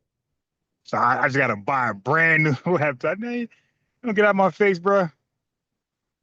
Yeah, like I said, I would never buy nothing Apple Mac ever again. Dudes purposely not producing parts so they can make you buy a newer version of it. I got a 2015 Mac, and you're telling me, nah, we don't make that part no more. Yeah, I bet you don't. But you don't want to fix them. You rather sell people a brand new one. So I got it at a mom and pop store, and so I think it's Arabic, whatever. Oh my God, they are all over the place, bro. I brought it to them like Thursday. He said, okay, we'll let you know in an hour. We know what's going on. We have a mechanic, blah, blah, blah. The mechanic's not on site. Not mechanic, the computer fixer guy. Like he's not on site somewhere else. So you got to come get it as he does it at the house, whatever the case is. In an hour or so, at the very latest, we'll contact you tomorrow, which would have been Friday. Man, no phone call, nothing. So I go there Saturday. I'm like, okay, I gave him enough time. Yeah, no phone call. So I'm like, hey, any stats on the laptop? Because I'm just trying to get a price. Because if the price ain't, I'm not spending anything near the original price. You dig? So I spent like $1,200, $1,300 for it. So if the price ain't like $600, I'm good. I'll take the L and throw it away. Okay. But if the price is like, in between 3 to 6, I might try to fix it. Okay. Yeah. I mean, yeah. These folks make it impossible to park. They take all the parking spots. My family.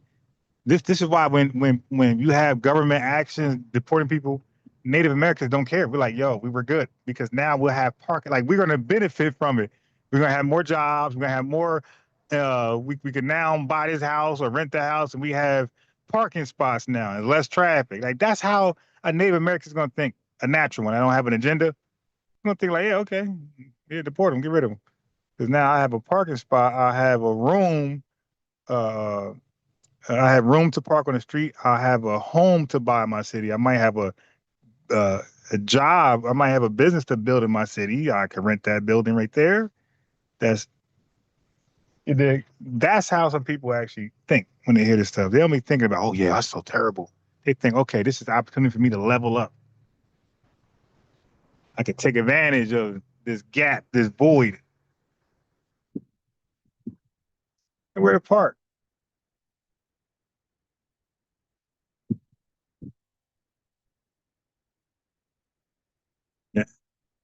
You're going home. I gotta park. Yes, I did, because I didn't feel like doing a K-turn. But with these people on my bumper, tailgating the crap out of me. These, my man said, he said not only do their temporary status expires, he says so does their driver's license. It's like, yo, what? So they got an illegitimate driver license? No wonder y'all out there driving drunk, all the claims they're saying. Driving drunk, crashing, tripping out. No wonder. You guys just say they got a legal, well, not illegal, but they got a temporary driver license. Like, man. Like the way they go out their way to make these people so comfortable and feel at home. And they got native people here. And they make us so uncomfortable at home. You dig? And that's why, like, we can't afford to be talking about everything else under all this toxic stuff, all these channels where people just want to argue with somebody who they call a tether. Like, they just want to argue, name call. I mean, if you want, I can do a live reaction on some of the stuff. Matter of fact, I will.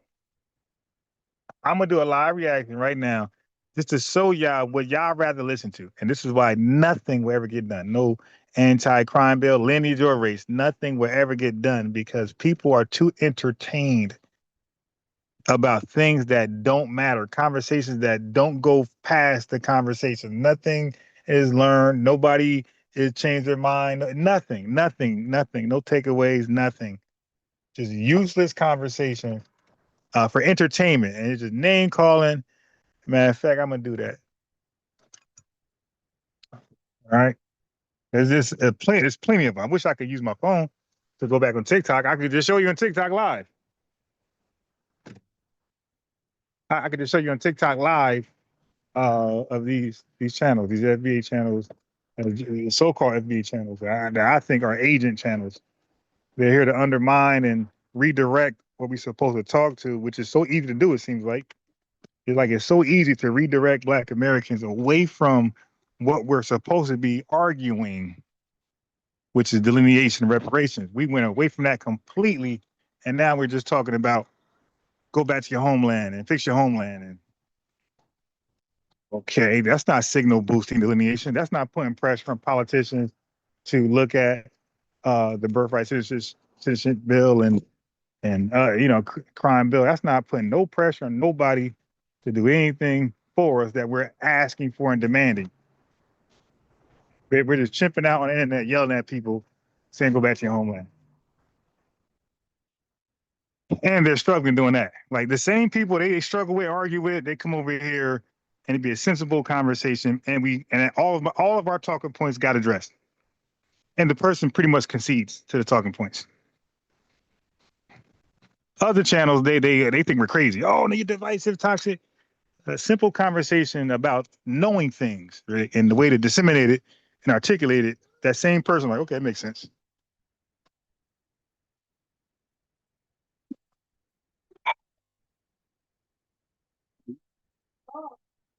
Let me get my headset.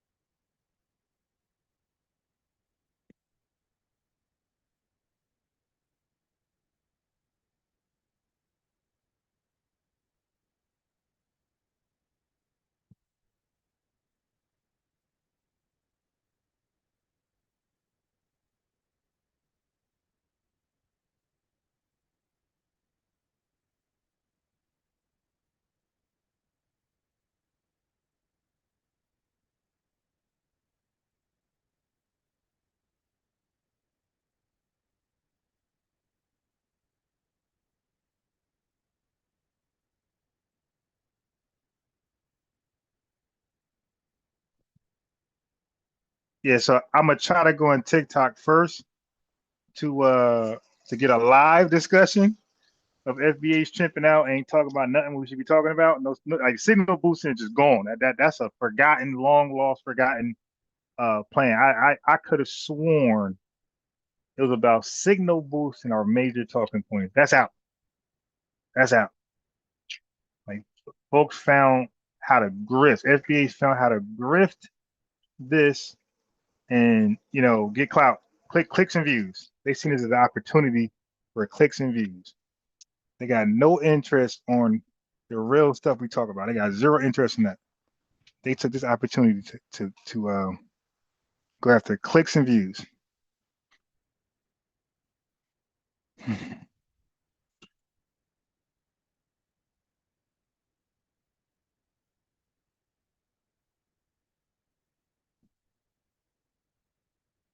Yeah, people took this up, and like to me, that's like, bro, you're distracting people from where they, for the channels like mine that need to be heard. Like you're in the way. Like you're doing it for clicks and views and entertainment, shock value, and like there's nothing to like learn from the conversation. Like so if there's nothing to learn from, so my mentality is real simple. It either helps you or hurt you. So I'm like, hey man, like what they're doing is kind of damaging our image, our national image and our global image. You know, this is a new term. FBA is new, and right now it's being associated with people who hate people, xenophobia, division, and then people say, I don't care about that, or no, it doesn't. And then we play a clip of just that. Okay, so let me play this guy, this FBA with this FBA, and look at the comment. They just cuss each other out. This is FBA on FBA crime. So this ain't toxic. This is acceptable behavior. You dig? From somebody who say they're FBA, it's like, nah. If you believe that, then you gotta get away from me. You dig? Because I don't hang around toxic people in real life, and I'm damn sure gonna do it on the net. I don't associate with people who don't know nothing in real life. I'm damn sure gonna give you a pass on the net. You feel I have a high standard, and I call that standard Black excellence. Or we could say, we could mix it up. We could say soul excellence, things like that. Since the word Black is being co-opted.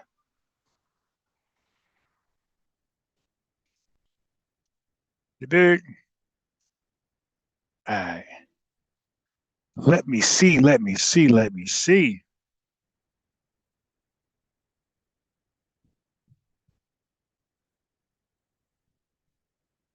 Yeah, let me try. I'm gonna try TikTok in a second. Let me get some gas first.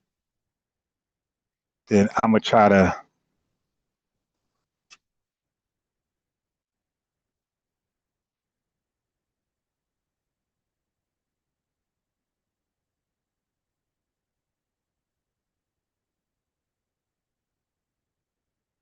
Yeah, let me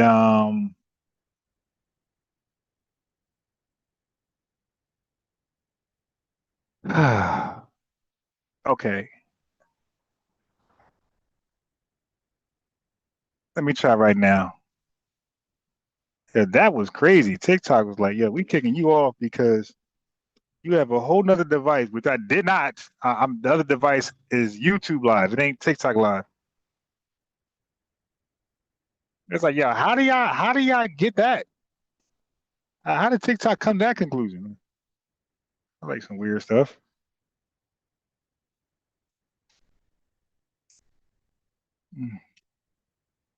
That was really, really weird.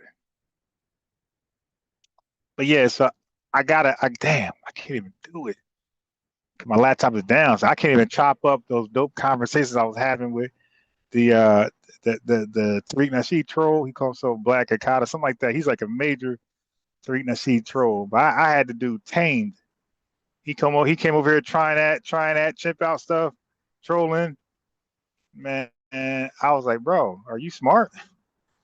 All right, let's have a smart conversation. I mean, like you guys tell us you're smart, but you chimping out. Like, dude, like let's have a smart. Is it possible to have a smart conversation? And then he agreed to that. I cooked that dude in the most educated way, nice way possible. I made him like he was in chimp out mode. I made him relax.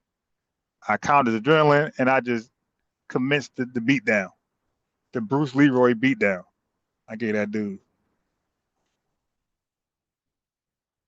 Yeah, he started going all over the place. So I said, man, just follow me and tap back in. But right now, I gotta kick you off.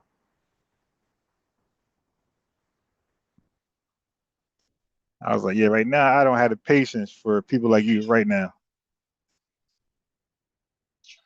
Okay. So now I'm back up and running. All right. So now the TikTok is back up and running, right? So I'm gonna play a little bit because I gotta get my chess in. I gotta get my games of chess in. So I'm gonna do, you know what I mean? Give y'all maybe an hour more or a half an hour more, 40 minutes more. But I'm trying to be asleep by 9:30, 10 the latest. You feel me? 9:30, 10 the latest. So I gotta get my chess in. I got 2 weeks before I'm back with my business and chess. So I gotta,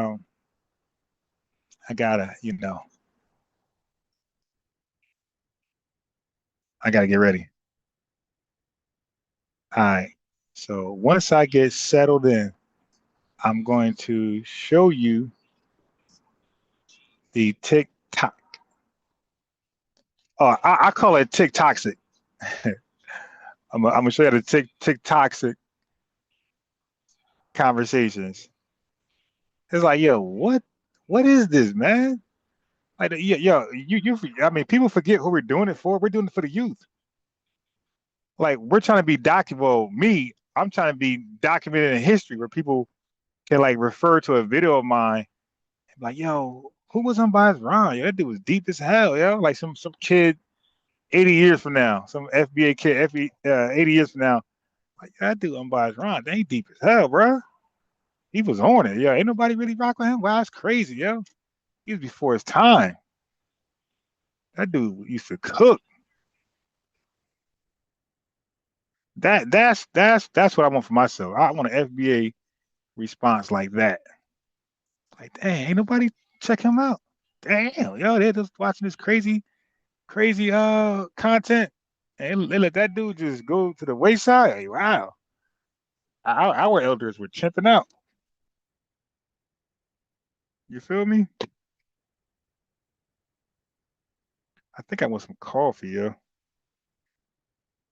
Well, I got coffee at the house. So yeah, I'm gonna save money and go home and get my coffee.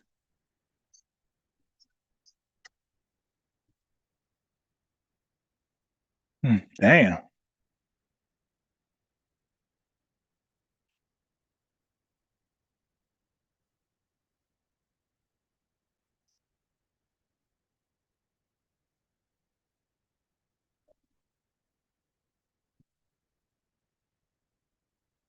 Yeah. I'm gonna just wait till I get home and drink my coffee. I got hella coffee. I'll do that. I got hella coffee at the house, and because I'm out, I'll buy some coffee. Hold on.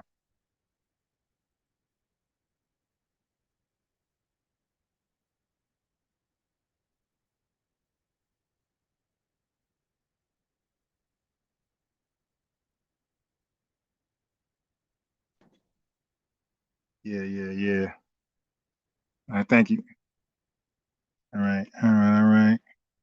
So I think somebody sent me a cash app. Thank you, man, because I definitely included that in my gas. I'm getting gas right now, so I appreciate the cash app that you sent. That was very helpful because I just pulled to. I didn't even know you sent that. I pulled up to a gas station to get some gas for the week, and I seen that like, all right, cool. Let me add that into the total that I was gonna get. You feel me? I appreciate that love. It didn't go unnoticed. Now, if I send in gifts and super chats, I appreciate y'all in advance. But at this moment, not looking at the screen. You feel me?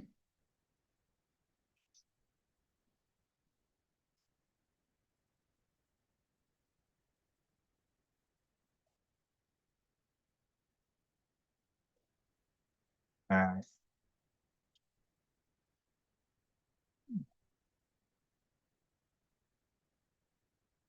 All right. Thank you. Yeah.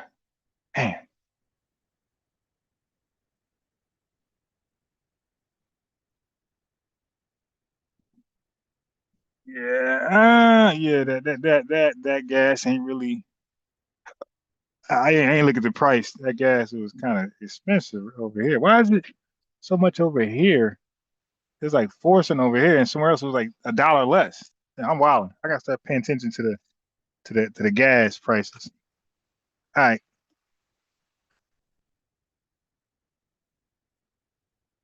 All right, so I want y'all to listen in. Check this out.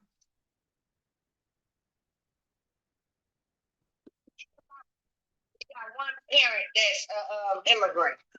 Oh, okay. Well, see, if you got an FBA parent, he FBA. Right. That's what I said. That y'all study spreading this lie on the internet. And then Kevin Can't talk about, you got your girl in here fighting your battles. No, bitch, I'm in here because I see my picture up here. If I want to see my picture up here, I want to came in here. Because I don't give a fuck what y'all talking about. But I see my picture up here spreading lies about me. Now, this is the content that we gonna listen to. Spreading gossip. I came on here because there's a picture of me on here, so I'm defending myself, and I'm not saying she's wrong. I'm just saying, like, this is what's going on. This is where everybody's at. But this is supposed to make us look good. And she hustle father. They were every chill. Oh, okay, yeah, I just didn't know which one on him. Yeah, okay, it was his father. Okay. Don't care about my dude, because I know what that is. You got my picture up there, though? Look, is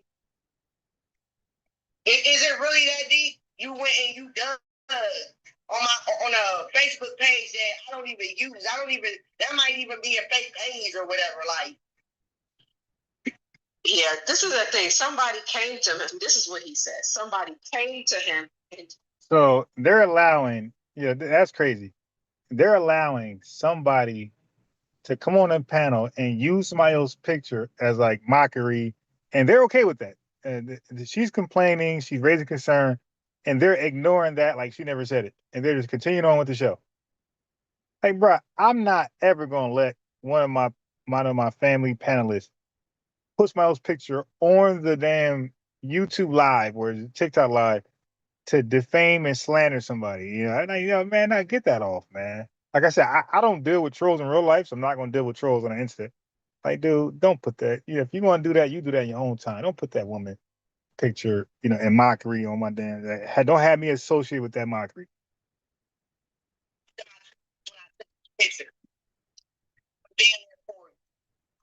Next year. Yeah, I'll be 45 in August myself. 80s, baby. Now these are 40-year-olds behaving like this. By the way, okay. So let's move on from there. All right, let's see what else groups is out there.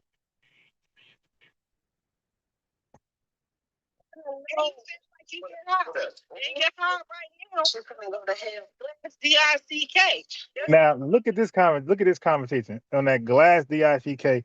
I'm just randomly hopping on FBA or clicking FBA panels. Listen to the this is where everybody's at though. 70 live members. They're watching this. I can't talk to you because you reduce yourself to less than a lady. So we got nothing to say. That's fine. So I had to take a look in the mirror. When I went back and started seeing this is where everybody's at, I'm like, oh hell yeah, there's no way I'm being appreciated. I said, no, I'm good. I'm good. This is where everybody's at right here. That's crazy. That's what you're mad at. You're late.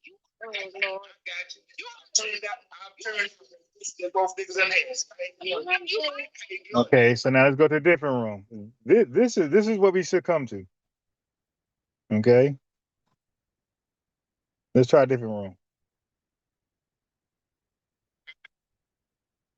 Dude, we used to stay at his house. He had like all kind of like champion dog, champion pit bull. He's talking about dogs. He's talking about dogs. Okay. I was born and raised in New York. He asked you, are you like in your 40s or 50s? 48. 48. Okay, bet. So you remember when you was a child, right? And please, let you not forget. I see you up here arguing with these people, but I think you've forgotten a little something. When you was younger, do you remember when these same people used to call you a cotton picker if you was born and raised here? What same people? Huh? What same people are you referring to used to call me that? What people are you talking about? If you don't know, I can't tell you, bro. Come on now. Now you playing. I'm not one of these people. I'm not gonna sit here. I just want to get clarity. On who will ask y'all. That's what I wanted to ask. How are we reducing his numbers when he don't know the difference in a Black American, African American, Haitian community? So how are we reducing numbers? He don't know only one group of people. All melanated people are white people. That's what he thinks. I do not. Yes, okay, maybe you don't understand. Why are you gonna tell me what I think? You do. Maybe he don't understand, Shawnee, because like I tell you, everybody black is not black. Okay. Yeah. Well, here's what I think. I think that more melanated people have more in common, especially as it relates to. We do have common. Prove my point. Wait a minute. Not what I was saying. All right. So now I'm gonna try to. I'm now. They said black. That's my cue. So now I'm trying to join. Let them know like they're not black at all.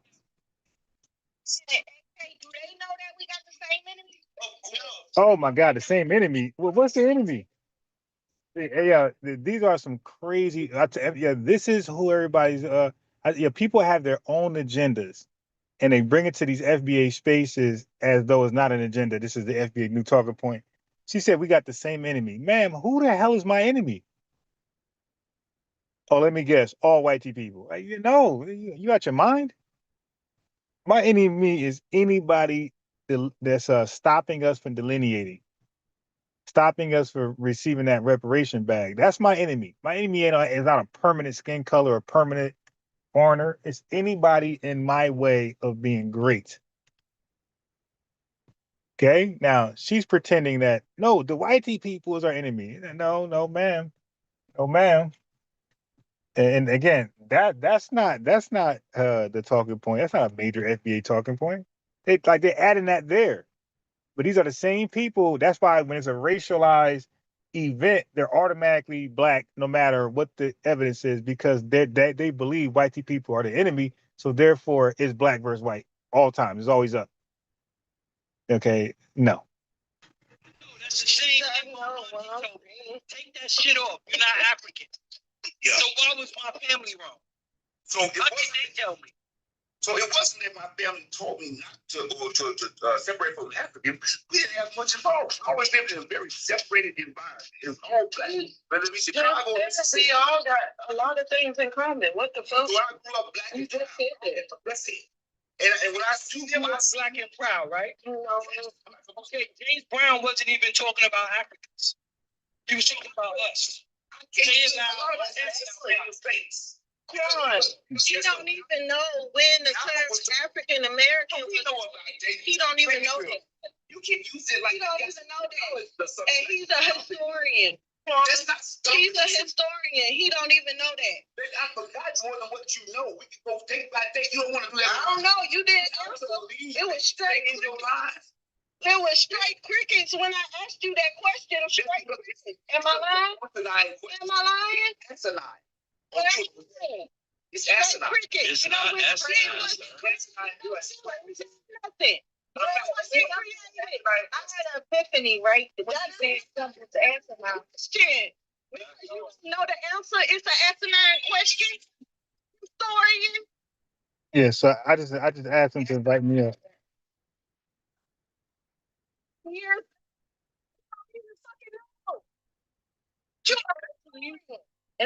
Now somehow this is what everybody wants. This right here. Like, yeah, so if this is what people want, then I'm unqualified. Really thinking, how does he think this way? That's a fact. Because you remember, if you say you come from Chicago, you remember there was a time when these people would not even talk to you. And you sitting here bullshitting in front of my people right now, acting like we need to all be united. When you know there was a time you couldn't even walk into an African community and ask them to buy a pair of socks from you. So why are you bullshitting right now? And my people migrated to Chicago. Okay, so what are we, again, there's no takeaway, there's no learning lesson. Just screaming at the dude, he's screaming at them, people lying, nobody's, like the conversation is chaotic, is all over the place, but this is where everybody's at. So that's why I came to the conclusion, like, yeah, we're not ready. So when people talk about us, hey man, like they got some valid points. You dig? Like, when I came into this scene to defend my lineage, I'm thinking we're all in code. We're all gonna represent Black excellence, and we have major talking points that we're gonna stand behind. I didn't know it was gonna turn to this right here. I was looking at from the 1970s. I was looking at an old poll from the 1970s, where Black Americans was voting on, you know, if they want to be called Black, Negro, Afro-American, or African American. But when the guy was saying the poll, he said African American was an asinine name. That told me right then and there that people never agreed with that name. Hey, yeah, first of all, I don't believe there's a poll that had African American in the 1970s. Like she wild. CP was selling us out. And I mean, maybe he's a part of that. Yeah, so if this is the standard, which it seems to be, because where everybody's at, yeah.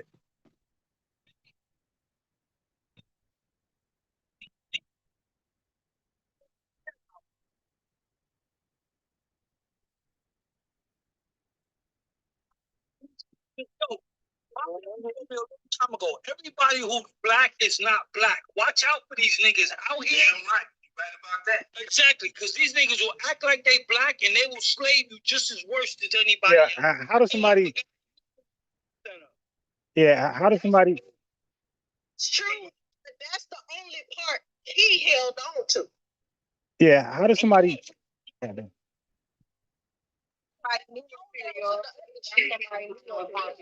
on to I'm Black and I'm proud. He didn't hold on to that. Oh, AK, man, I'm shocked, AK. I need to take you out. We got somebody new up on the panel. We chopped up maybe on the one-on-one because well, don't go nowhere, AK, because FBA News probably wants to have something to say because he was wanting to come up. Yeah, I heard somebody was a historian. I am one too, so I think we should get along. All right, so I'm hearing the word Black being thrown around loosely. So I expect that a historian know the difference between an endonym and an exonym. I expect that. Okay, but real simply, Black for Black Americans was around since the 1940s. It was documented in Muhammad Speaks, and also you had Richard Wright writing. He had the Black Boy, and he had Black Power. Stokely Carmichael stole that from him in the 60s, but that was Richard Wright with the Black Power. So Black for us was an ethnicity. It wasn't and nationality. It was not a racial box. At that point, there was no such thing called a Black race. It was only Negro race. So we called ourselves Black. We called ourselves Black as an ethnicity, and the white people classified us as Negro race, right? So now during that same time, Melvin Charles came with a Black flag, because when you're something, you usually have a flag to represent that. So we have a Black American heritage flag, right? That represent the Black ethnicity. There's no Black Haitian flag. There's no Black Jamaican flag. There's no Black Nigerian flag. They have a Nigerian flag that speaks to them, Jamaican and Haitian flag. So I don't even know how we're considering them Black at all. Like, they're not Black ethnically, and you can only be something ethnically. Ethnically means you practice that in all your way of life. We have free Black people before Emancipation Proclamation, before Juneteenth. We have people called free Black. We have Black Wall Street, Black economics, Black, right? All throughout our culture. We don't find that same language in Africa, the Caribbean, or Haiti. We don't find those five-letter English words Black in their culture at all. We find Jamaican, Haitian, and Nigerian. So you can't be part of an ethnicity. You're born into it, and it's a bloodline that's 400 years old. It's called an ethnogenesis. If you're not part of that, you're not Black. And you're not Black because the white man said so. You're Black because you said so, and nobody said so besides us, right? So now in 2020, people run around saying they're black all of a sudden because ICE is on them. But when they use black, they don't use it as an ethnicity. They use it as a racial way. But the race thing, that's a category. A race category doesn't identify you. So when they throw Africans in the racial category, they're Africans in the racial category. When they throw Haitians in the racial category, they're Haitians there. When they throw us in there, we're black there. So you don't lose your identity because you're grouped up as a race. You're still who you are in there and out of there. So we're the only black people literally on planet Earth. Everybody else is what they always said they were. If you're Jamaican, you're Jamaican. You're Haitian, you're Haitian. If you're Nigerian, you're Nigerian. You're not black. Okay, we're the only black people, and that's it.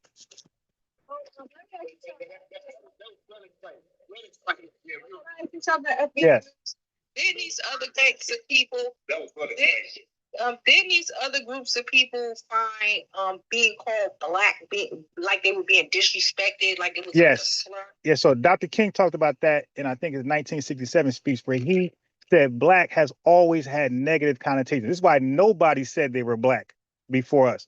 All right, because Dr. King explained black had negative connotations. So when you put words on people, it could be positive or negative. So black attached to people were seen as inferiors, savage, like, yeah. So that's why when people, even our own ancestors, our elders, A. Philip Randolph, they didn't nicely embrace black. Like, they're like, nah, because it always had a negative connotation. That's why Dr. King, he finally said, hey, I'm black and I'm beautiful. Hey, I'm disregarding that negative connotation.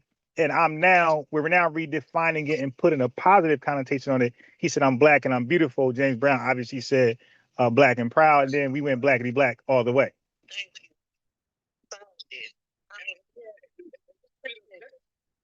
That's been a resilient strength of ours, is always to take something negative and make it positive. But here's what I'm saying, and I'm like what you said, brother, because if you take it to the global stage, you talk about black and whiteness. I think you'll find outside of America, Europeans don't call themselves white either. The reason why it is like that for black people, particularly in America, is because we don't have nationality. No, we do have nationality. Wait, hold on. Wait, let me respond to that. Respond to that. Hey, bro, do you know what a nationality is? Yeah, your national identity. Hey, bro, but how do you get nationality? You're born in a nation. Right, citizenship, right? So what's our nationality in this country? Right, so we got nationality. Okay, so then if that's the case, then why delineate from America? Why don't I just call you from America? Okay, now do you know what we mean? Why we say, okay, when we say we're delineating, do you know what we mean? No, I'm talking about that's not dealing with the FBA delineation. I'm talking about delineation from America. No. Wait, hey, bro, listen. If we're using the same word, yeah, you bugging. Hey, bro, we're using the same word. We got to be clear. Remember, you wanted clarity earlier. So, okay, so I need clarity. When you say delineating, what do you think we mean when we say we're delineating? It's a very general. Right, but what do you think? I got you. But when we say, I got you. Did you say it's separate? You made the distinction between. No. Hey, bro, that's not what it is. Hey, bro, it's not what it is. I got you. I got you. Yeah. So, bro. All right. So, look. Let me. Is this Ron? Yeah, it's Ron. Okay, yeah. After you explain that to him, I want you to break down the ethnonym, the endonym. Oh yeah, I got you. You gave me some of that already. Now, I don't know who Shadow Band is, but my name Unbiased Ron on all social media platforms. FBA News Updates is my channel. Okay, so bro, when we say we're delineating, bro, that means that our identity was erased on paper, right? So just like the indigenous people went through paper genocide, we are going through paper ethnocide. We're being flattened. So I talked about race earlier. I said there's a box called black as a race today. Right, and you have different ethnicities in that box. Jesse Jackson, somebody mentioned him earlier. That's 19. So the answer to that question is 1989. He came an African American, and then 10 years after that, right, and then 10 years after that, they made African American also a race. So they literally stripped us of all ethnicity, all identity. So we don't have one. We really don't have one at all. So this is what Tone Talk and Yvette and them was talking about when they came up with ADOS. They also realized we don't have an identity. So if you don't have identity, then you don't have any rights that a white man is bound to respect. So therefore, you can't get anything for yourself. You're a nobody. You don't have a name. Right, hold on. Before we go there, listen, we ain't even trying to go there. We trying to stay on a national stage, right? So we're here in America. We're not even international yet. We're trying to get national repertory damages and acknowledgement, right? So before we go anywhere else, we got to handle it here first. So wait, no, you don't. No, bro, you made that up. You made that up. But look. No, you made that up. All right, stop. Let me just stop right here. Let me start back over. So when we say we're delineating, we're saying we have an identity. Like we're no longer nameless. We're saying we have an identity and this is it. Where there's FBA, AL, Freedom, and so on, we're saying this is our identity. That's all we're saying. We're not separating from nobody. We're saying we now have a name that's not flattened and everybody else is a part of it. When we say we're Black, that's not unique to us because you would say Haitians are Black, right? If we say we're African American, that same Haitian is African American. So what identity do we have that's only ours, right? So this goes to the brother point with exonym, endonym. So exonym, exos, Greek for outside, onym is name. So that means an outsider named you. The Black race, that's something white people came about. That's nothing that anybody from Africa, Jamaica, or Black America did. We came up with ethnicities, right? Nationalities. We didn't come up with a racial box. That's white people. That's an exonym. So when somebody named you something like Negro, Noor, Bilal Al Sudan, these different terms, these are exonyms that's usually disrespectful. They're right. They're not to represent your greatness. It's to inhumane, yourself to make you lesser than. Okay. So black in any sense were used as exonyms internationally, globally, right? By white people and other oppressors. What we did was, which is normal, Dessalini did it and Kwame Nkrumah did it. They came up with a term and said, this is us and this is this is what it means. So when Black Americans came with Black in the 1940s and 50s, we gave it a definition that's unique to us. That's an endonym. That's endos, inside, onym name. So you got an inside name and an outside name. So we named ourselves Black and we gave it a definition and we specified who we're talking about. It's people that have a lineage to U.S. chattel slavery. So that Black was not extended to people in Africa, Jamaica, anywhere else. That was speaking to people only in America who had chattel slavery ties. So white people came in 1977 through the OMB, Office Management Budget, and said, okay, we're going to take Black as ethnicity away from these guys and make it a racial class. Now, guess what? When something's a racial class, it becomes unconstitutional when you demand something. That's the 1981, Section 1981 Civil Rights Act 1866, and that's the 14th Amendment Equal Protection Clause. So that's why Edward Blum is knocking down, suing these DEI programs and knocking them all down because they were all illegal hirees to begin with. So right, all those people being hired under that was all illegal. So we didn't know that. So now we're demanding things under Black. All these Pan-African groups claim they're getting reparations under Black. They're wrong because that's a race. It's been co-opted to a racial class. It's now unconstitutional. So that's back to Yvette and Carnell, all the guys. They realized, oh, it got to be lineage based. It can't be racialized. So they went back and proposed it as lineage based. And our government ain't even really argued. It became foreigners who was arguing against that. It's like, yo, what are you doing? Just get out the way. So that's going back to where we are now. So we're delineating to have a name. When you have a name, now you can rightfully demand something that's owed to you. Without that name, nothing's owed to you. Dr. Paul Edison called for this, but it wasn't malicious. And the maliciousness is where I deviate from. Okay, so give me an example of the maliciousness. First thing I heard was like last year before last, there was a boycott against Africans or some shit like that. No. Okay, so let me explain that. So you're talking about African braiding shops, right? So listen, it's your right as a consumer, as a customer, to boycott any business you want if you think you're not being respected. That's your human right, and we're the people that's known for boycotting. So that should be common sense. If you respect a Black American, you can expect the boycott. Like that's like, right. See, but that's not divisive. If you believe you're not being respected in a place of business, you have the right to boycott it. There's nothing wrong about that. Especially when you got it on videotape. I'm saying video recording. Yeah, like so now you're kind of flattening us out where you don't want us to have a name, therefore we can't demand stuff. Like so now we're the flat black people who got to be disrespected. We can't demand respect, right? So okay, so you shouldn't have a problem with a boycott then.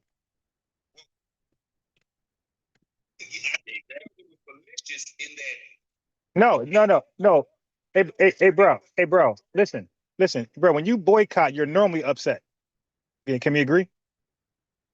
Okay, so not malicious. You're emotional and you're passionate and you're mad. And you're saying we're not being respected, so we're boycotting. It ain't gonna be nice and cheering and doing,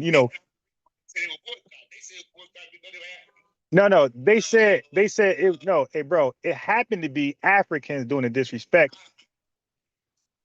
Hey, bro, but listen, you got internet bots, right, that might try to make it something else. But the initial boycott, the sister that actually did it, who explained it herself, she started it, bro, and she didn't say what you just said. She said that she was being disrespected. She had it on video. So and she said, hey, we need to boycott, but she never thought it would go viral. She just said was on her mind. So that was the origins of the boycott. It wasn't what you're saying. So like the Asian boycott right now, that's not malicious. It's no, hey, bro, no boycott is malicious. They all serve the same purpose. They say we don't get respect, so we're not going to support your place of business. All of them are economic. Right. Malicious. Yeah, you bugging on that. Oh no, man. Well, yeah, you didn't explain, bro. I asked you to explain what was malicious. You didn't really say nothing. Everything. Thank you, FBA, for coming up. Oh yeah, definitely. Yeah. Man came up here and told him that you can't dispute it. So now you want to bow down and cop please like you knew everything, historian. But you weren't talking like that before he came up here. You weren't talking like that before he came up here. You weren't talking like that before he came up here. Thank you, FBA News. Yeah, welcome. Yeah, I appreciate that. Talking like that to Quan. Your ass just so now that somebody come up here and break it all the way down for you, now all of a sudden you know this. Oh yeah, I know. 1989. You couldn't even answer the question earlier. It was talking for the spirit of thought and the spirit of God. Plan. What else? Yeah, I'm back here laughing on silence. Yeah, what I say earlier, I said when I join these spaces, I don't have those toxic conversations. I said they usually get in line. I said that earlier. I said when I talk to the same people everybody talks to, that's supposed to be toxic. When I talk to them, I don't get the toxicity half the time. Like, cause I don't come with that spirit. I don't call names and none of that no more. I'm just on business. I'm getting a point across, and I did that. And even he like, yo, man, yeah, I agree. You dig? And I ain't gonna beat them down, call them names. Like that's the point. The point is to get your message across, and if they can receive it, that's great. But that's a skill I got. That's a skill I got, and I use it. But folks don't want that. Folks want the arguing and cussing out and all that, and you can have it. It's all yours.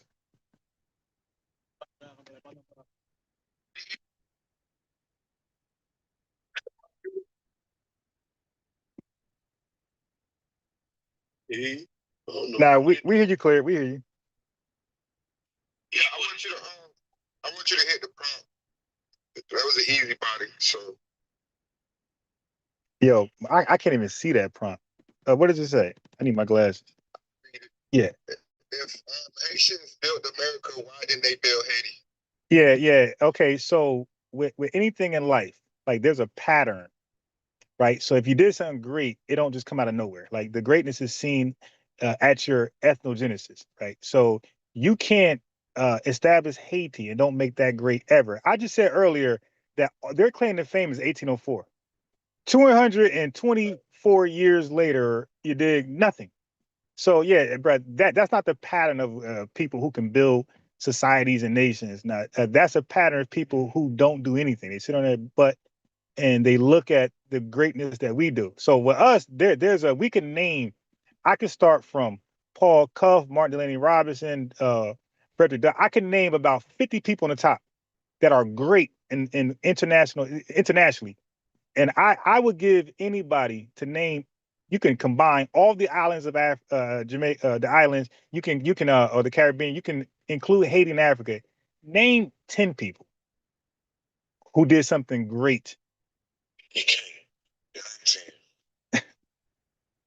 You can't. I tried that. Like, yeah, all they gonna say is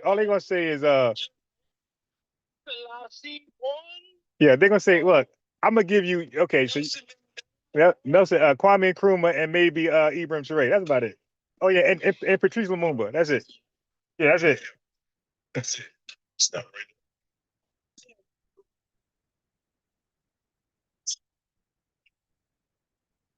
It's a name. A singer? Nah, we ain't doing singers. We doing people who move needles and get things. What's his name? You don't even know. Right, yeah. And that's the point. That's the point. You guys can't name 10. Oh, Bob Marley? Oh, bro, stop it. No, stop. You said Bob Marley. No. Hey, bro, stop. Oh, no. Marcus Garvey was a complete scammer, and he's an embarrassment to the diaspora. Okay, now look. Now, hey, bro, hold on. Yeah. Hey, wait, hold on. Hey, bro, listen. Hey, bro, I must warn you, I'm a Garveyologist, my guy. So if your studies ain't up on Garvey, you might want to tap out. But let me ask you a question, bro. Did Garvey scam Black Americans, yes or no? It appears that way. No, I'm asking you, did he? Did he do it? Okay. All right, well, I got you. So he sold stocks, right? Yes. To Black American investors, right? So when you sell stocks to a business, you're supposed to have what you say you have, right? Right. Right. But if you say you have something you don't have, you sold stocks on behalf of it, is that scamming? Okay. So the Orion ship was a German old ship that he never owned, and he sold stocks and said he owned it. In his papers, he said he owned it. He never owned it. He had no title, no paperwork, nothing on it, and he sold stocks on behalf of it. Matter of fact, he never owned it. He didn't even own it later. He never owned it. Is that scamming? Okay, cool. Now watch this. The second scam. He preached back to Africa and specifically Liberia, right? Okay, right. Now watch this. Wait, hold on. Forget about that. We're dealing with scamming. So now, if he was told the flat no by the Liberian government, hey, you can't come here, and if he still preached that and sells stocks to a dream that they're going to Liberia, is that scamming? Okay, he did that too. So that's why I say he's a scammer. And the guy went to court and fired a Black American great lawyer and represented himself out there and made a fool of himself. And ain't that the same one when the Ku Klux Klan, his right hand people? Yeah. So he was. Yeah, that's him. That's him. He was in cahoots with. No. Hey, bro. He was best friends with Walter Plecker, the guy who paper genocided indigenous Americans. My guy. Yeah, like. Hey, bro. There's not one Black American you could ever name linked up with Walter Plecker and did something for Black Americans. No. They wrote a letter. Again, I'm a real historian. You're talking about a letter Elijah Muhammad wrote in the back of the message Black Man. He wrote a letter to them, but it had nothing to do with linking up, had nothing to do with getting Black folks to move to Liberia, none of that stuff.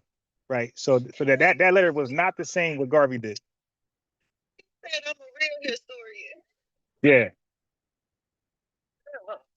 I never call you out as long as you real historian. You're the most forgetful historian I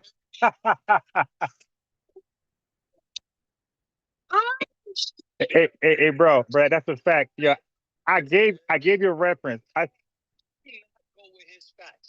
gave you a reference. In the Message of Black Man at the back of the book is the letter. Is a fact. Read not only books, They read letters. They read treaties. They read everything. Everything. You just read McGraw-Hill. That's all you read. Yeah. And do you know it was the triple K and Walter Plecker who actually got Garvey out from American custody and deported? Did y'all know that? It was the triple K. Yeah, the triple K pleaded with the American government, hey, let that good man go. And, yep, and was a free man in Jamaica, and then got exiled from there and went to London, and he RIP'd as a complete failure. So you can't mention a failure. Yeah, like he failed 4 times. Notice one thing though, as much as he preached about trying to get us to go to Africa, did he ever go to Africa? Nah, but now look what else he did. So, oh, Talking about him though. yeah, but well, hold on. But let's deal with that. So W. Du Bois, he completed the mission first. So he was a Pan-African, but he prioritized civil rights over Pan-African theology. So that's what Pan-Africans should do. They should prioritize delineation reparations over their doctrine, over their religious doctrine. W. Du Bois did that. So he fought on behalf of the civil rights movement, and then when he felt like he did his job, he left. But he prioritized Black American business over that global Pan-African stuff. Respect. Yeah, you're gonna respect that. Stay true to his Pan-Africanism. Right. And went ahead and went to Africa. Right. Right. Yeah, we ain't got a problem with that. Respect. Just respect. Respect our movement. While you here, respect what we doing, and then take your ass. Go back to Africa. Yeah, but 99% of Pan-Africans don't go to Africa. They stay in America, the UK, and they just complain all day. Yep. And do absolutely nothing besides that complaining. Okay, are you Pan-African? No, not necessarily. Pan-African, like some things that are done on the continent. He mentioned Ibrahim Traore in the Sahel region. I'm not watching him closely. I like what do you stand for? I stand for separation. I mean, I just live a simple life. Whoa. You the one that said that we could be divisive. Yeah, he's crazy.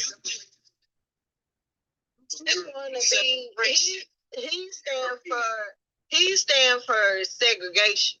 He don't believe in integration, none of that. So basically, I guess the second question, I guess the Pan-Africans ain't gonna do nothing for the Haitians. So I ain't been hearing them even speak on the situation that's going on with the Haitians. So I guess and that's their people. Right. That's your people right there. That's your people. You should be, hey brother, hey sister. When y'all come on here with that, with Black Americans, y'all should be talking to the Haitians. Hey brother, hey sister. Let me ask Ron something. Do you think, Ron, so it's kind of like a Pan-African ideology or whatever. Do you think that it could ever be all melanated people just unified over? No, it's actually fantasy. So when you're a historian, you would know about the Black empowerment movement that failed in Africa, where Kwame Nkrumah and all those African nations tried to get together.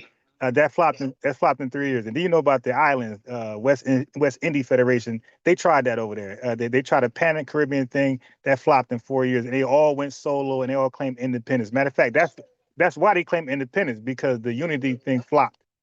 So it's because on every continent, like they're tribal, like yeah, right. That's a problem. Yeah, that's the point. Yeah, all they gonna do is still be tribal. Duh. And also on top of that, what I learned with the first Noir Republic that freed the African American slaves that went over there to Hispaniola, them motherfuckers came right back because of the way they was treated. Yeah, they always come back. They always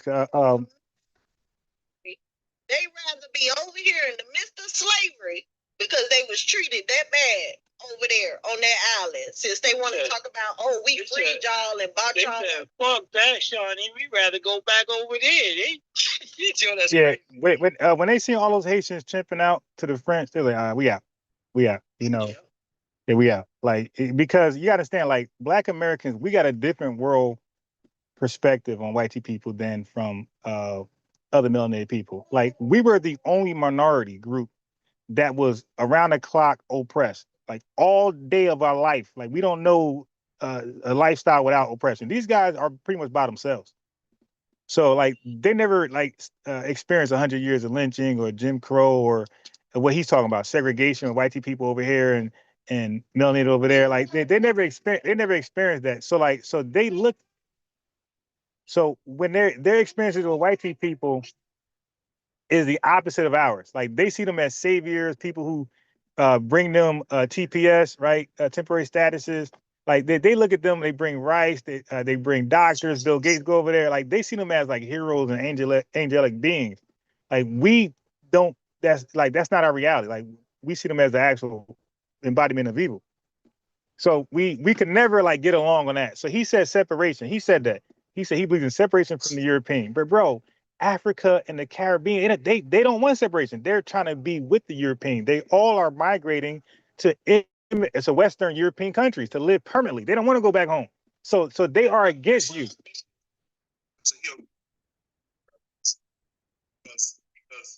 What about him? What about Ibn Sharek? What about him? No, he's not. No, he's not. What he did was, hey, bro, he cut ties with the French, and he gained ties with the Soviet Union. That's not kicking out. That's trading one master for another.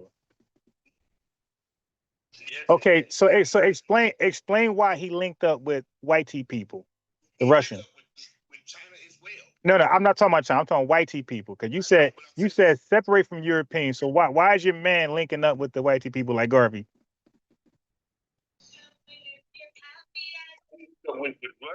Well, white people, no. White, no. Don't say Russia. White people. Why is he linking up with the European? Oh my. Yeah. Okay. So this dude is he's tripping. The only blacks in this sport. What's wrong with y'all? Yeah. Yeah, somebody got mute out, but we hear all that.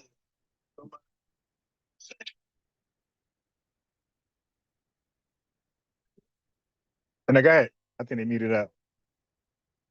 Go ahead. Y'all fought. Black Americans are the only one throughout the whole diaspora that fought with desegregation to go to school under the white team man. When y'all touch money, y'all finally get a bag. Y'all leave y'all community and go live with the white team. Y'all the only blacks that do that. Okay, so that's some more fake news. Okay, now, hey, bro, do you know what overcrowding is? No. Right. Wait, no. Hey, bro, no, hold on. Hey, bro, I can't. Hey, bro, I asked you. Yeah, I'm explaining. I said, do you know what overcrowding is, my guy? In the suburbs. Okay. Yeah, I am, but you got to understand what things are to appreciate the answer. So I asked you, do you know what that's a real term, by the way, and that's talking about the time you're talking about. So do you know what overcrowding is? Yes or no? No. No, but I'm asking you a question before I answer the question. Do you know what overcrowding is? I said yes. Okay, explain it. Overcrowding. Yeah. No, explain it. No, explain how that happened, the process, the laws. Explain the segregation law that initiated that. You want me to explain overcrowding? Yeah, like real simply. Okay. All right. So look. Let me help you out. Hey, bro. You didn't explain it. Right. You didn't explain it, but I got you. Right, but I got you. Hey, bro, you didn't tell us. Tell us. What is overcrowding in Black America during the early 1900s, 1917? What was overcrowding? Explain that process. It was due to taxes. It was due to No, no, that's wrong. Let me help you out. Let me help you out. It's called, hey, bro, no. Okay, got you. No, it is one thing. It's called racial zoning laws. You cannot leave your community, my guy. It was illegal. Hey, listen, because you said, why did we move to the suburbs? Hey, bro, overcrowding was a period during segregation where it was illegal to leave your areas. That means the rich and the poor was forced to live together. It's called overcrowding because when you're living together and you're overpopulated, you're going to have a lot of litter. You're going to have a lot of the wear and tear on buildings because there's too many people going up and down the stairs. So that's what happened. So now that's wait. Hey, bro, you hold on. I'm giving the answer, bro. You're tripping out. You gotta listen. So when you're forced to live together in unpleasant situations, right? Who wants and you have the means and wealth to move to an affluent neighborhood. Suburbs are not whitey, bro. Suburbs are suburbs. There's no such thing as this is only whites only. So that's segregation. But that was unconstitutional. You have the right to buy a home and property wherever your money takes you. So civil rights movement, our civil rights lawyers like Richard Hamilton Houston and Thurgood Marshall, they fought and destroyed segregation laws like that, right? So now the wealthy was able to spread their wealth in an affluent neighborhood. It ain't whitey, but yeah, you're supposed to not live in filth. So you was living in filth. Yeah, we were forced. We were forced. Oh my God. That wasn't the case to Harlem Renaissance. Hey, bro, listen. Overcrowding. Hey, yo. Hey, bro. Segregation. Okay, segregation laws. Hey, bro, with segregation laws enforced in Harlem? Historian. Hey, bro. Okay, listen. Mandated. Was segregation laws mandated in Harlem? Historian. No, they weren't. Segregation laws were. No, they were. Hey, bro, you just lying. They were mandated in the deep. Bro, you couldn't explain nothing. You try to explain overcrowd. Say anything. You started talking to say some obvious shit. We certain area. What are you talking about? It didn't matter what kind of money they had. I'm missing like these dudes chipping out. I'm missing like what I'm wrong about. Like you're just talking. You couldn't even explain overcrowding. I just already explained overcrowding. Overcrowding is what it is in the word. Okay, I got you. Yeah, the clause thing. Okay, right. Yeah, he's bugging. That's the clause thing. Okay, right. Hey, bro. Yeah, it's a clause. This is the clause guy right here. No. I didn't. No. I said if anybody is forced to overcrowd themselves, you're gonna have litter. You're gonna have trash. You're gonna have this. Right. Right.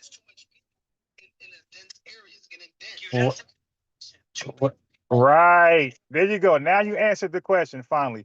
So. This is obvious. Why I gotta explain that? What college you went? Yeah, he's.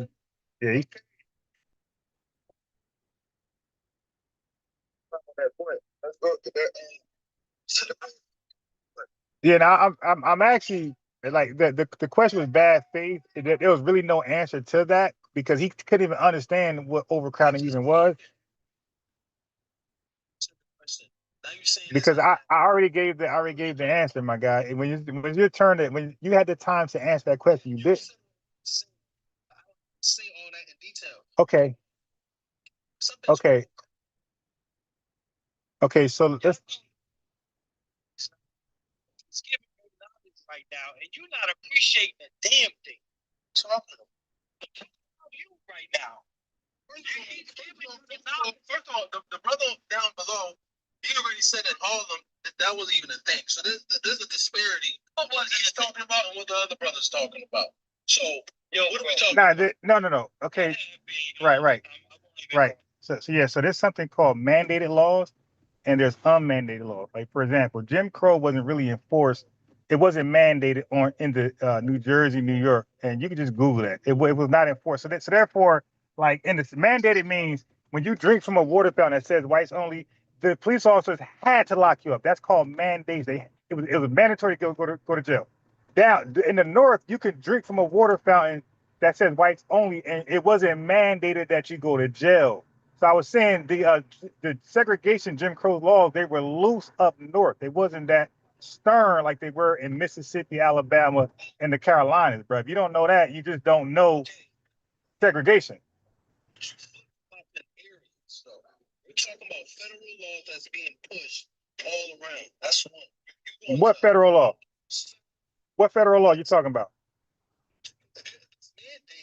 Hey, bro, that's state law. That's not federal law. That's state law. That's what I'm saying. No, you said federal law. So why'd you say federal law? Yeah, do you know most of our exclusion? Do you know what exclusion? Do you know what we were excluded from, by the way? You said what? Most of our exclusions. Do you know what we were excluded from? Exclusion, yeah. Exclusion. From what? From what? What you mean from what? You just asked me what you want. Yeah. No. Segregation, Jim Crow. So what were we excluded from? From certain bathrooms, you couldn't be. No, brother. Oh my God. You ever heard of 1933 HOLP? 1934 FHA, 1935 New Deal, 1944 GI Bill.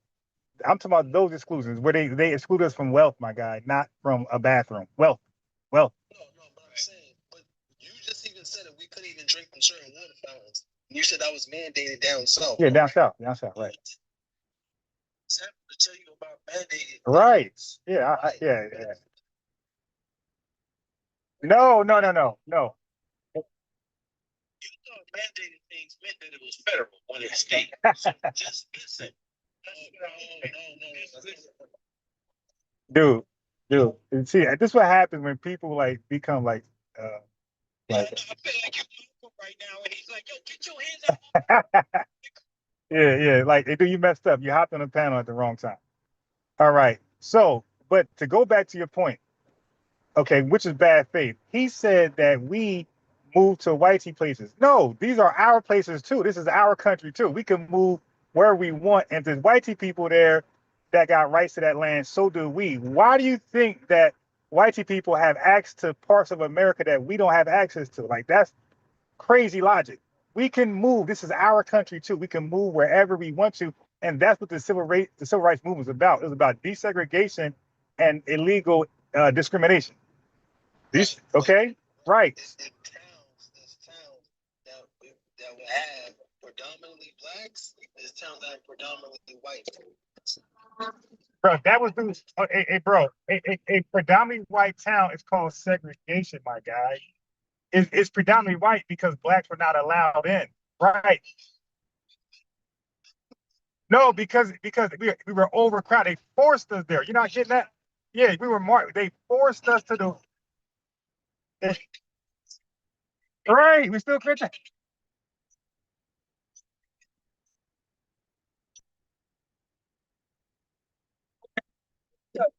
Hey, answer the question. That's what you say? Hey, don't forget to you right now. They don't get yo, hold on, AK. You was talking up here for a long time. Yo, bro, when you live in New York, you in a box. They don't even give you an AC. Some apartments don't even have fucking carpet. You box to box in a fucking building around at least 12 apartments deep. Okay, what are you talking about overcrowded? I went to fucking Florida. I have fucking 2,000 square feet of fucking space. I got motherfucking 3 bathrooms. I got central AC. What the fuck? You think I want to live in a place? Right, wait. Sir, let me ask you this. Does it make sense to invest in your area or to ride? But it's not. You're missing. Right, bro, you're missing. You're missing the point. It's not our area. We were forced there. We were told. Yeah, hey, bro. No, wait, hey, bro. Yeah, look, okay. Yeah, bro. Yeah, bro, it's our country, my guy. Now, hold on. Hey, yo. Hey, bro, segregation, I don't know what we're doing right now. Segregation was a period of time where we were told this is our area unconstitutionally, racially based, and we don't have action.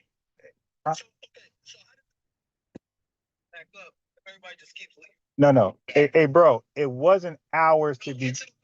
Right. I got you. Right. So listen, can I say something real quick? Okay. It's like you're living in a trailer park and you're renting a trailer, and then you're moving into your own house because you saved up the money, you scraped this scrap, you got it all together. Now you're moving out to your house. Why the fuck would you worry about how well that trailer park is gonna do once you're gone? So Right. how does that community ever get built back up if everybody keep leaving? Because it's to the landlord. I'm like really confused. Hey, wait. So look. Hey, dude. Wait. Hey, the dude asking the questions.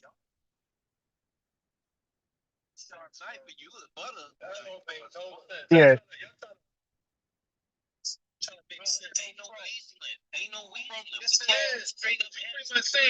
Once I get my money, fuck everybody else. Lack of knowledge, they shall perish. For lack of knowledge, they shall perish. Let me tell you that. The humanitarian company did the same thing. Thank you. And she came to you with Hey, are y'all even Black American? Let's ask. Because I don't get it. Hey, are y'all even Black American?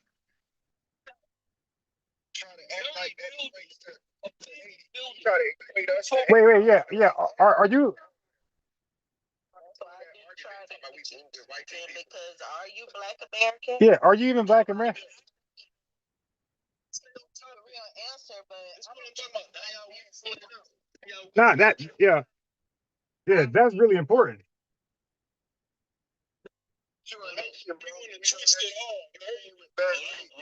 Yeah. Hey, just say no, man. Be proud of your heritage. Oh, okay. Okay. Yeah.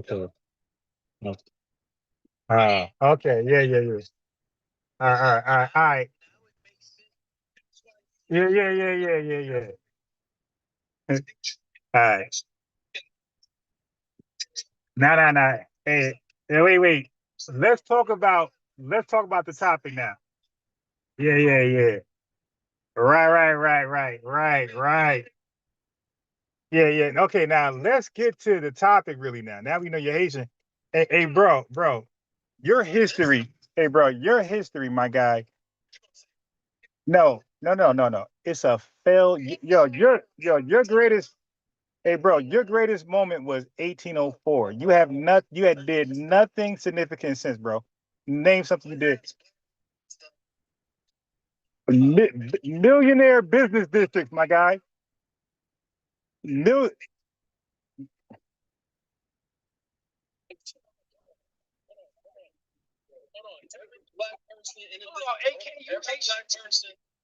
Every black person in a diaspora. he is. Hey, and you're not Black, my guy. Are you in America or are you in Haiti? Yeah, man. Yeah, I'm in America. Y'all was in Haiti first, stealing my resources. No.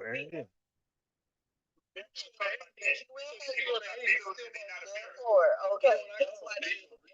The smoke they give. Really don't know nothing. I got love for y'all, but y'all full of shit. I'll Nah, tell you that right now. nah. Hey, no wonder he don't know what overcrowding is. It makes sense now. Nah. States. Nah. No. Yeah. States, man. Hold on. You want to sound so educated. Go around stealing people's shit. Hey. Yeah. Hey, my guy, if America is so bad and taking around stealing stuff, wait, why are you living here, my guy? Why'd you come to a country? No, yeah, no, hey, bro, what did they steal from Haiti? Hey, yo. He moved in. He rented a room. Hey, bro, what did they steal? Hey, bro, what did they steal from Haiti? Well, what did they steal from Haiti? In 2010, was in office. Yeah. He took over our rice field. You ain't got no rice out there. Yeah, you ain't got no rice out there, bro. You got a lot of dirt out there. I'm trying to hold on. Nah, it's hella dirt. Bringing up something about 2010. Yeah, he's bugging, bro.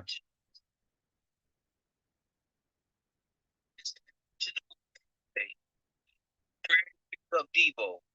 Debo get on his bike. Oh no, Red done took the bike. So Debo go walk around the block and come back up to Craig after he done walked around the block once Craig whooped him. I don't know what you're talking about. And then he tells him, let me get there. That's a Black American movie. He don't know about that. Yeah. You gotta give sanctions in order to pay reparations. So what I'm saying is this. Y'all beat up the bully, and then you let the bully come back the next day by himself, not even with other people. He still came back the next day by himself and bullied y'all over again, and y'all said, okay, bet. He did come by himself. I think we said okay, bet, because the United States did not come back with France when Haiti. Yeah, all these guys, all these foreigners, every last one of them, blame the United States, all of them.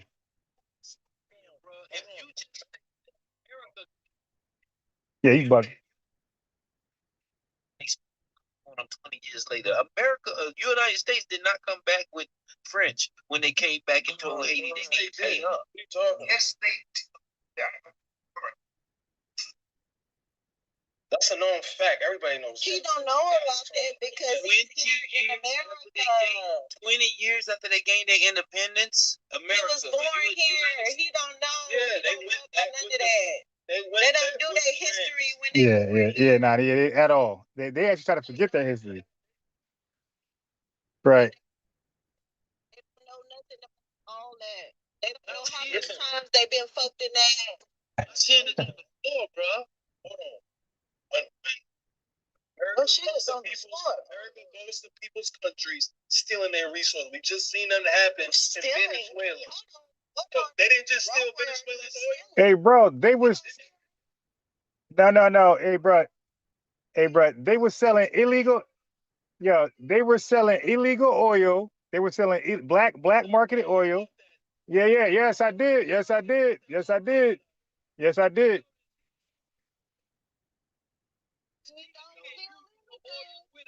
Right.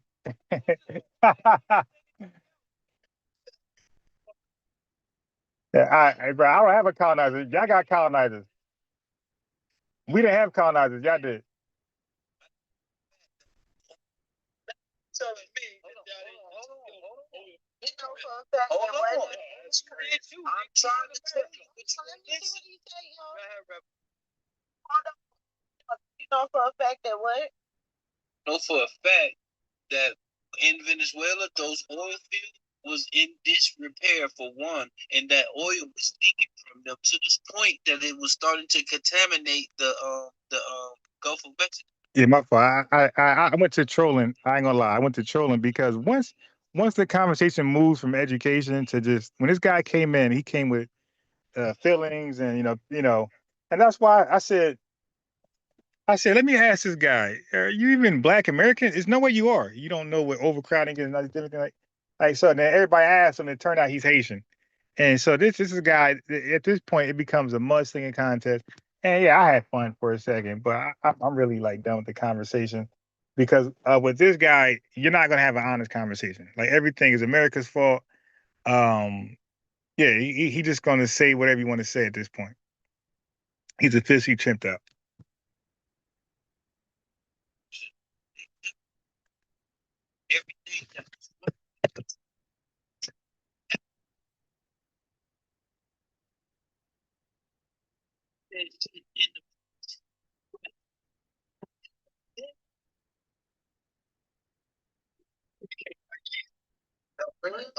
It wasn't that.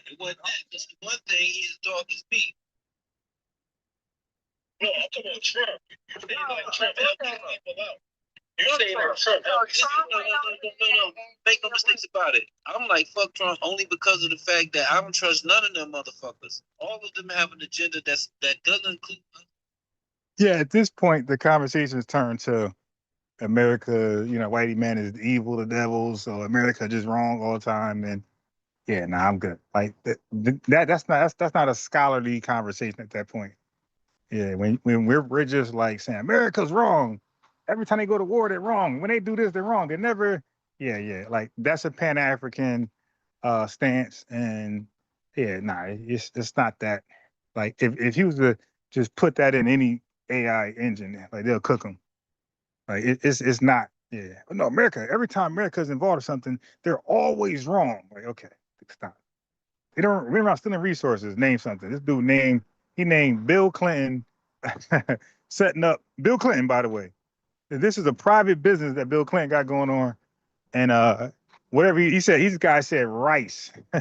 Dude, stop it, my guy. Yeah, I'm not buying that. Bill Clinton. This guy said the sabotaging that Bill Clinton did over there was stealing rice from the Haitians. Like that's equivalent to I don't know. I'm good. And yeah, I've been told y'all, all of these foreigners, they find a way to blame America because they want a bag. So by all of them blaming America, that's their way to like try to sneak in backdoor themselves to reparations. America came back with the France, and the Nigerians gonna say America did that over there. Jamaica's gonna say America. Everybody's gonna say America was there because that's their backdoor way to reparations. They think. And the finesse is done. Anyway, I stayed on longer than what I planned to stay on. This is a dope conversation. So once one of my laptops get up and running, I'm gonna clip this stuff and make small videos out of it. So anyway, so y'all know how I do, family. I'm gonna catch y'all in the morning. Maybe I play some of this back in the morning for the morning crew who ain't listen to this stuff. All right, but it's my bedtime. Gotta get up early as crap, and I'll be live early as crap tomorrow, man. So peace to you guys. Thanks for the tapping in. If you like the video, appreciate you. Any support you did, I'm thanking you in advance and currently.